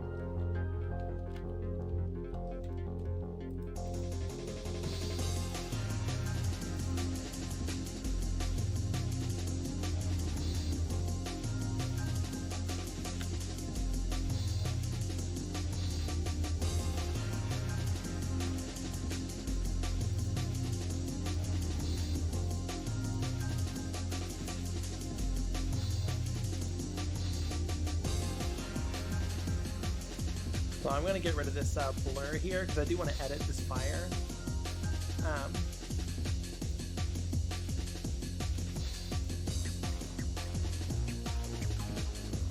Because I do feel like this is too far out.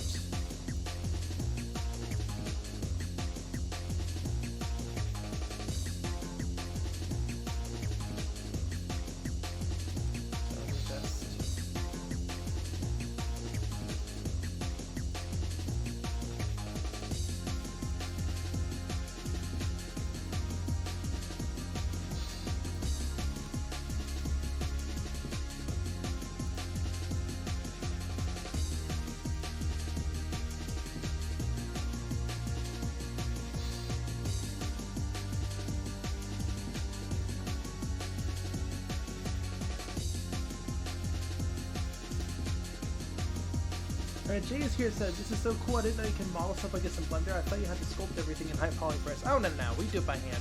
We do it by hand on twitch.tv/bunlun. Sorry, Botster with a 0.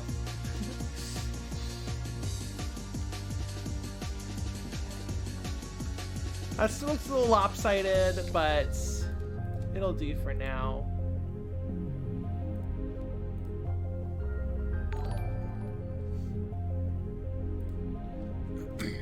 Nothing. Thank you so much for the subscription.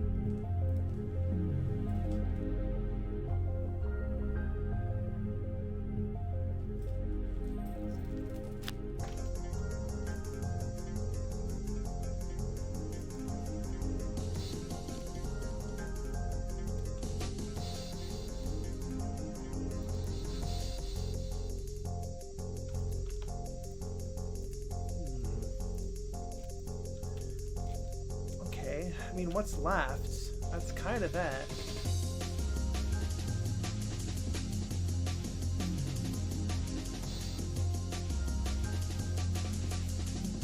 Artisan says, is there any advice for animating for low poly games that come to mind? For animating? I mean, animation is... kind of doesn't have the same limitations as, you know, polygons do. Like, you can put a pristinely animated animation on a low poly character and it'll animate exactly the same. You know, there might be some bone limitations, but you know, that it wholly depends on your own animation style. I don't think there's anything like unique you have to worry about other than, you know, think polygons are going to clip into each other. That's just going to be the reality of low poly.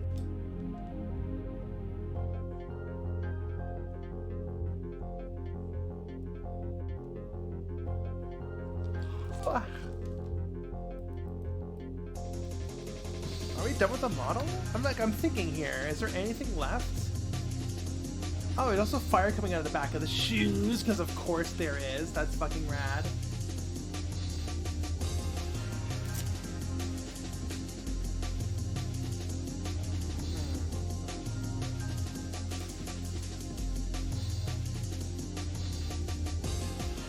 I'm obsessed with the swoopy shoes.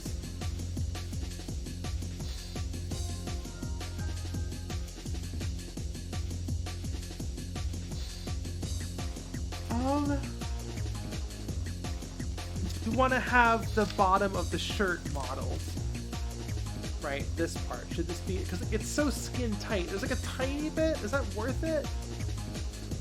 I don't think it is. It's right on the hips though. Like, we do have a cut there. Sure, let's...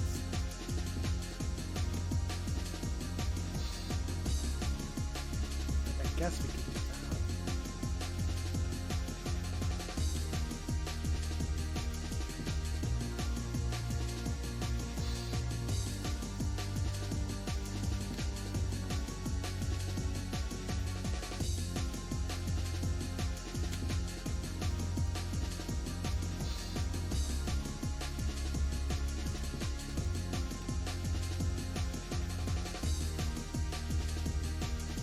I think, no, I don't like that. That's not really worth the weird topology.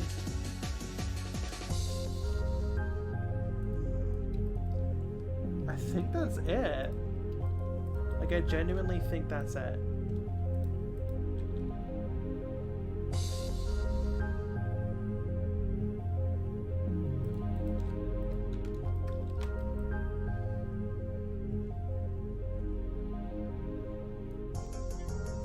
For the model, of course. Okay. I want to do the arm fire. There is arm fire. Right. This one's below the elbow. This one's above the elbow. I like above the elbow more because then you get elbow fire. We love elbow fire. Elbow fire is sick. So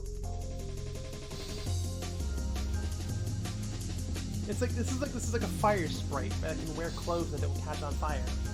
Fascinating.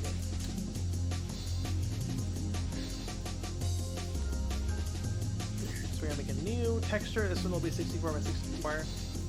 Let me grab our palette here. Save this as arm fire.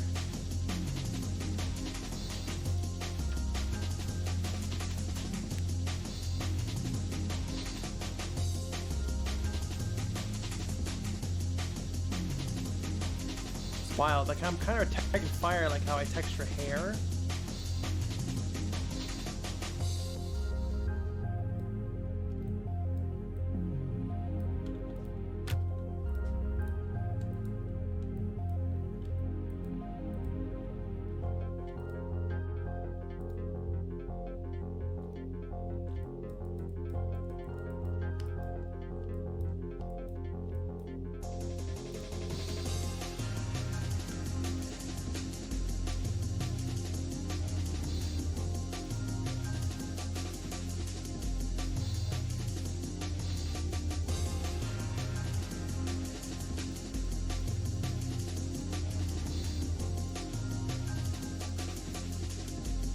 Let's just see how this feels.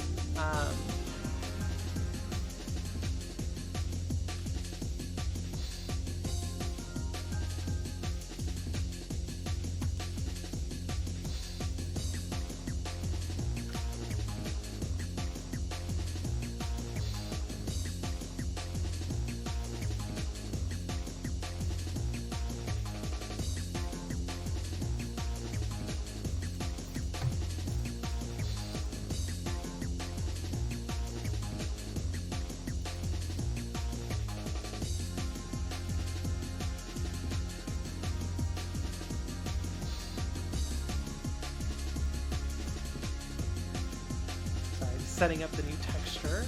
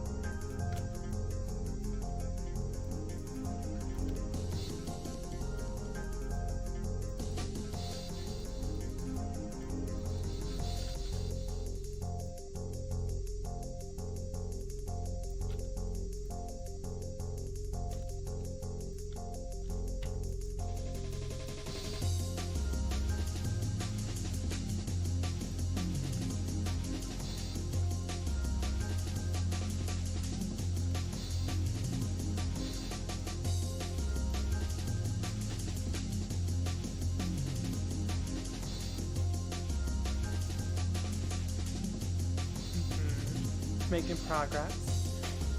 Sorry, I'm hyper focusing again. I gotta keep talking, I gotta keep chatting.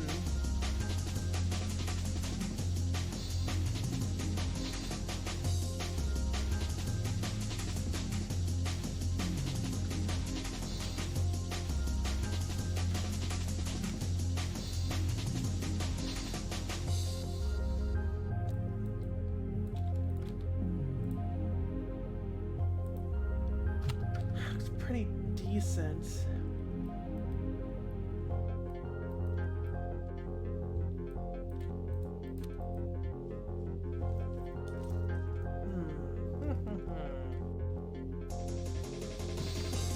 I just love I just love the elbow fire here. It just looks so good. I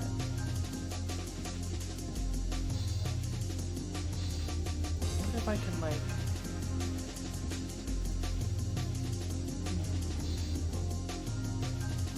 I guess this will work for now. Right? I guess this works for now. Let's Let us complete.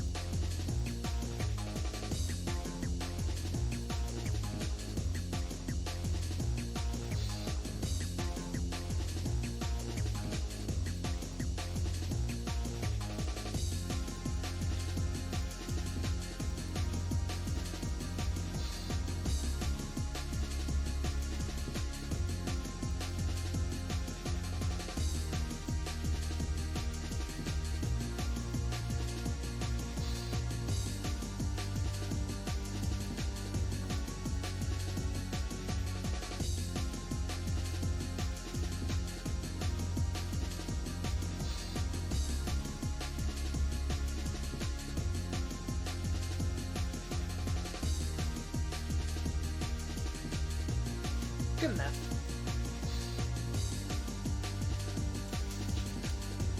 That's pretty good. Okay. I guess we will now focus on. Maury says, I need to get here early to watch you do the modeling. Maybe I can watch. Maybe I can learn. Maybe if I watch, I can learn. Yeah, this will be archived on my LWMedia Extra channel. I forget what it's.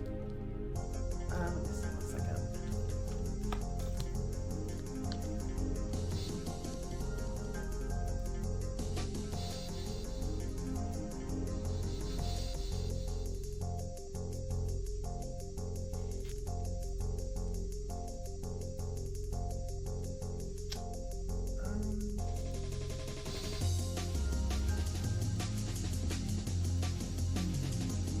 LWMedia archive. Could we just type that in? You'll find it.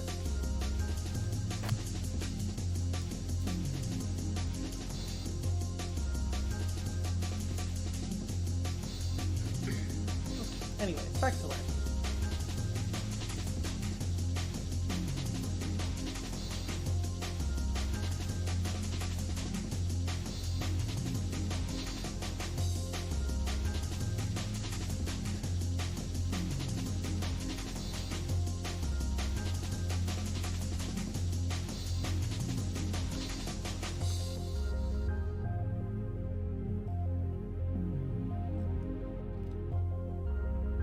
Yeah, okay, let's unwrap now. So, body. Okay. Gonna make a new texture. It's gonna be 4096. I'll explain why in a second. Unreal has some textures that are automatically generated called, well, this is called the color grid. It looks like this. How this works, this is basically just a bunch of squares within squares within squares, in factors of 4, I believe. Yeah, 4. So these white squares are really handy. So basically a 4096 color grid has 128 by 128 white squares, which basically means it can easily use this texture to check the pixel density on our model, right?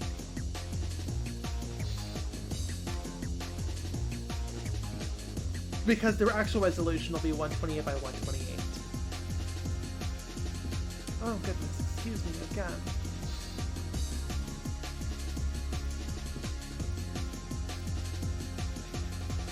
Okay, but we need to separate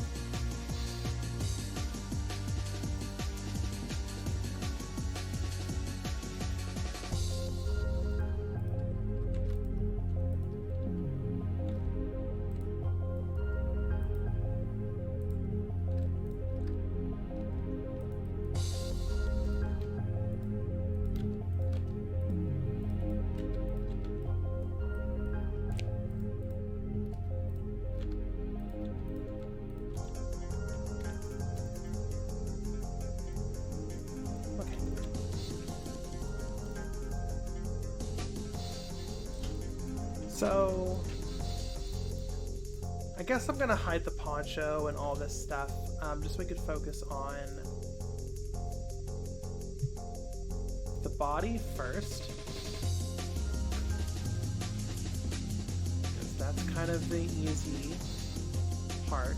Or that's what I'm aware of, but that's what I'm mostly familiar with. Question is, the poncho get its own texture? I'm not sure. But anyways, with all that being said, let us focus on unwrapping. For those who don't know, I say this every time, unwrapping is how you tell the program how to assign, how to map, how to deform a 2D texture to fit over a 3D model, right? Right, so here, let me scale this down. So like we have 0L, right? So you can see the 0L right here. So if we put it here, it'll be right here. And obviously it's mirrored on the other side. So that's how, you can see the texture moving and deforming. So, and if I just grab this one spike down here and pull it out, so the VL is inside, all of a sudden you'll see the VL here, right? So that's how UV mapping works, for those curious. And these white squares will represent a pixel on the final texture.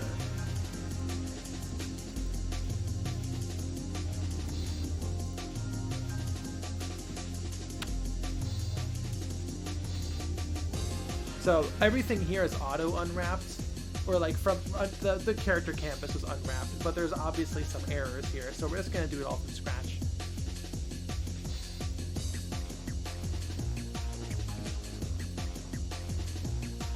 So when we unwrap each section of this model, like you can see, there's an error here. These lines aren't straight. I would rather have straight lines, right? The pixels going up and down and being a little bit deformed than the other way around. Than having the lowest number of stretching, like butts. The pixels might be diamond shaped or whatever.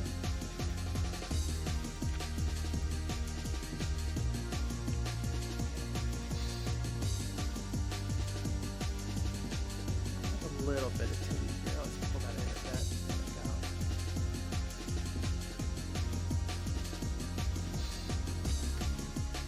There we go. Okay, looking pretty good. We're not going to worry about placement yet. We're just worrying about pixel density.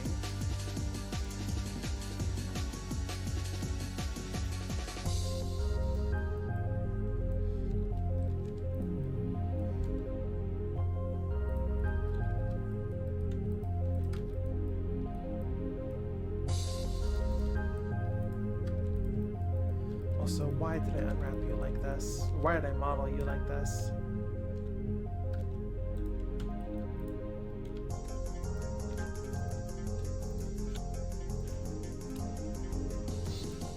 There we go, that's better.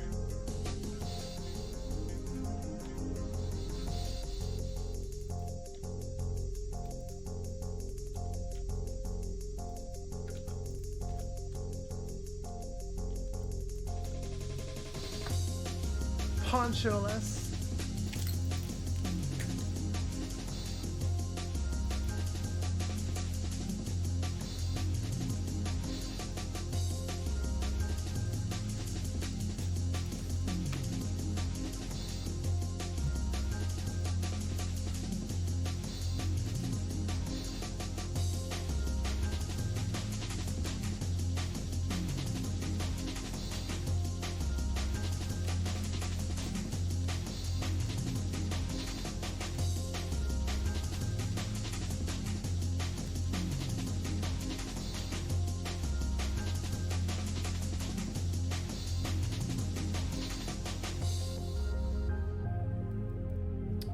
Steaker says this is nifty. I'm learning. Thank you.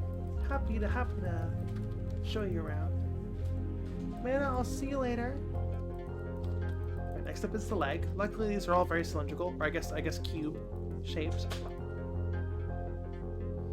Jay is here. Says, what did you say your archive channel was here? LWMedia archive.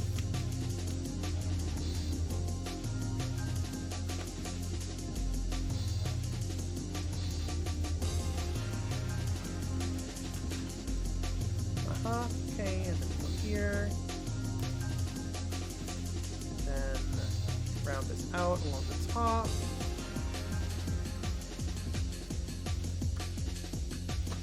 This. Okay. Alright, so now the legs are kind of unwrapped.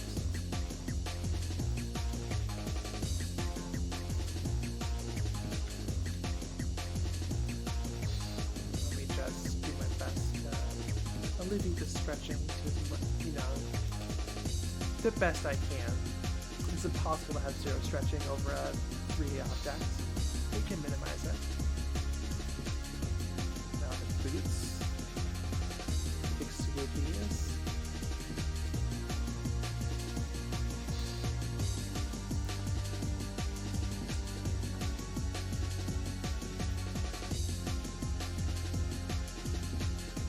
Okay.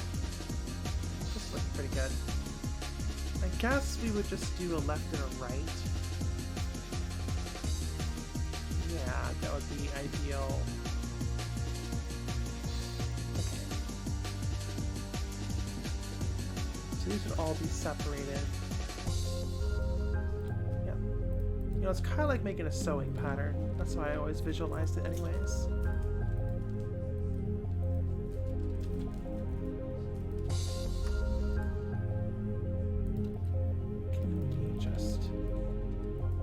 Average these out.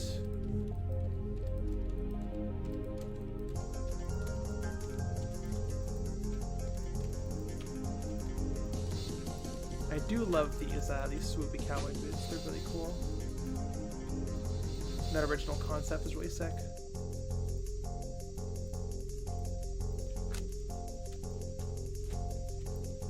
Okay, that looks pretty good. That looks pretty good. That looks pretty good. We don't want this to be... There we go.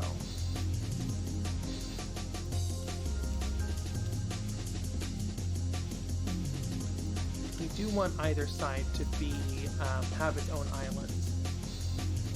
Okay, let's get the pixel density correct.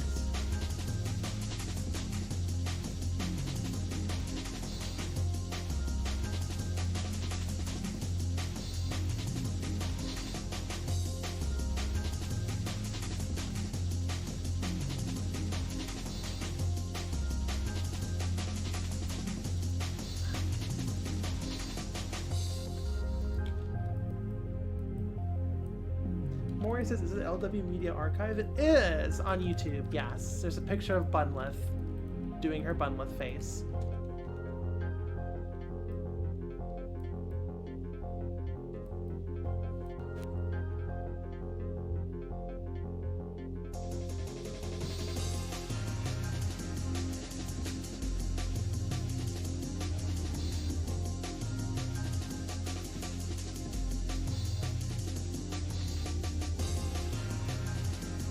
Cool. Okay.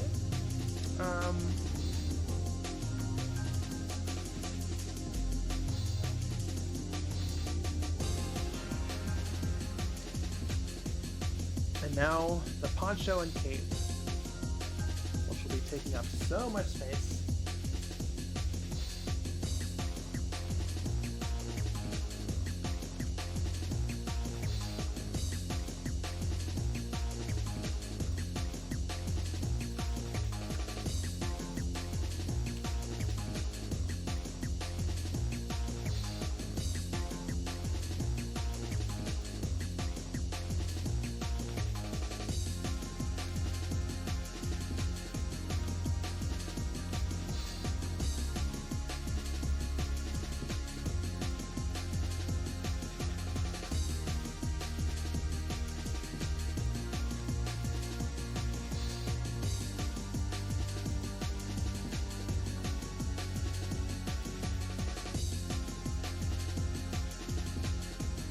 you're going to have to be unwrapped straight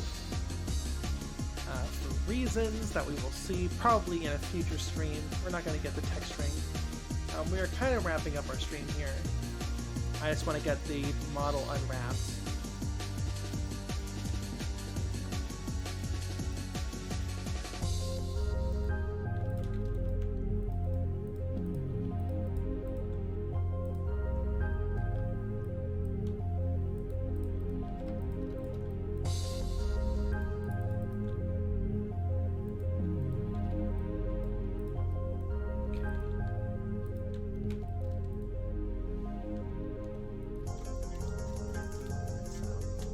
Pixel density important. Let's make sure it lines up.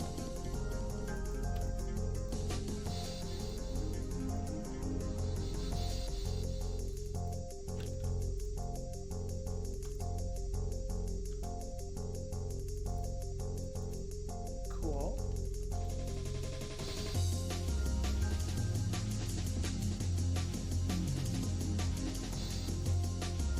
Okay, and now the beak poncho. This should just unwrap into a circle, half a circle, right? Boom. Because we're mirrored, but you know, poncho is just a circle of fabric. That does unwrap nicely.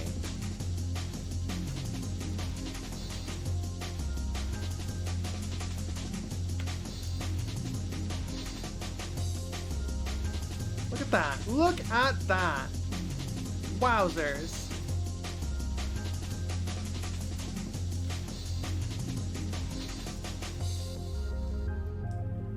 Okay.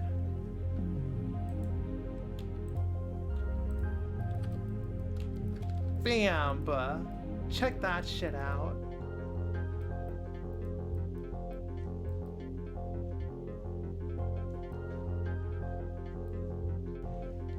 Okay. And of course the cape. Capes are so annoying because they cover up so much space. They just hoard texture space. I mean, yeah, that's about as capey as you can be. Alright.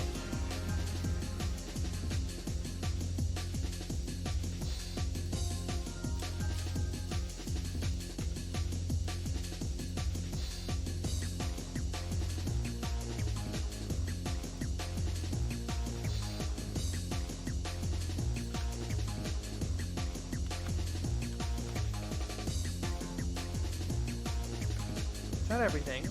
Oh! I think that's everything. Let's see here. Legs. Body.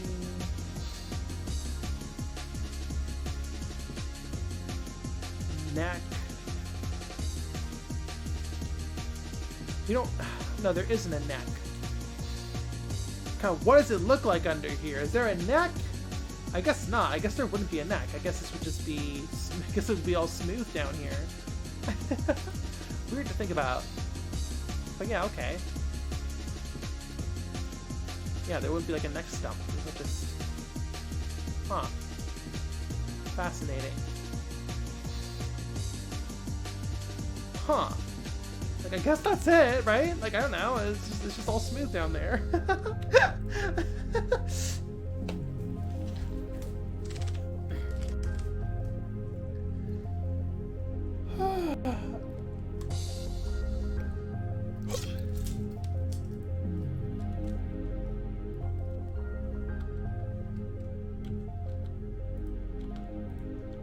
Oh, we forgot to unwrap the arms.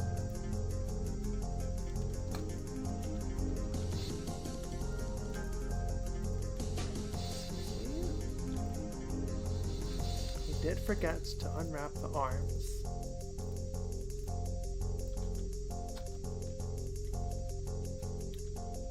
Shouldn't be too hard.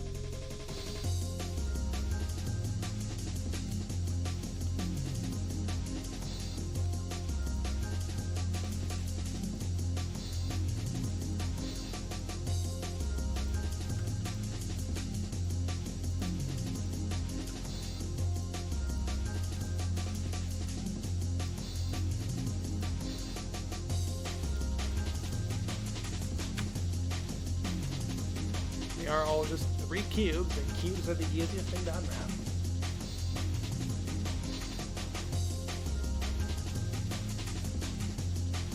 Oh, sorry, yeah, we have the links turned off in chat. We had a bot problem.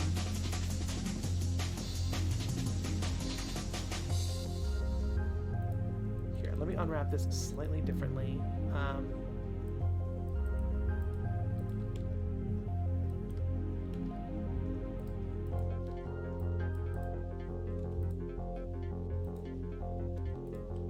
There we go. So now I can figure it like that. I guess we want to do it vertically.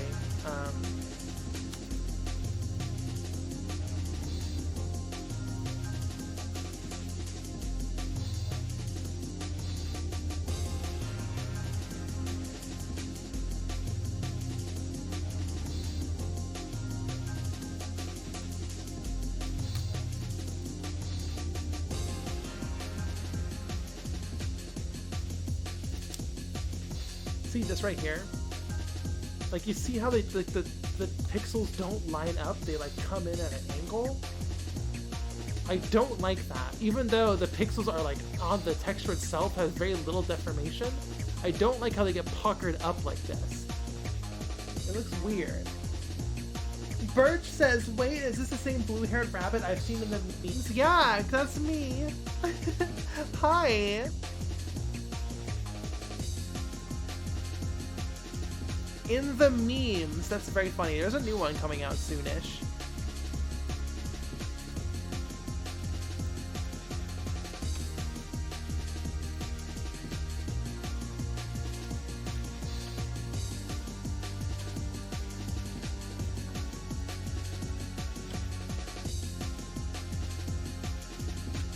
See, like, this has more deformation on the model, but the pixels line up. Right? So I prefer this. There's more deformation, but the pixels are square in air quotes. And I like that. I prefer that. For a low poly, PS1, low resolution.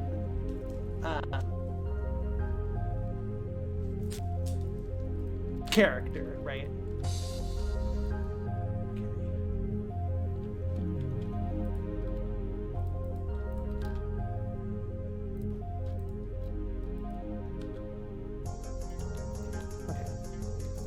Fuck is this?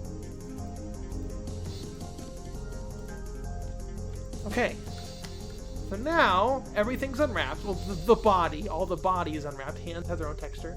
I love how the boots look. God, that we just, you know, did what they did here, and I just love it. I love the weird little cowboy boots. Okay. Now we need to fit all of this into our texture space, our UV space, right? So we're gonna be playing, you know, that game where you gotta like, it's like an organizing game. You gotta fit it all in nice and neat, and the smallest number of gaps as possible, right? This is always super fun, I say, without any irony.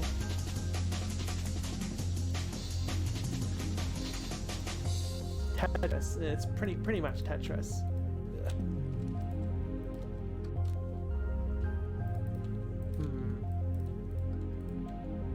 This is the problem. All the fucking cloth. What am I gonna cram in here? I guess you?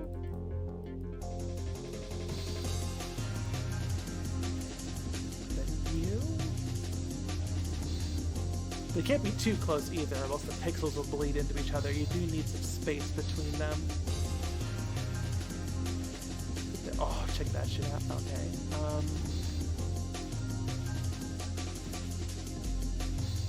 Anything small I can put in there? Of course not.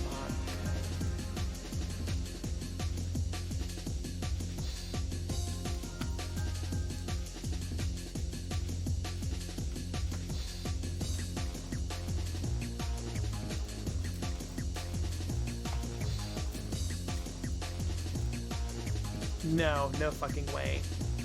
Okay. So when there's too much, we just shrink it down, right?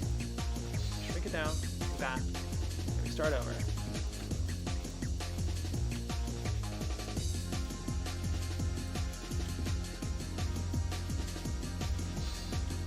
Resident Evil suitcase management? Literally, though. That's literally what UVing is. At least the last step.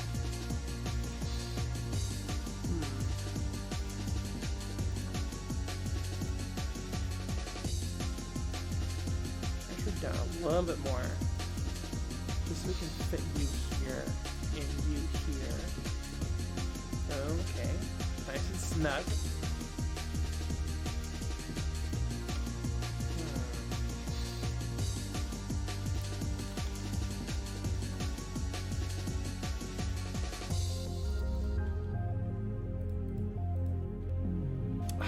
Almost fit you in there.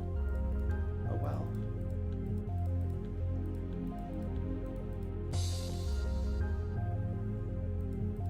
That'd be too close.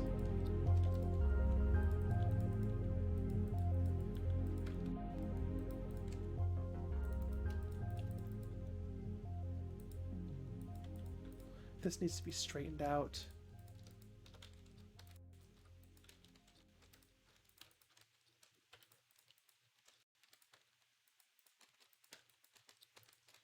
Cool. What music are we putting on next, huh? Some more chill vibes. Chill video game music to study to. To stream to, I guess I should say. We already did Kingsfield.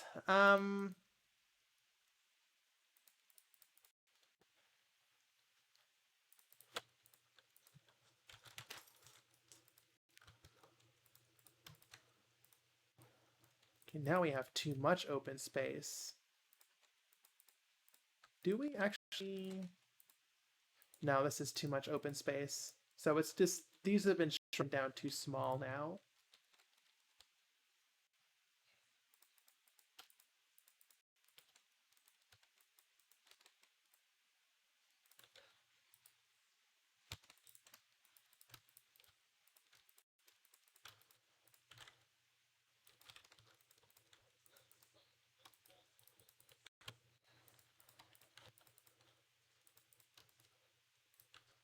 So you gotta fit here.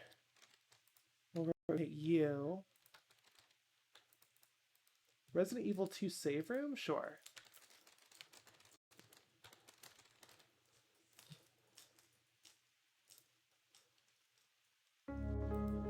That's the one with like the string, right? The harp? Or is that Resident Evil 4 save room with the harp? Yeah, this is pretty chill.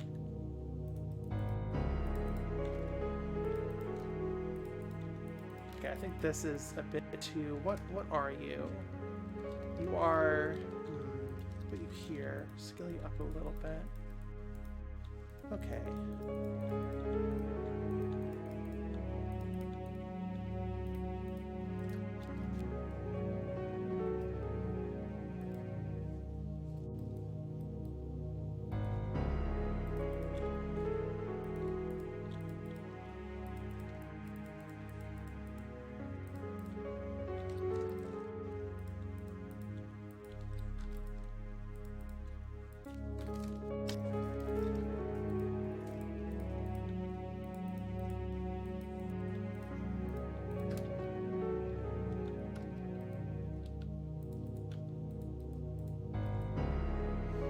To separate you, put you here. Cool.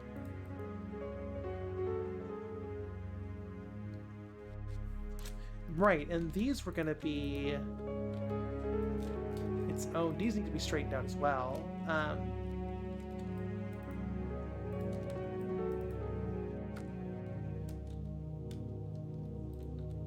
Right. Okay. We'll probably do this manually at some point. For now, this will be very sloppy. Don't worry too much about it.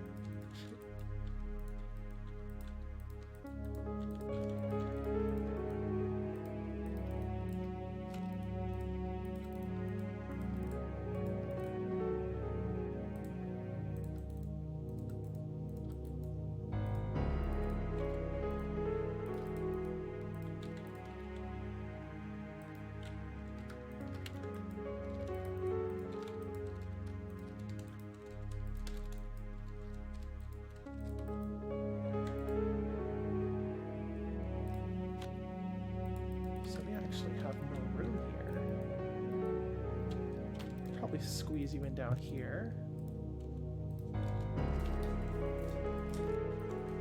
Yeah. Okay. Cool. The song is a bit repetitive, but it should be okay. We're gonna be wrapping up. I should probably start. Okay. Yeah. Here. So what we're gonna do is export. Actually, no. This is thinking. We're gonna make a new texture, 128 by 128. Save it as T Willow body. We're gonna add to blend file. We're gonna go to Blender. We are going to assign this texture body. We're going to just grab this is the most dominant color, which I guess is this brown.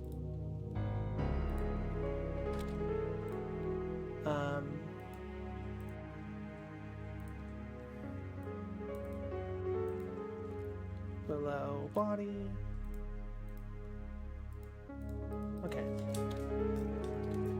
So now we're just gonna grab the dominant colors for each island, just so we can get just so we're getting started, just to get started, right? Show our UVs. Wow, look at that! Our UVs are right there.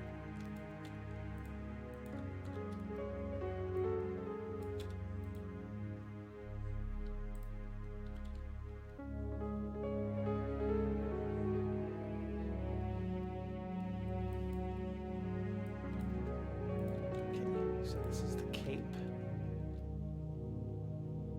I'm going to put you here. Right, so we're just gonna drop the dominant colors down. We're not gonna do any crazy shading. This is just so we have a leg up next time. For next time, because you know ADHD is all about, you know, it's difficult to start, but once you're started, it's smooth sailing. So I like starting, I guess, in air quotes, the next step while I am, you know, in ADHD focus mode.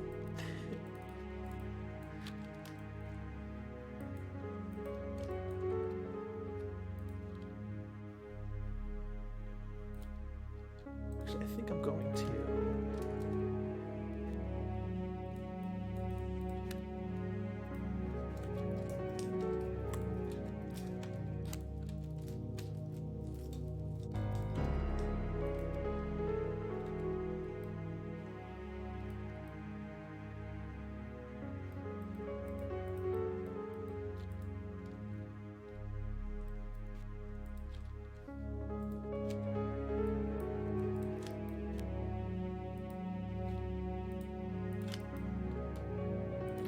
go.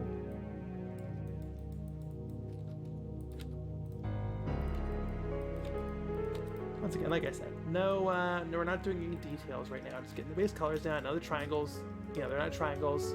Don't worry about it. Promise it'll be okay.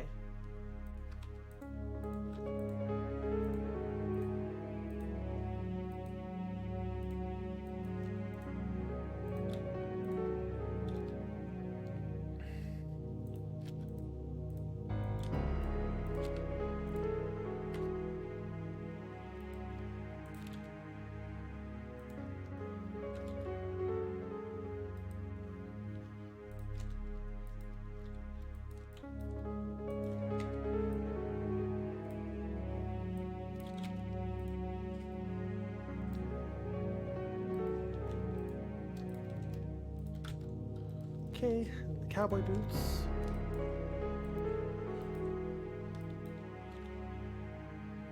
It's like this darker brown.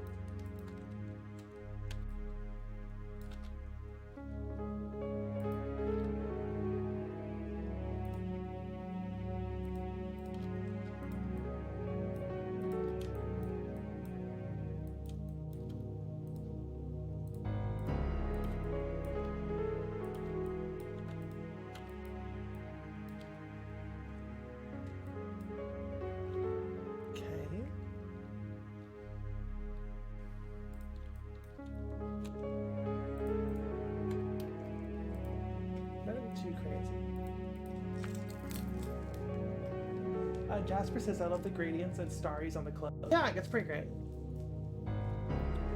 Maury says, is the UV mapper something native to Sprite or is that a plugin? It's a plugin called Pre-Bam Base. Technically, it is abandonware. It wasn't abandonware when I got it, but it is abandonware now. So just keep that in mind. You can find it, but it won't be, you know, as easy as you might first think.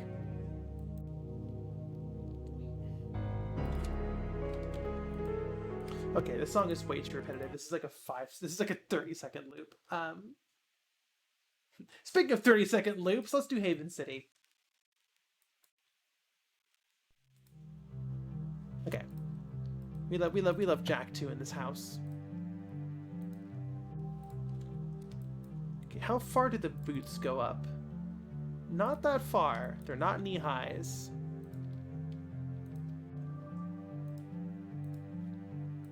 Now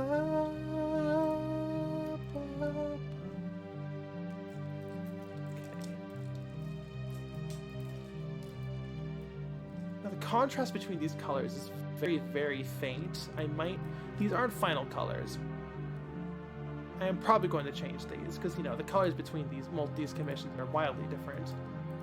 In fact, I'm just going to steal this.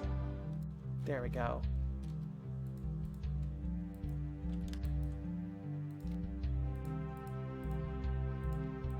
That's way better.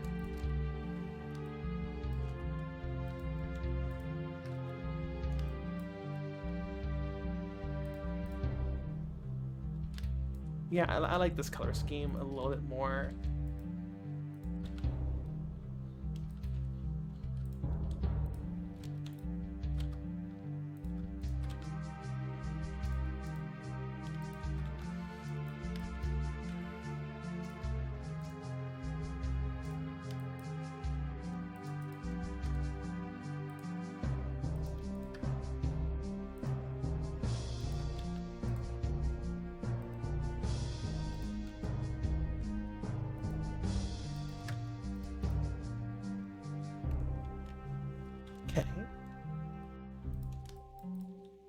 And of course the garters, you gotta have garters. Yeah, looking pretty fiery. Okay, once again, we're not gonna worry too much about color. We are going to... Sorry, we're not gonna worry too much about, what am I trying to say? Accuracy. We're just strictly worrying about color.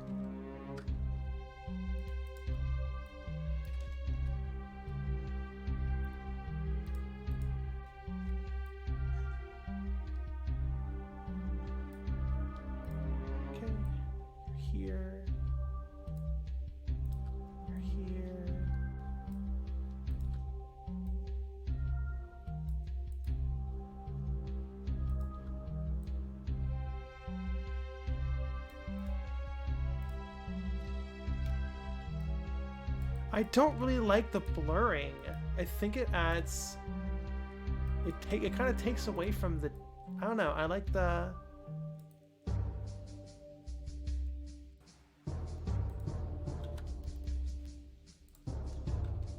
I like the different tones. Well, we'll see. Okay, and then... the client said the gradients align with the poncho. The cape and the gradients are technically... Sorry, the cape and the poncho are technically different, like, pieces of fabric, right? They do line up mostly. So...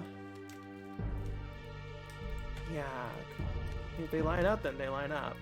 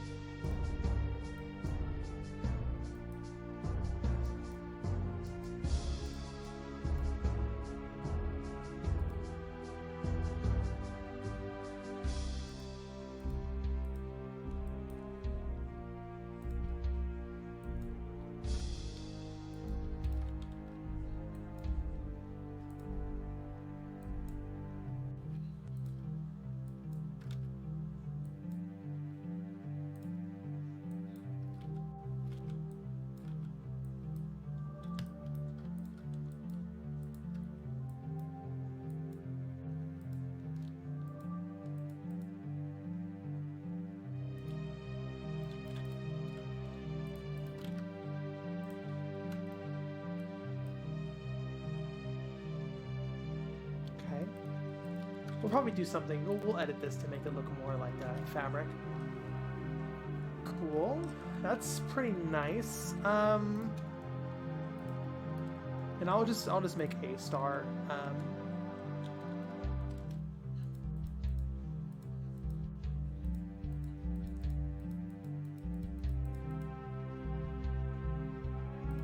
some dots. Right. We'll make them like. Actually, let me.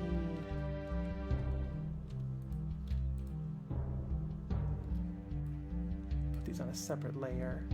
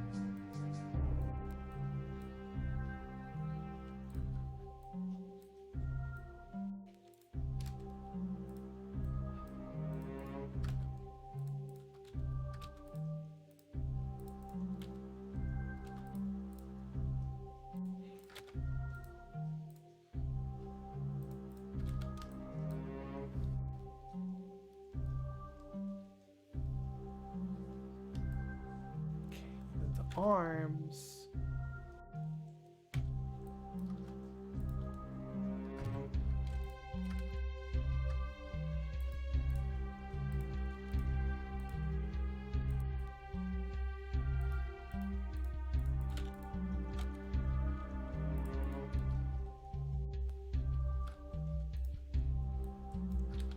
Okay. These are like the cuffs right here.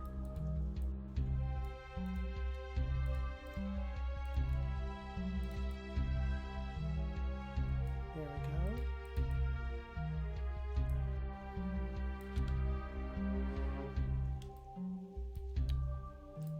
go. Okay. Yeah, so we got the sleeves and the cuff. The cuff would be a different color actually. Because it's like folded up perfect. Alright, and then the forearms are the fire, which will be interesting. Is the cape UV double-sided? It is not. But I'm inclined to believe that both sides are the same texture because of how the poncho works, right? Like this is the inside, air quotes, of the fabric. This is the outside, air quotes, of the fabric, right? So it implies that they're both, it's textured the same on both sides.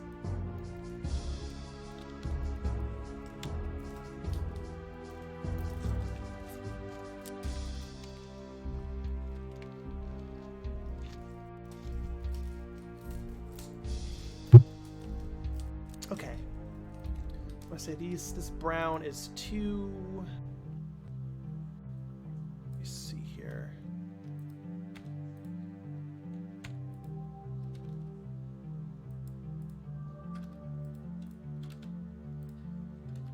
Cool. Okay. Right. So the firearms. I'm not sure how the fuck I'm gonna texture these.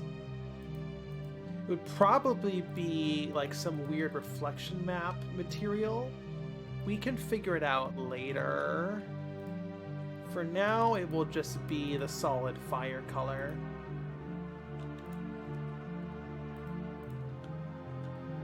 Right.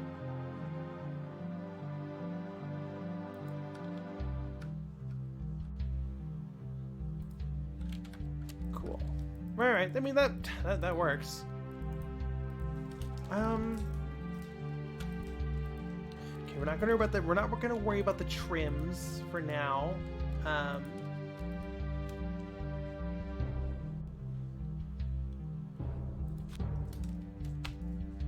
Yeah, we're not gonna worry about the trims. We'll texture those later. I believe that's everything, though.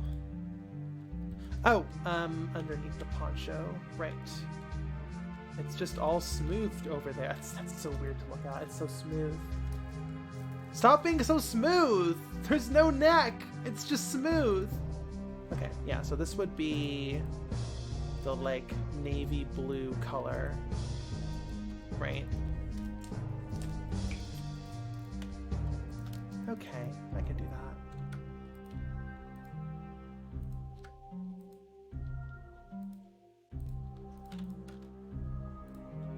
Cool. Smooth flame moment. Yeah, okay, let's turn wireframe off. So, like I said, textures are barely, the textures are started, right? There's no shading, nothing like that. But the colors are down. That's the important part. So we'll make this look way better next time.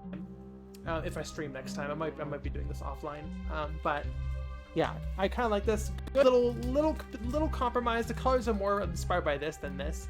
But there's a little bit of compromise in there. Looking pretty decent, especially after a first day.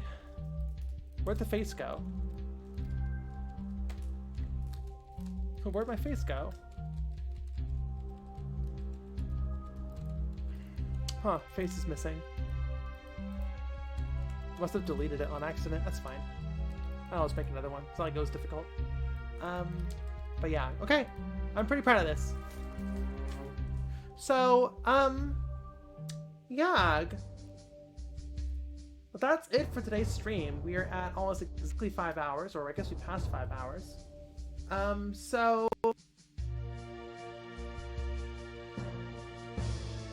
You know what? Let's fix this face. No, we're not going to overwork. We're going to call it here.